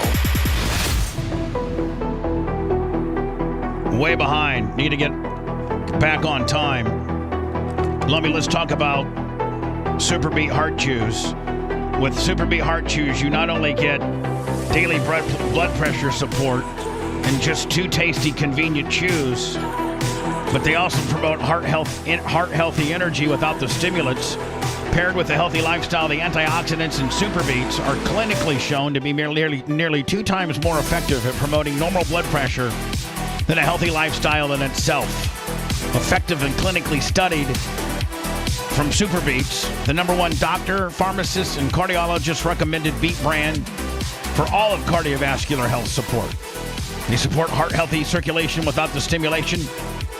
There's no pills to swallow, no ingredients to mix or prepare. It's all plant-based, and it's no artificial sweeteners or colors. Double your potential with Superbeat Heart Chews and get a free month supply of Superbeat Heart Chews on all bundles and a free full-size bag of turmeric. That is valued at $25. And you get your order going, and you can get it started by going to BubbaLovesBeats.com. Again, get this exclusive offer at BubbaLovesBeats.com.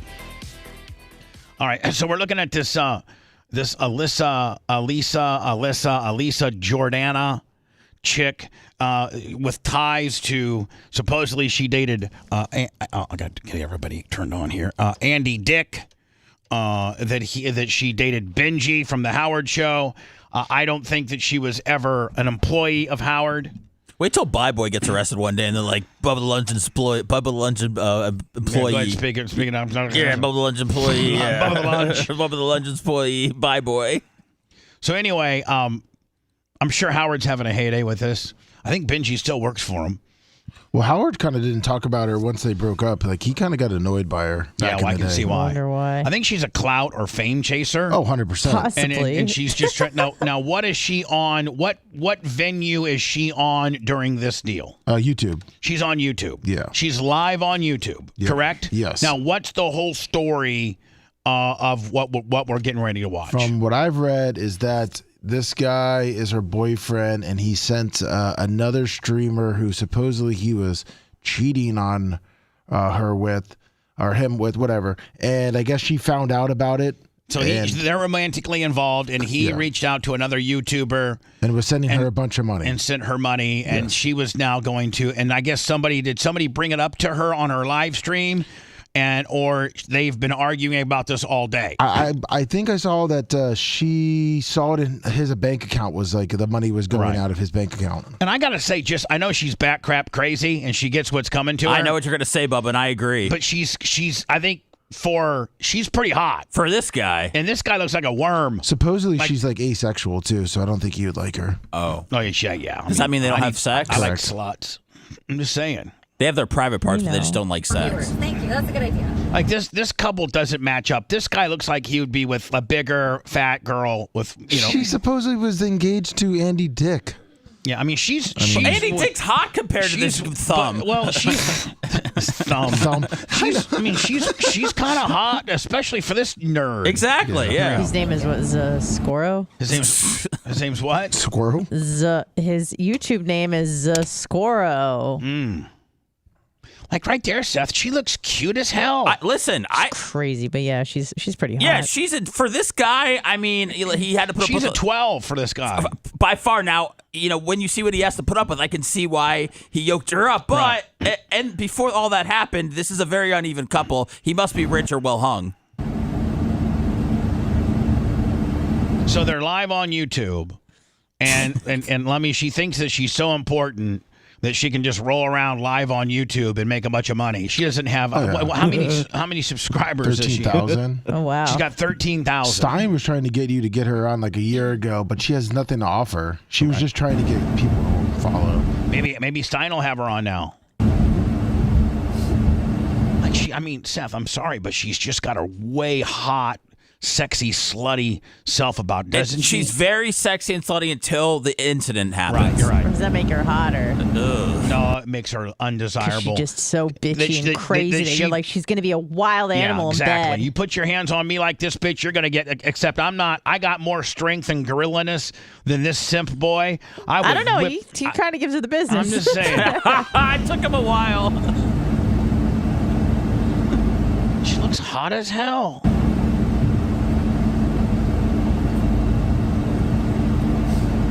lot of language. I'm just warning you. The Discord link's in the description of the video. Yeah. And then you could see how he's like buying burkas for people and saying, oh, like same shit, same sentences. Hold on.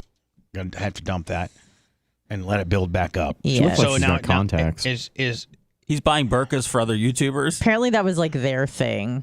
A burqa? Like, I think she had a bunch of inside jokes with him, and he's spitting those lines on other chicks. Right, and you can see that he's now looking out the window very nervously. I mean, we've all been there, have we, Seth? When you're considering opening up the door or not. Yeah, when you look at that oak tree and just really paying attention to that nice pine tree and that, oh, look at that guy's porch, looks pretty nice. Oh, yeah, Oh, yeah. Wondering how many bones would I break if I just opened the car door out right now and rolled out? Here we go. Sentences. Like, I think he copies and pastes them to different people, and I knew he was doing that. He's so unoriginal and boring. Oh, here's Sarah. Oh, my God, yay. Hello? Hi, Sarah. How are you? Now, hold on. Where did... Now, so, hi, Sarah. Where are you? Turns into him getting his first series of hits. Yeah. Like, is Sarah the girl that he cheated on with? That he's giving her money. Because, giving her like, money. it triggered her. Sarah triggered her. Yes. So I'm assuming that Sarah might be one of the girls that Simp Boy here might have been talking to. It says a woman named Sarah who allegedly received thousands of dollars from Zaskora, the dude. Okay, so that triggered her. Then called it the live stream. Okay, okay. Yeah, and then here we go.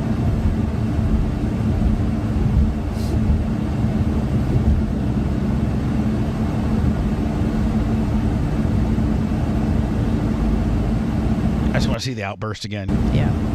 It gets way better. I know. She really knows how to placate to the camera, does she Yeah, not? she does. Really, She can work it. The duck lips and the tongue and everything. She's got me half his. The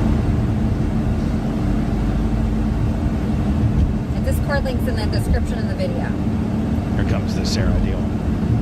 Yeah. And then you could see how he's like buying burkas for people and saying, oh, like same shit, same sentences.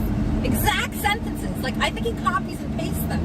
Different. Look at him. He's like, I just want to go into those trees right now. So supposedly, please help me. Please so help supposedly, Zorro boy over there has paid her over $1 million to be in this relationship with her. Oh, this Paid girl right here, Elisa. He's paid this hot bitch over $1 million to be in a relationship. What does he do for a living? Good question. Gets abused. Crypto Willie.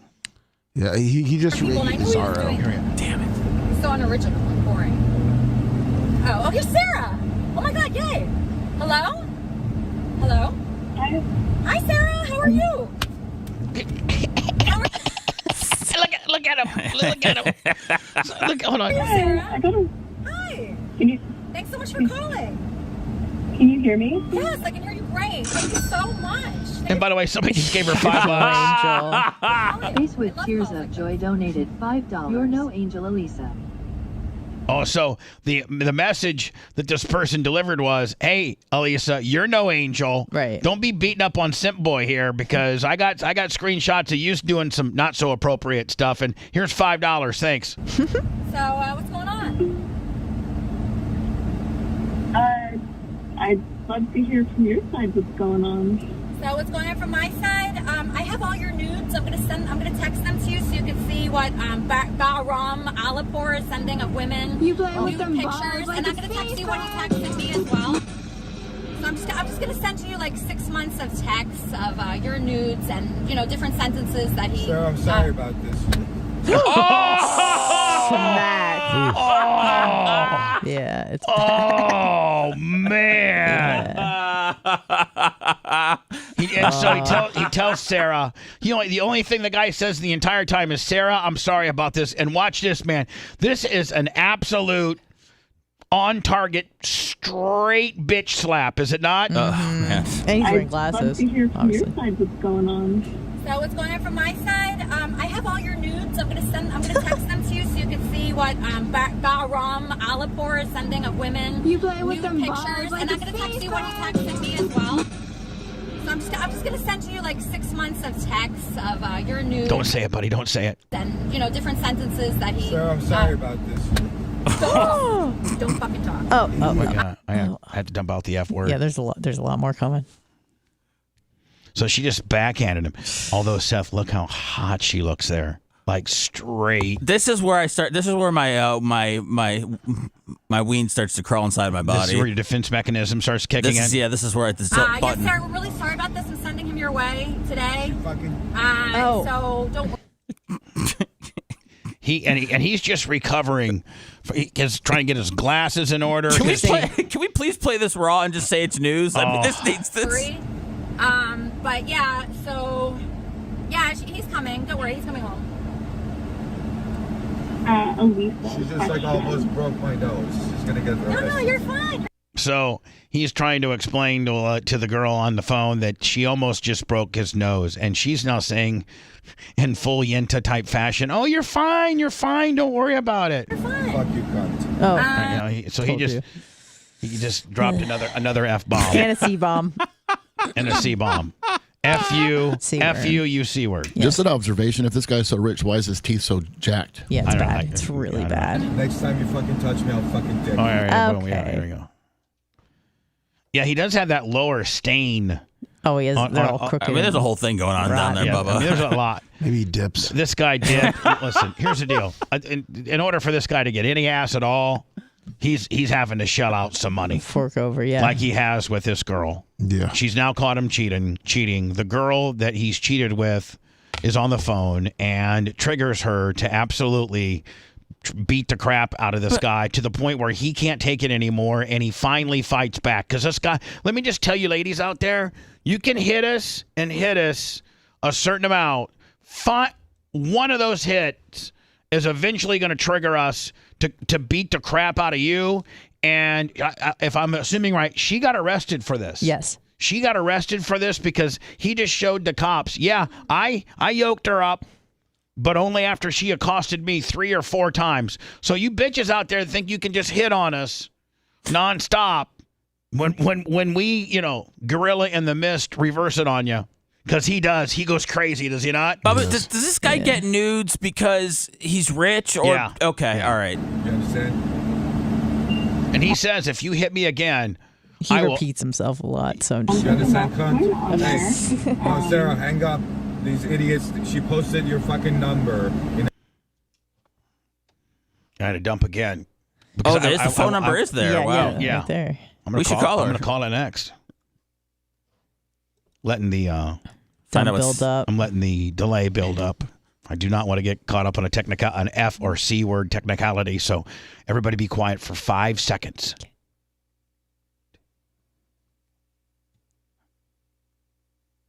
All right, that gives, Cancer Discord. that gives me 14 seconds of dump. Here we go. Nice. And I would just be polite. Yeah. She No, almost broke so my nose. Bahram. How do you pronounce it? Do you know? I don't know. Shut the fuck up, cunt. Hold on. He told her how to pronounce it. You pronounce it. Shut the F up, C word. That's what he told the pronunciation was. Shut the F up, C word. Trying to build the dump back up. Let's be quiet 5 more seconds because it'll give me enough dump. And then because I think he's getting ready to lose his crap here any minute. We're going to wait 5 seconds.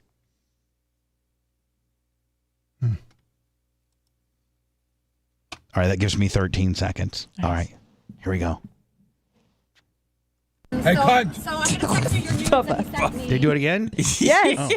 He's going to do it a lot. There's a lot. It's going to take 20 minutes. Maybe just want to get to the violent part.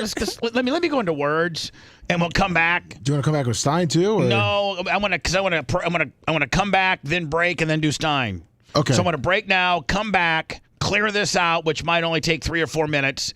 Then what? During break, maybe we'll try and find a censored video for you. Okay, perfect. Because I think at this point, Anna, we've watched the buildup. I think the smaller portions that the news have been showing is the completely violent part that we're getting ready to get upon, but they may have censored it out. So we've seen everything up until then. We know the backline to the story. Now we just need the violence. Hopefully we can find the violence. It's an aggressive hair pull, which is kind of hot. I know, but hopefully we can find that edited. Yep. So we'll look for that. If you want a deep dive into the Bubba the Love Sponge show from the past, go to BubbaArmyHQ.com. The Bubba the Love Sponge Show. We'll be back after these words.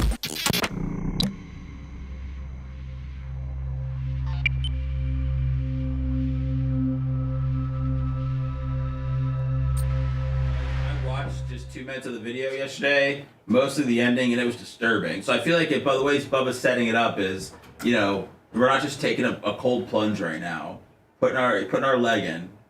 Yeah, so let me find me the edited version or whoever. I'll find it. Do you want to watch the video while you're... Well, I had it earlier, but you had me get rid of it for the full length one, so I just need to find.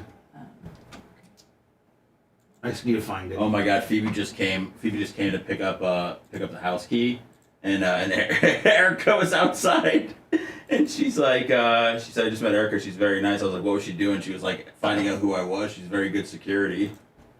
Yeah.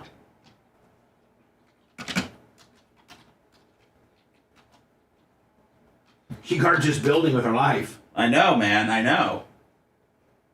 I was hoping that I was trying to make a lot of noise when I was leaving here yesterday, just in case anybody could hear that I was still here at 3:30. Our Venmo might not be working today. What up, Berto? Well, this is a short. I don't know if it's edited. I can't get closed caption, but it kind of shows you the highlight. What up, Freddie? Our Venmo's working. We got $9.94 on YouTube. God, if we could just get 6 more. I know. Well, I mean, what do we say? We can't. The people that are here are already here. I know. Anna, did you send it to me? I did, yes. I don't know if it's edited, but it is a minute long, so we won't have to wait through all of it. I'm gonna fucking kill you. I'm fucking kill you. It's okay. Sorry. Oh, I never saw that part. Yes, sir. We're really sorry about this and sending him your way. Storage Shed just said TMZ has it. All right, so we're just going to play it with no audio. Let me see if I can find it on... Is the TMZ one censored? Because I'm I was checking. going to say on YouTube, I haven't been able to find one. Yeah, I'm checking. It just adds so much pizzazz, but... Yeah, because I think there's a censored, like, 48-second one on YouTube, but it cuts out a lot of the punches and, you know, the juicy shit. Yeah. I'm looking. I mean, we need a censored one because we may have to make our own. Alright, I'm looking. I don't know if we'll be able to... How timely we'll be able to get that, though. Yeah, we probably won't be able to. Here's the video clip from TMZ. I don't know if it's censored or not, but it's only a few minutes. Let's see, closed caption. I don't think it's censored. I'm sorry.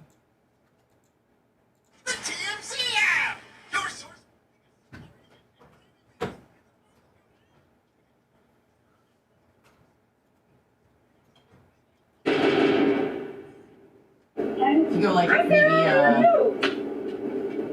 How are you, Sarah? maybe like different sentences that he. a minute 20 in. Don't fucking talk. Yes, Sarah. We're really sorry about this and sending him your way. No, it's not edited. Yeah, I know.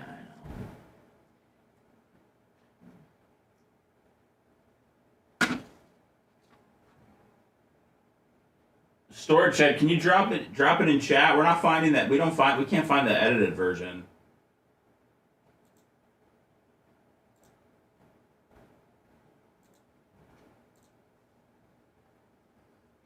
I wish there was a video of Brian fighting his mother-in-law.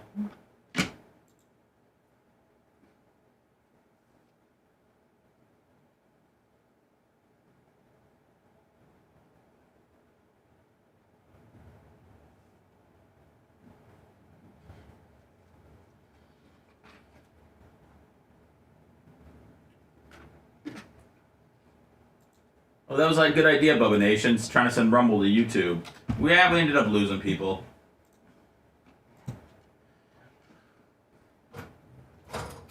That's I know that we're gonna come back, take another do this and come back. He's got a problem with it? No. Is he cool as hell? Yeah, just keeping an update. I love the Stein man. You can go play with his pussy some more. We haven't talked to him since he did his whole, all of his, like, Kamala Harris high spots and stuff. Have we? You're not going to win today. What's I don't that? think you were here, were you? Oh, that's right. I was out last week. That's right. All right, Storage Shed. Thanks for dropping this.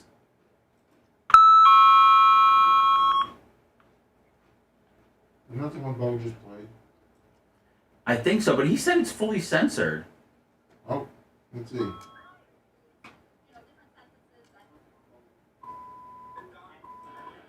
It is? I just heard beeps. Yeah, I'm just double checking. You gonna send it to me, Lummy? I was just double checking, Bubba. Well, if you got one beep, you got them all. Okay, they may not have beeped out cunt. Well, I'm sorry.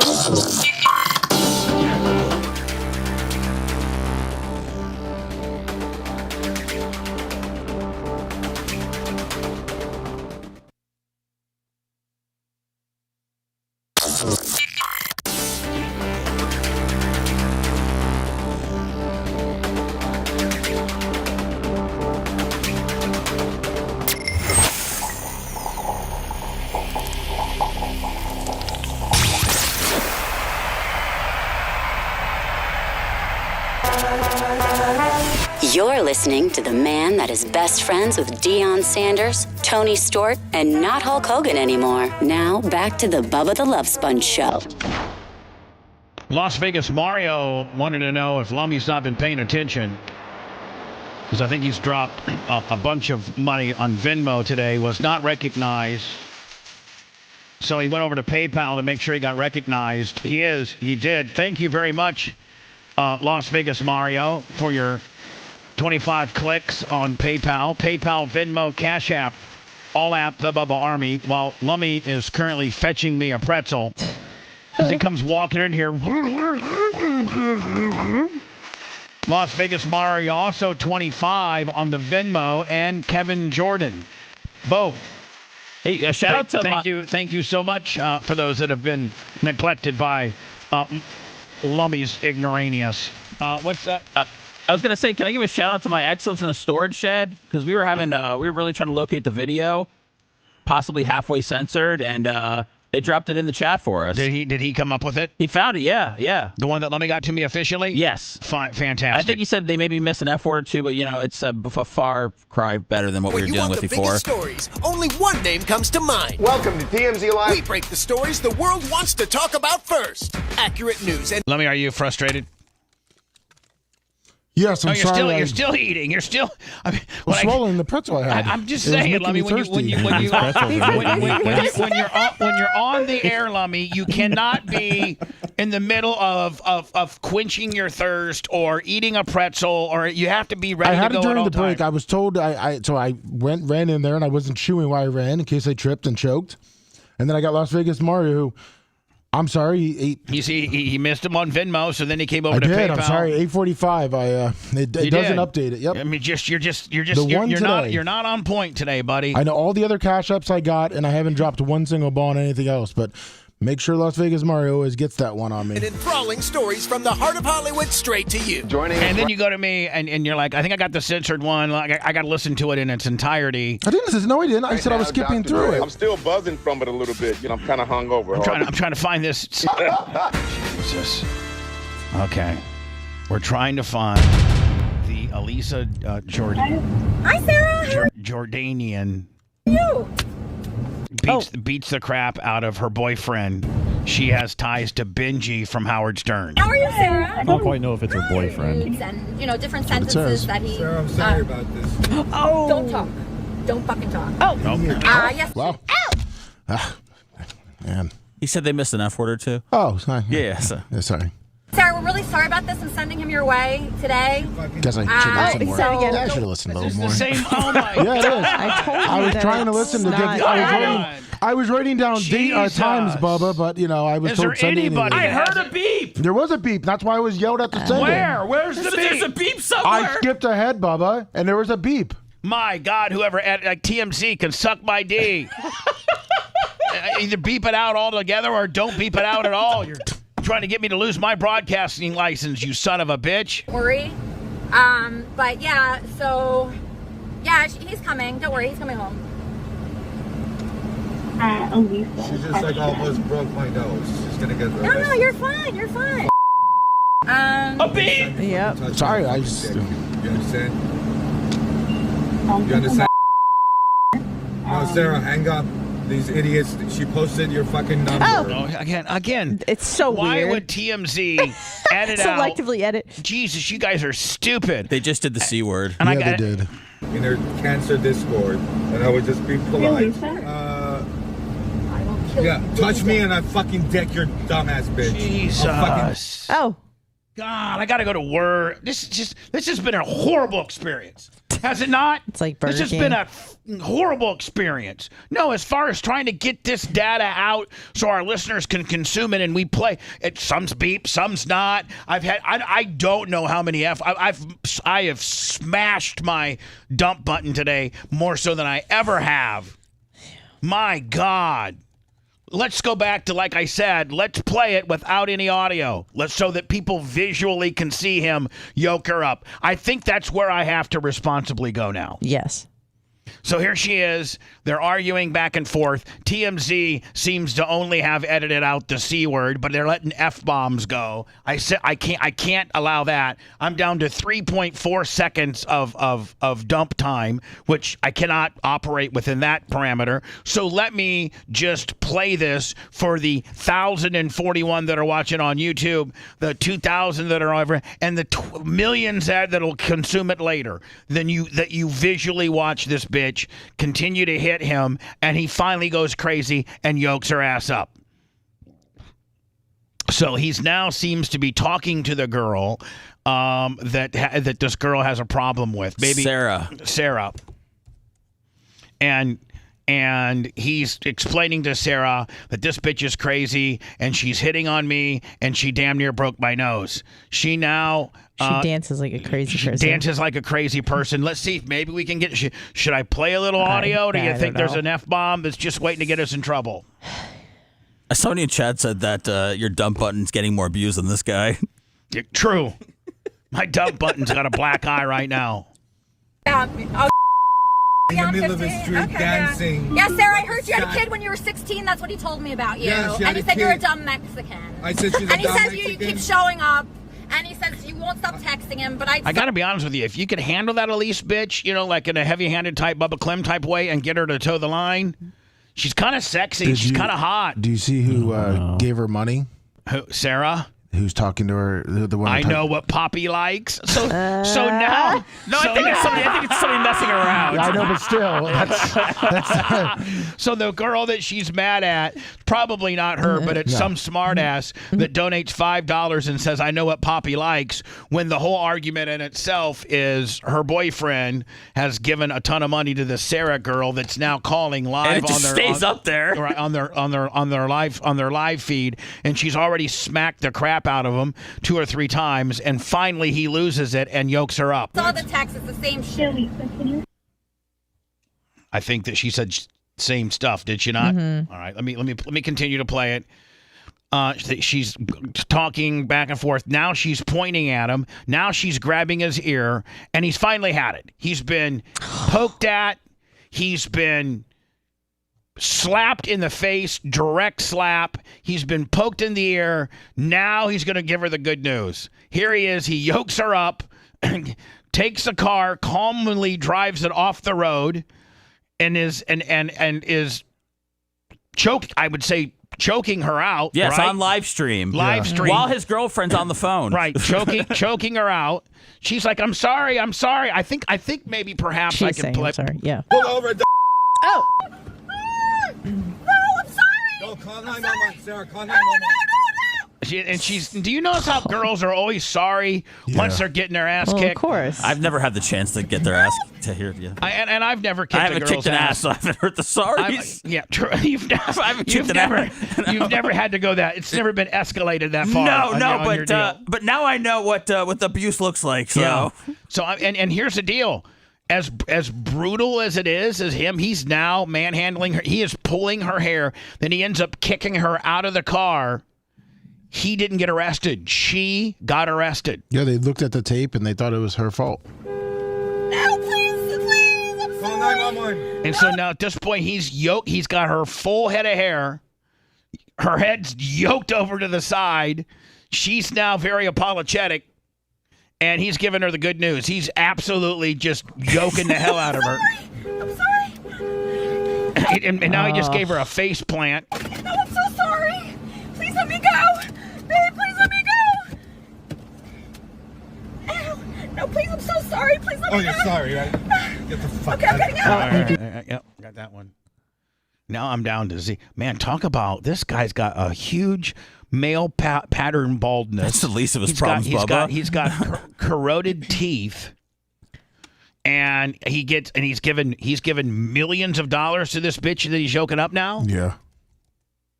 Not anymore. Yeah, I'm assuming she got put in jail. But he's got Sarah, who's 20, and has Right. been sending nudes for 6 months. Right. Oh, my goodness. What else do you need? Nothing. All right, so hold on. Continues the yoking, continues the yoking, continues the yoking. She's trying, he's trying. No! And again, she's got him by the kind of yoked up on the shirt. He's got her. Well, he's got the look that he would choke her out. Yeah. Now at this point, Gets her out of the car. I think, gets her out of the car. She's now, if you can see, walking back like towards maybe to get help. Yeah, that guy gets pulled over. And I think she maybe, I don't know, we can't see what she's saying to the guy in the van. I think she gets in that car. She was telling that person to call 911. He gets back in the car. Is he gonna live there you stream go. over? Brilliant. Is Alex ready to go? Yeah. We'll do him next. It's the Bubba the Love Sponge Show. Want to listen to the show on demand and on the go? Enlist today at BubbaArmyHQ.com and sign up and start listening. The Bubba the Love Sponge Show will be back after this.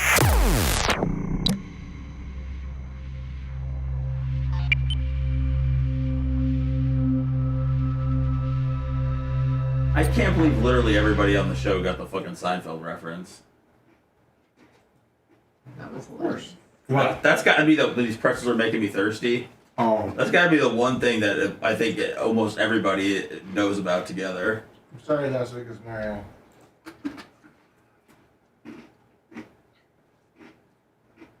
Lummy, are you only going to consume pretzels after 10 a.m. now? Uh-huh.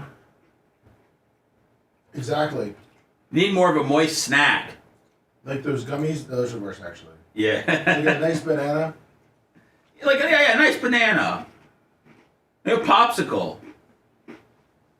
A popsicle. I don't know. Low calories, frozen treat. Italian ice. Even better. Polar Cup. Oh, there you go. Man, I feel like Bubba's going to own a Polar Cup van one day. Oh, those things are great. Kids parties. Huh. They don't, I mean, it's not around, is it? Yeah. Polar Cups are. They have that new one that's in all the stadiums. Cocoa Ice, I think it is. Really? Yeah. It has like a Hawaiian theme. With a penguin. Oh shit, congrats Nick the Gun Guy. Yeah, I have not, I got all the cards still sitting back there, so I haven't divided it up or anything yet. There you go, Terry, just for you, buddy. I'm glad you guys did well. Try to throw in a little bonus at the end.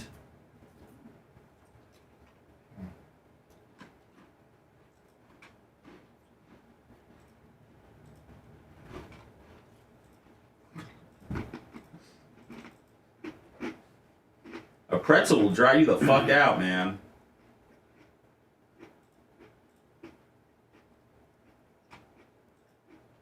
Kona Ice. Thank you, Biggie.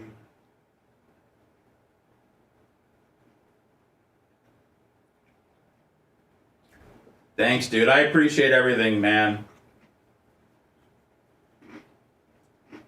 I appreciate the chairs, fucking Stanleys. getting in the break.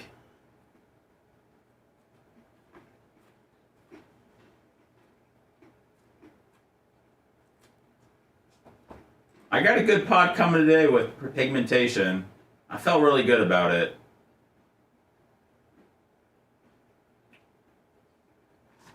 Let's see, here's what we talked about. Yes, Michelle the Great. Caitlin Clark, the Eclipse, opening day.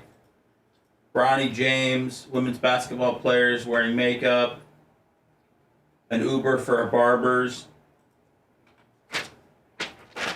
That's all on the show. On the podcast.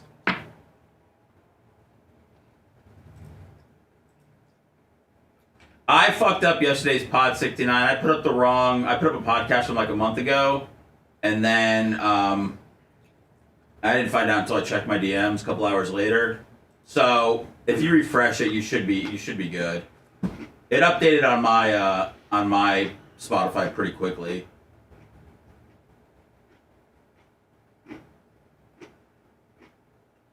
Caleb Williams, Lummy, promo code. I'll do pretzel with mustard.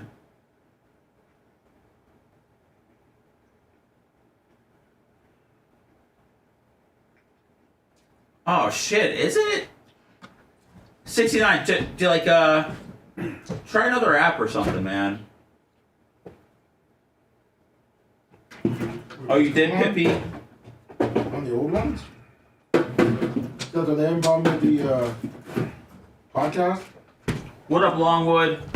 So, what's that, dude? Is Xerxes having problems with? Oh, never mind. He said Spotify. Bubba Army HQ has a thing too. Yeah, no, I put up the wrong pod yesterday, and then I redid it and put the audio back in, but it's not updated for some people. Oh, okay. Is it power pigging? Yeah, but I checked. I mean, yeah, just let me know. Some people have heard it. What up, Daniel? No, it's sitting right here, Group of Lips. Yeah, Lummy's gonna get it. I have it. I'm gonna start peeing in Lummy's spot out front. You already did. You're killing my bushes. No, dude. I'm fully back by the merch truck now. Yeah, those two little bushes there. I don't even go up front anymore. Those are plants that are back there in pots. No, I'm not going on a plant. You see the ones to your right when you go back there? No, I just go right on the little rocks. I don't go on a tree. The tree's all yours, man. No, I'm saying if you look to your right on where the trailer is, there's two little potted plants. And that's where you go? I thought you were going. They're dying. No. What's up, Kabuki? Hey, let me. Did you see my Dan Marino fucking authentic? Good morning. Yeah, promo.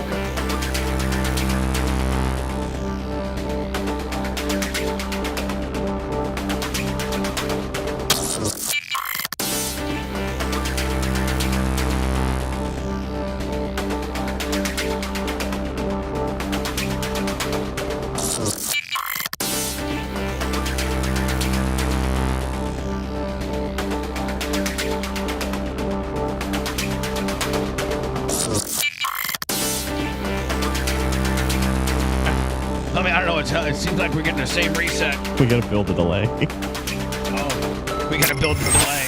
Sorry, guys. Still sorry.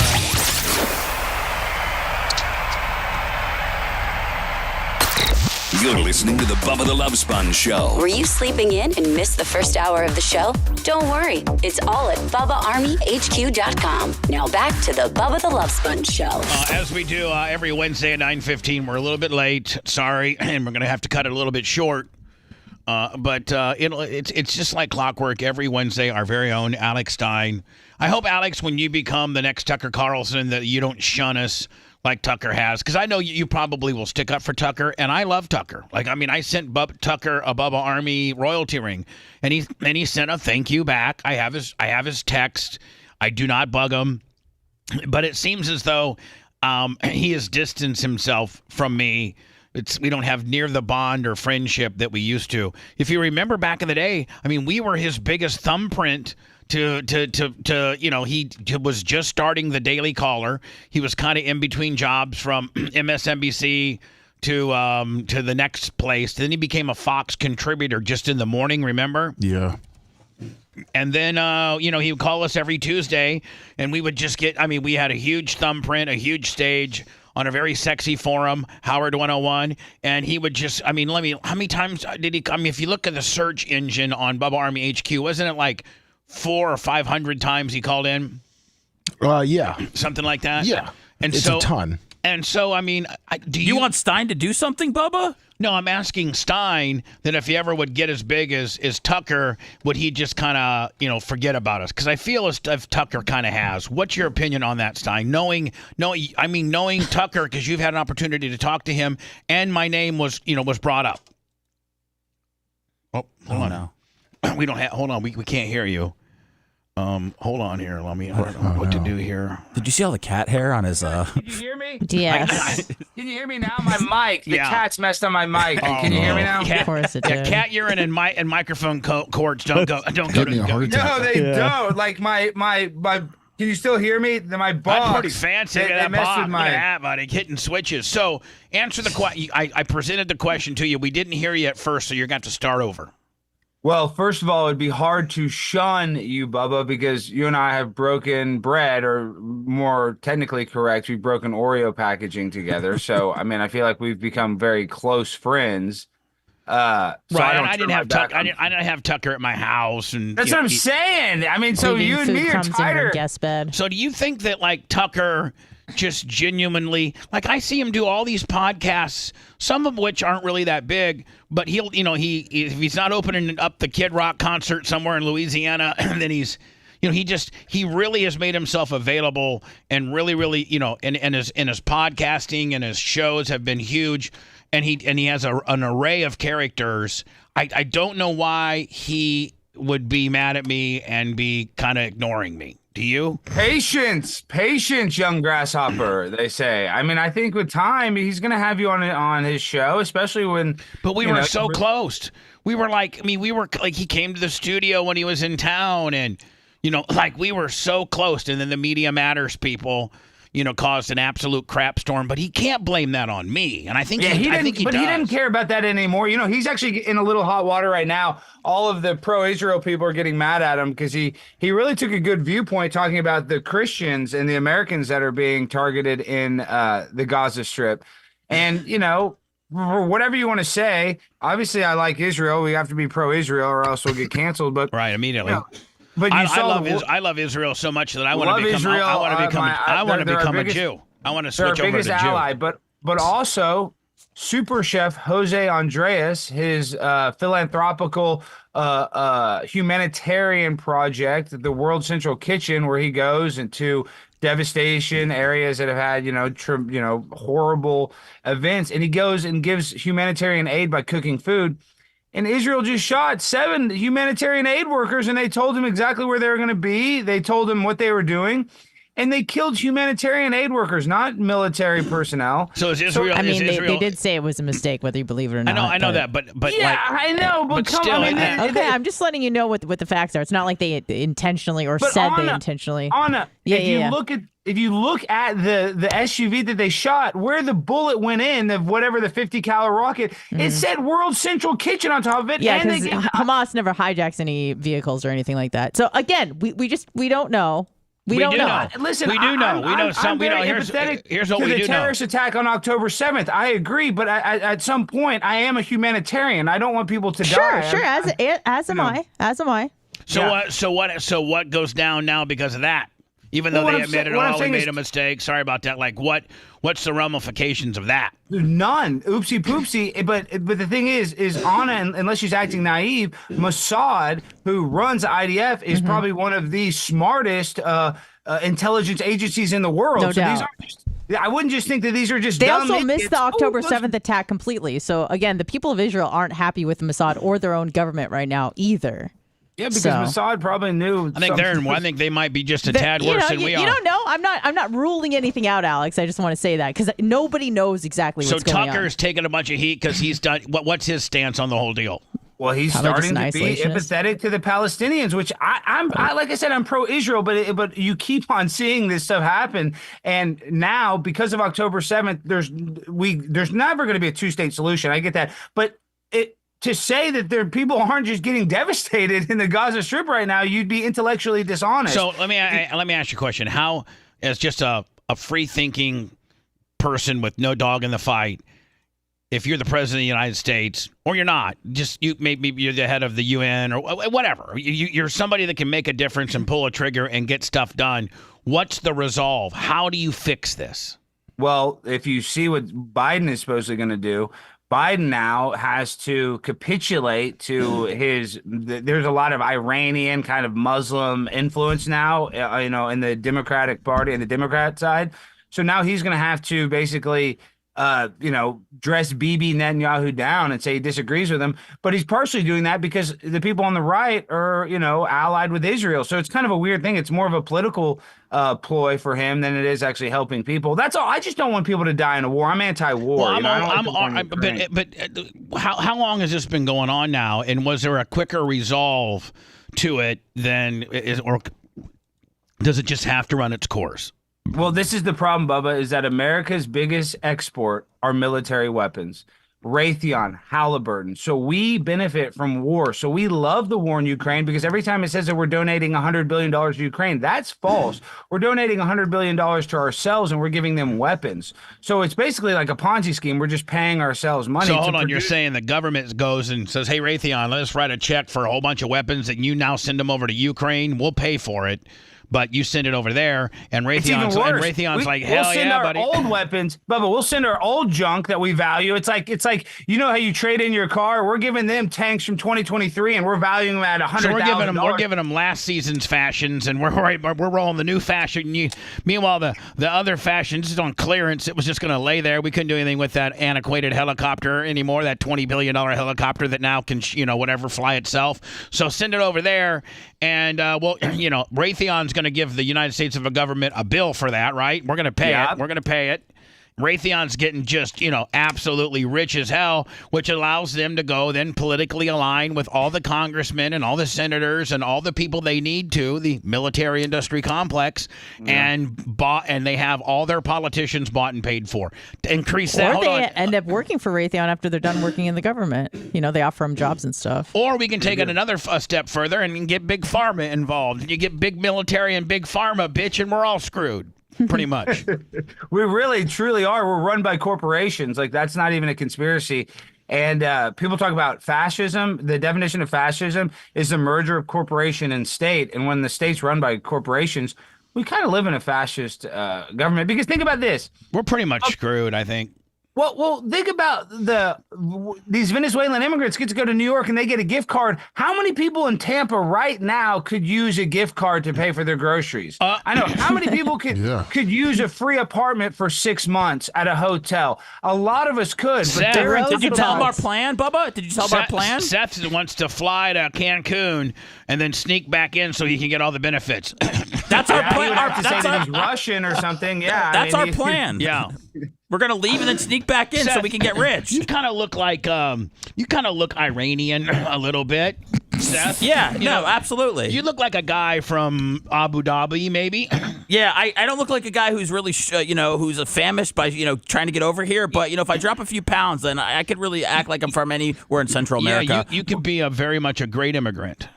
Okay, I need to burn a timeout to use one of because we have a short segment today. Yeah, we're getting ready to leave. That Elisa Jordana video was insane. Oh my God! And you know what? She's hot. She's hot as hell. Yeah, but she's a mess, Bubba. She's a mess. So you don't even keep up with her. So she's an IRL streamer. There's a whole sector on the internet of IRL streamers where they're basically homeless, and they have this thing called Prism Studio where people can give them TTS chats, text-to-speech chats. So these people, they can be homeless. Man, but you know about this whole world that I don't even know about. I know it backwards and forwards. Yes, because that's my if I fail at everything, I can just go be an IRL streamer and live in a van and travel around the country. Is that what she does? Yes. So she's basically homeless. She's that hot, and she finds these dudes like that guy who yoked her up just to give her money to. She was hot 15 years ago. She's not. I mean, she's cute. I'll give her that. She's okay looking, but she's not. She's just drinking so much. She's lost any Has bit of she jumped the shark on the hotness? She jumped the shark because she was really hot on the Howard Stern days, the Benji Bronk days. She was gorgeous, but now because she's such a mess, she's such an alcoholic, and that's why she's getting in fights. This guy's dad, the guy that beat her up and that she punched. The backstory is that his dad is some billionaire Middle Eastern guy. Yeah, and he's supposedly giving her over $1 million to are they boyfriend? Are they banging? I would think they were banging. It's hard to tell because she also had a weird relationship with Andy Dick, where she was like, and Andy Dick is. In actuality, I think it was a year ago that you were trying to get me to get her on the air because she was a hot mess. I was trying to get her in studio.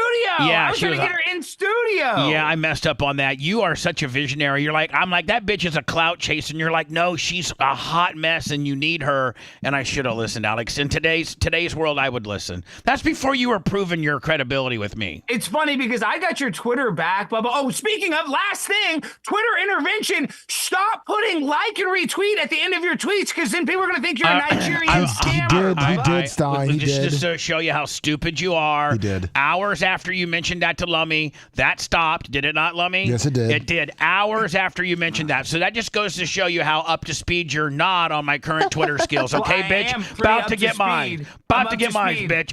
I have to reinforce things. And it's funny. I'm running it. Now I'm running it. To get your Twitter back from the dead. I was pretty dumb. Listen, I will that. Forever. You don't even understand how much I love you for that.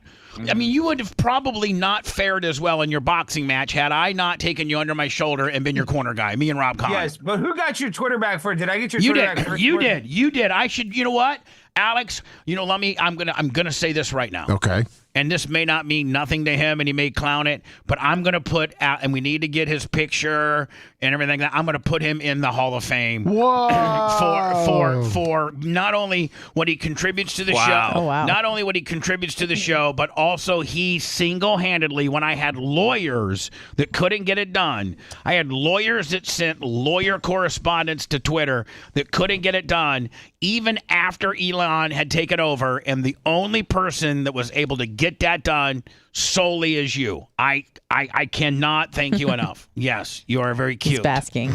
And I had to pull some major strings, but it's worth it because, like I said earlier at the start of this interview, the start of this appearance, we've broken Oreo packagings together. I mean, not a lot of people. I don't know if Bubba got any, but you are like Bubba you roll around. You are not according to him. You're such a good guest that you roll around my apartment in your underwear only, and just help yourself to the fridge and just have food delivered and everything. Like you're a great friend, my friend. You got carte blanche with me, you know that, and I'm forever grateful for what you've done for me. And when I was doing Twitter wrong, although my volume is way up, you got to be happy. I mean, And this is the thing, it is going up, but Bubba, what we need is you only need one big tweet to be monetized. We can get you 5 million impressions on one tweet. We need to do a stunt or a gimmick. You got to do something. No, I'm just going to continue to do it my way. We'll get 5 million soon enough. I'm not going to be Johnny Stunt Boy. No, let's reenact the Jordana thing. Bubba, I'll be the guy, and Anna. You know what? I would gladly recreate it with Anna. Just yoke that bitch right up. Would you have Elisa in studio now? I can probably set that up. Yeah, I would. I'd have her absolutely in studio. See if you can, or Zoom, or Zoom. Yeah. I mean, I'll try to get a hold of her. Where does she reside? She's like homeless. She was in L.A. Now I think she's living in her car doing the Airbnb. She's in Palm Beach. She's in Palm Beach, Florida. Yeah. Well, she was in New York, I think, when this happened. I think this. She was arrested in Palm Beach. Palm Beach. Oh, she was arrested in Palm Beach, so she's right down the street. Okay. Yeah. So we might be able to give her like a $300 or $400 appearance fee to get her in, because that probably means a lot to her right now. No, just give her a 12-pack, Bubba. She's an alcoholic. Okay, Lummy. I'm not an alcoholic. Let me know. Takes one to know one. That's right. That's what Stuttering John had to do for her. Okay, whatever. Yeah. And the Babel sphere that Stein tried to get that Stein wants me into. To get you ingratiated. No way. No way. No way am I getting involved in that. Nope. That's where I got to draw the line. I actually have some very credible people that are as smart as you when it comes to the internet grindstein, and they're like, that Alex is wrong on that. That's going to be nothing but problems for you. Yep. I'm just saying. It's funny because, there are people that are much smarter than me for sure. But one thing that I know is good content and what would be good content. Just saying, it would be good. It's like when I said have a listen. Hey man, we're on a roll, man. We're on a roll. We're really on a roll. We got our podcasting world's building nicely.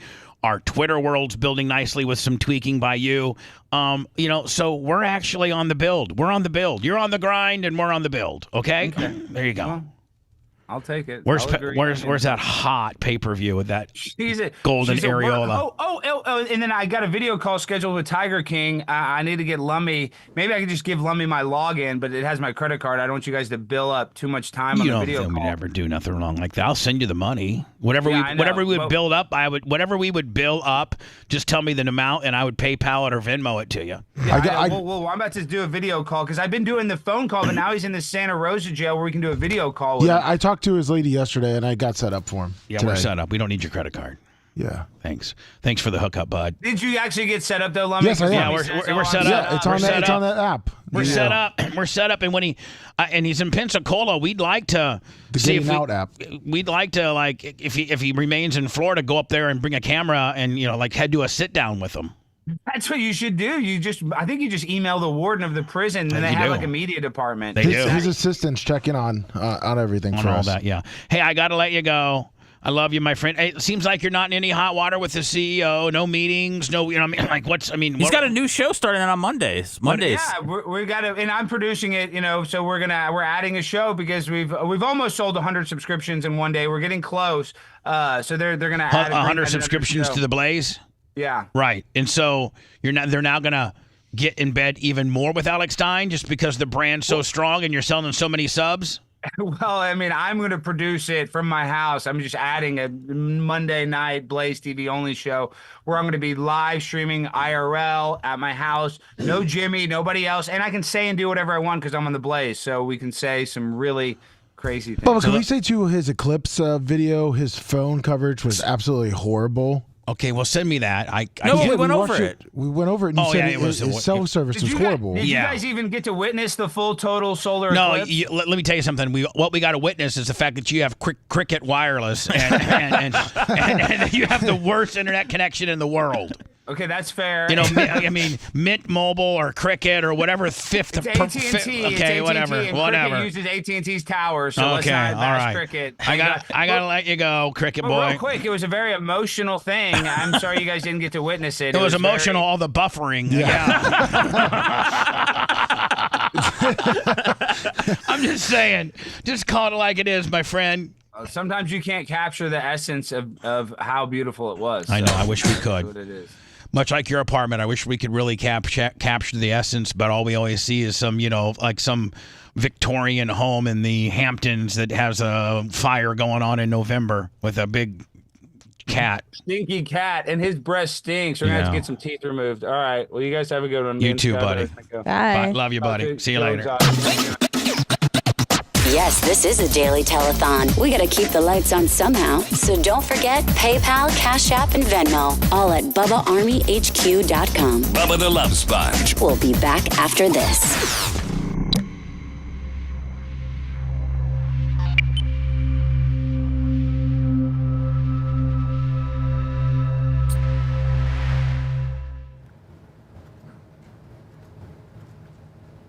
Come on, guys. You don't have to go back and forth about Israel and Palestine in the chat. That's not going to solve anything. It isn't. We're not even fucking talking about it. We don't need to divide. We don't need to divide. The army over this. We don't even talk about it really that much. Yeah. No, it's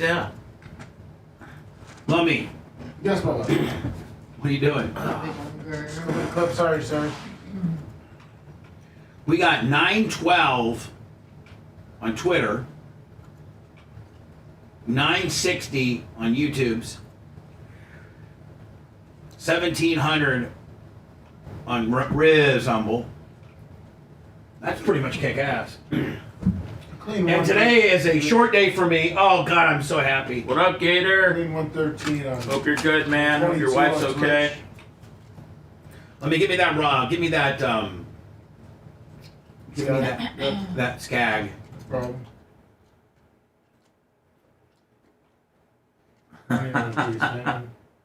Heath Clayton, 1999. Insane in the membrane. I thought you were Snizzuk Slayer for a second. Las Vegas Mario, $20 on the Venmo. Las Vegas Mario's on fire today. Thank you. Yes, thank you. Did you get? You just got Heath Clayton. So did I, Las Vegas Mario. Big Lunger. Good morning. I thought the same thing you did.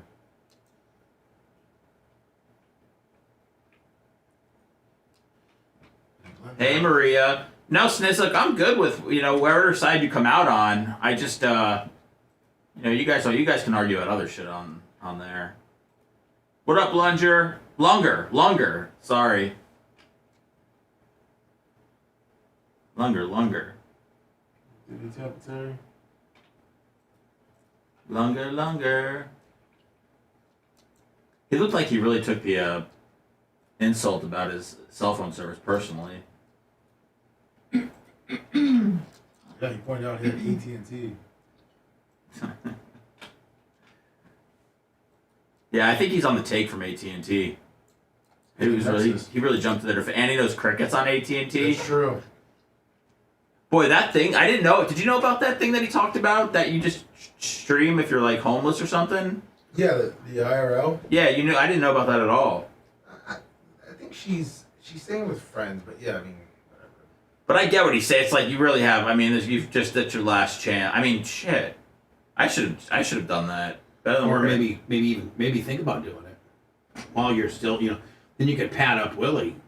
Well, I know, but if I'm only getting $5 a drive, I mean, what if you got 25 every time you came to fucking work, bitch? In the morning, a little morning. Well, I mean, $12.50 here and maybe $10 on the way. You don't home. want me poaching your audience's money before I come in and we ask for money here? Yeah, it's true. Yeah. So it's a lot of hot Appreciate tub you being a chicks. corporate man. Yeah, right. You should get into a hot tub because that's what it is. A lot of hot tub chicks in bikinis.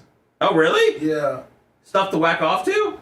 Well, I mean, if you want to whack off to a chick in a bikini. Oh, I mean, why wouldn't I, Lummy? Are you talking about? Have you seen some of them though? I have not. Ugh. I don't give a shit. You notice Lummy is far more up to speed on some of this. He's very the shadier world of our And society. he's very sexual. I feel like the pretzels have made him so sexual today. Lummy, are you horny? No, I just because when I took this time, we kind of and Brett too. We deep dive in that backside shit to see what's going on. Well, I'm gonna do a deep dive shit. I'm gonna find our next podcast fucking star on that channel today. IRL. Yeah. Save her from her van. Since I know that nobody's getting paid, shit. We give That could almost be the title of the show. Save her from her van. Right? We can give her. I mean, we give them $50 an episode. I mean, shit. That's They could live out in the back. She could live out in the shed in the back. I mean, she probably would. I think you'd get tired of her real fast. I mean, as long as I could get some head off of her. Oh, I hear you, man. I'd love to watch that. Yeah. I love watching dudes I work with get head. Easy. I mean, let's not take 2 minutes. What do you mean, dude? We're just talking like the boys in the gym. Well, let's take a shower together. Oh wow. Lummy, can you help me here? Lummy, get in the shower with us. Lummy, as my bench coach, can you tell him he's going a little too far? Yes. Can we meet outside? Why don't you come over to my house so I can whack you off, Coach? I'll bring the bat boy for you. I'll bring the bat boy for you. You guys are sick. Lummy, did we get the Greg and Amy thing today? FT Greg? Yeah, did we get? I think we got a donation from them. Yeah, 25 earlier on Cash App. Okay, let me God make sure. bless them.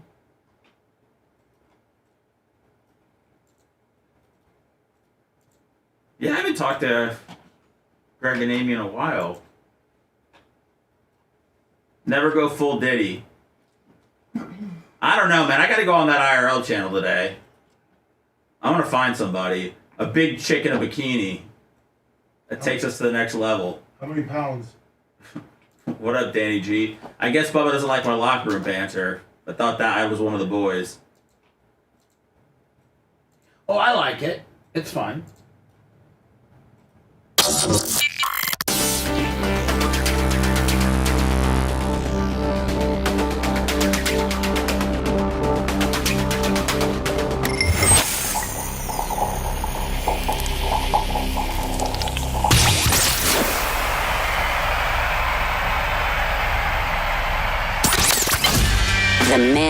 alpha man that wears women's deodorant. You're listening to the Bubba the Love Sponge Show. For those scoring at home, right before we went on the air, you may have heard it. Hopefully you did. But Seth turned to me and said, if you punch me in the face, we could get like 1 million on Twitter. That's what he said. I mean, Stein's right. I mean, I'm all about quality over quantity, and you don't. Instead of firing off 50, 60 tweets a day, you just punch me one time in the face, I hit the floor, and we get 1 million views. And then, we're halfway there. There you go. I'm for it. Do you want me to? Do you want to gig your forehead too while you're at it? Full screen it. I mean, do you want me? I mean, are you willing to? For real, I'll hit you right in the face. Yeah. I got a razor blade in the truck too. Yeah, and then you get. I got to cut myself. Yeah, that's hold on, that's juice the hard way. Yeah. Well, I know, but I don't want to. I don't want juice the hard way. I don't know how to blade. Say I don't want juice the hard way. I don't want to juice the hard way. I'd rather just take some natural blood. You want to spud? Yeah, I would let you. You spudded me in the arm 3 times the other day. If I spud, I did. And I was mad at you too. I forgot what I said, York. Let's. Oh, Okay. well, Well, do what you do. Like, I'm and gonna done. stay out of this. In fact, I actually told Erica, I was like, you know what, Seth might be mad at me because I did one of those I brought pretty hard, and not real. I mean, not they all hurt, Bubba. Not to my best of my ability on all of them, but the third one I was mad, and I laid it in there. And I learned my lesson, and I apologize for grouping you in with that, genre of people. Right. Thanks. Now. I don't think you could take a spud in order for me to open you up. In order for me to be able to open you up, you're really going to have to take a spud, and I think it would be just. Let me hit my head on the pavement. I don't know if you can. I don't know if you're man enough to be able to self gig. Well, I'm just trying to help us get to that impression point faster. And I don't know that me hitting you getting juice from a spud. Then I think all of a sudden, Lummy, we might get canceled again because we showed violence and juice. That's true. You know what I'm saying? No, Elon Musk is all about that. They show people getting blown up in wars. They say that, but Red will tell you that a lot of times you can have something like I've been wanting to retweet some of Brandy Love's stuff and things like that, and they're like, listen, you can do that, but it could severely affect you being able to hit your monetization goal. She reached out on Instagram. She's very excited to be a guest on your podcast. Tuesday. Yes. Now, Seth, are you going to come up with questions, or do I need to come up with questions? Oh, I got questions. Okay. I've been thinking about them for a while now. Brandy Love, who's one of the hottest MILFs on the internet. Go follow her on Twitter. I think it's Brandy with an I_love, I think. And I will. If you just look up Brandy Love, it'll show up. I have been. I've been looking at some of her stuff. Seth, getting ready for the interview. I want to be. No, I have been too. Yeah. What's that, Lummy? Research purposes. Yes, research purposes. Brandy Love. And I think she's got 1 million followers or something like that. I don't know. And she can handle 4 wieners at once. There you go. Black ones. She's got 1 million followers and she can handle 4 black wieners at once. There you go. Today on the podcast, is it pigmentation coming out today? Anywhere you get your podcasting, iHeart, iTunes, Apple, Bubba Army HQ, Operation Pigmentation with the 2 African-American barbers from the South Side. They are unbelievable. It's great stuff. It's a new franchise that's doing well in our podcasting world. Go run that down today if you could. Coming up next, Rhett and Lummy and the recap. Yes, sir. Is that what we got? Yes, sir. See you then. Thanks for letting me finish. You've been listening to the Bubba the Love Sponge Show, starring me, Bubba the Love Sponge, co-host and show historian Lumix, co-host Anna Hummel, co-host Dr. Dan Diaco Esquire of Council, co-host J. Diaco Esquire, the Spitting Cobra of Council, Rhett, the Filthy Ginger video editor. Yeah, back here wiring up. It's Mini Macho. The BRN agent, Thomas Buttoned Up B. And for everything else, go to thebubbaarmy.com. Now, time for the legal disclaimer. Exactly. The Bubba the Love Sponge Show is intended solely for the enjoyment of our listening audience. Any rebroadcast, retransmission, or other use of this show without express written consent of the Bubba Radio Network is prohibited. We must dissuade him of this delusion. Until next time, always remember. I'll repeat hello.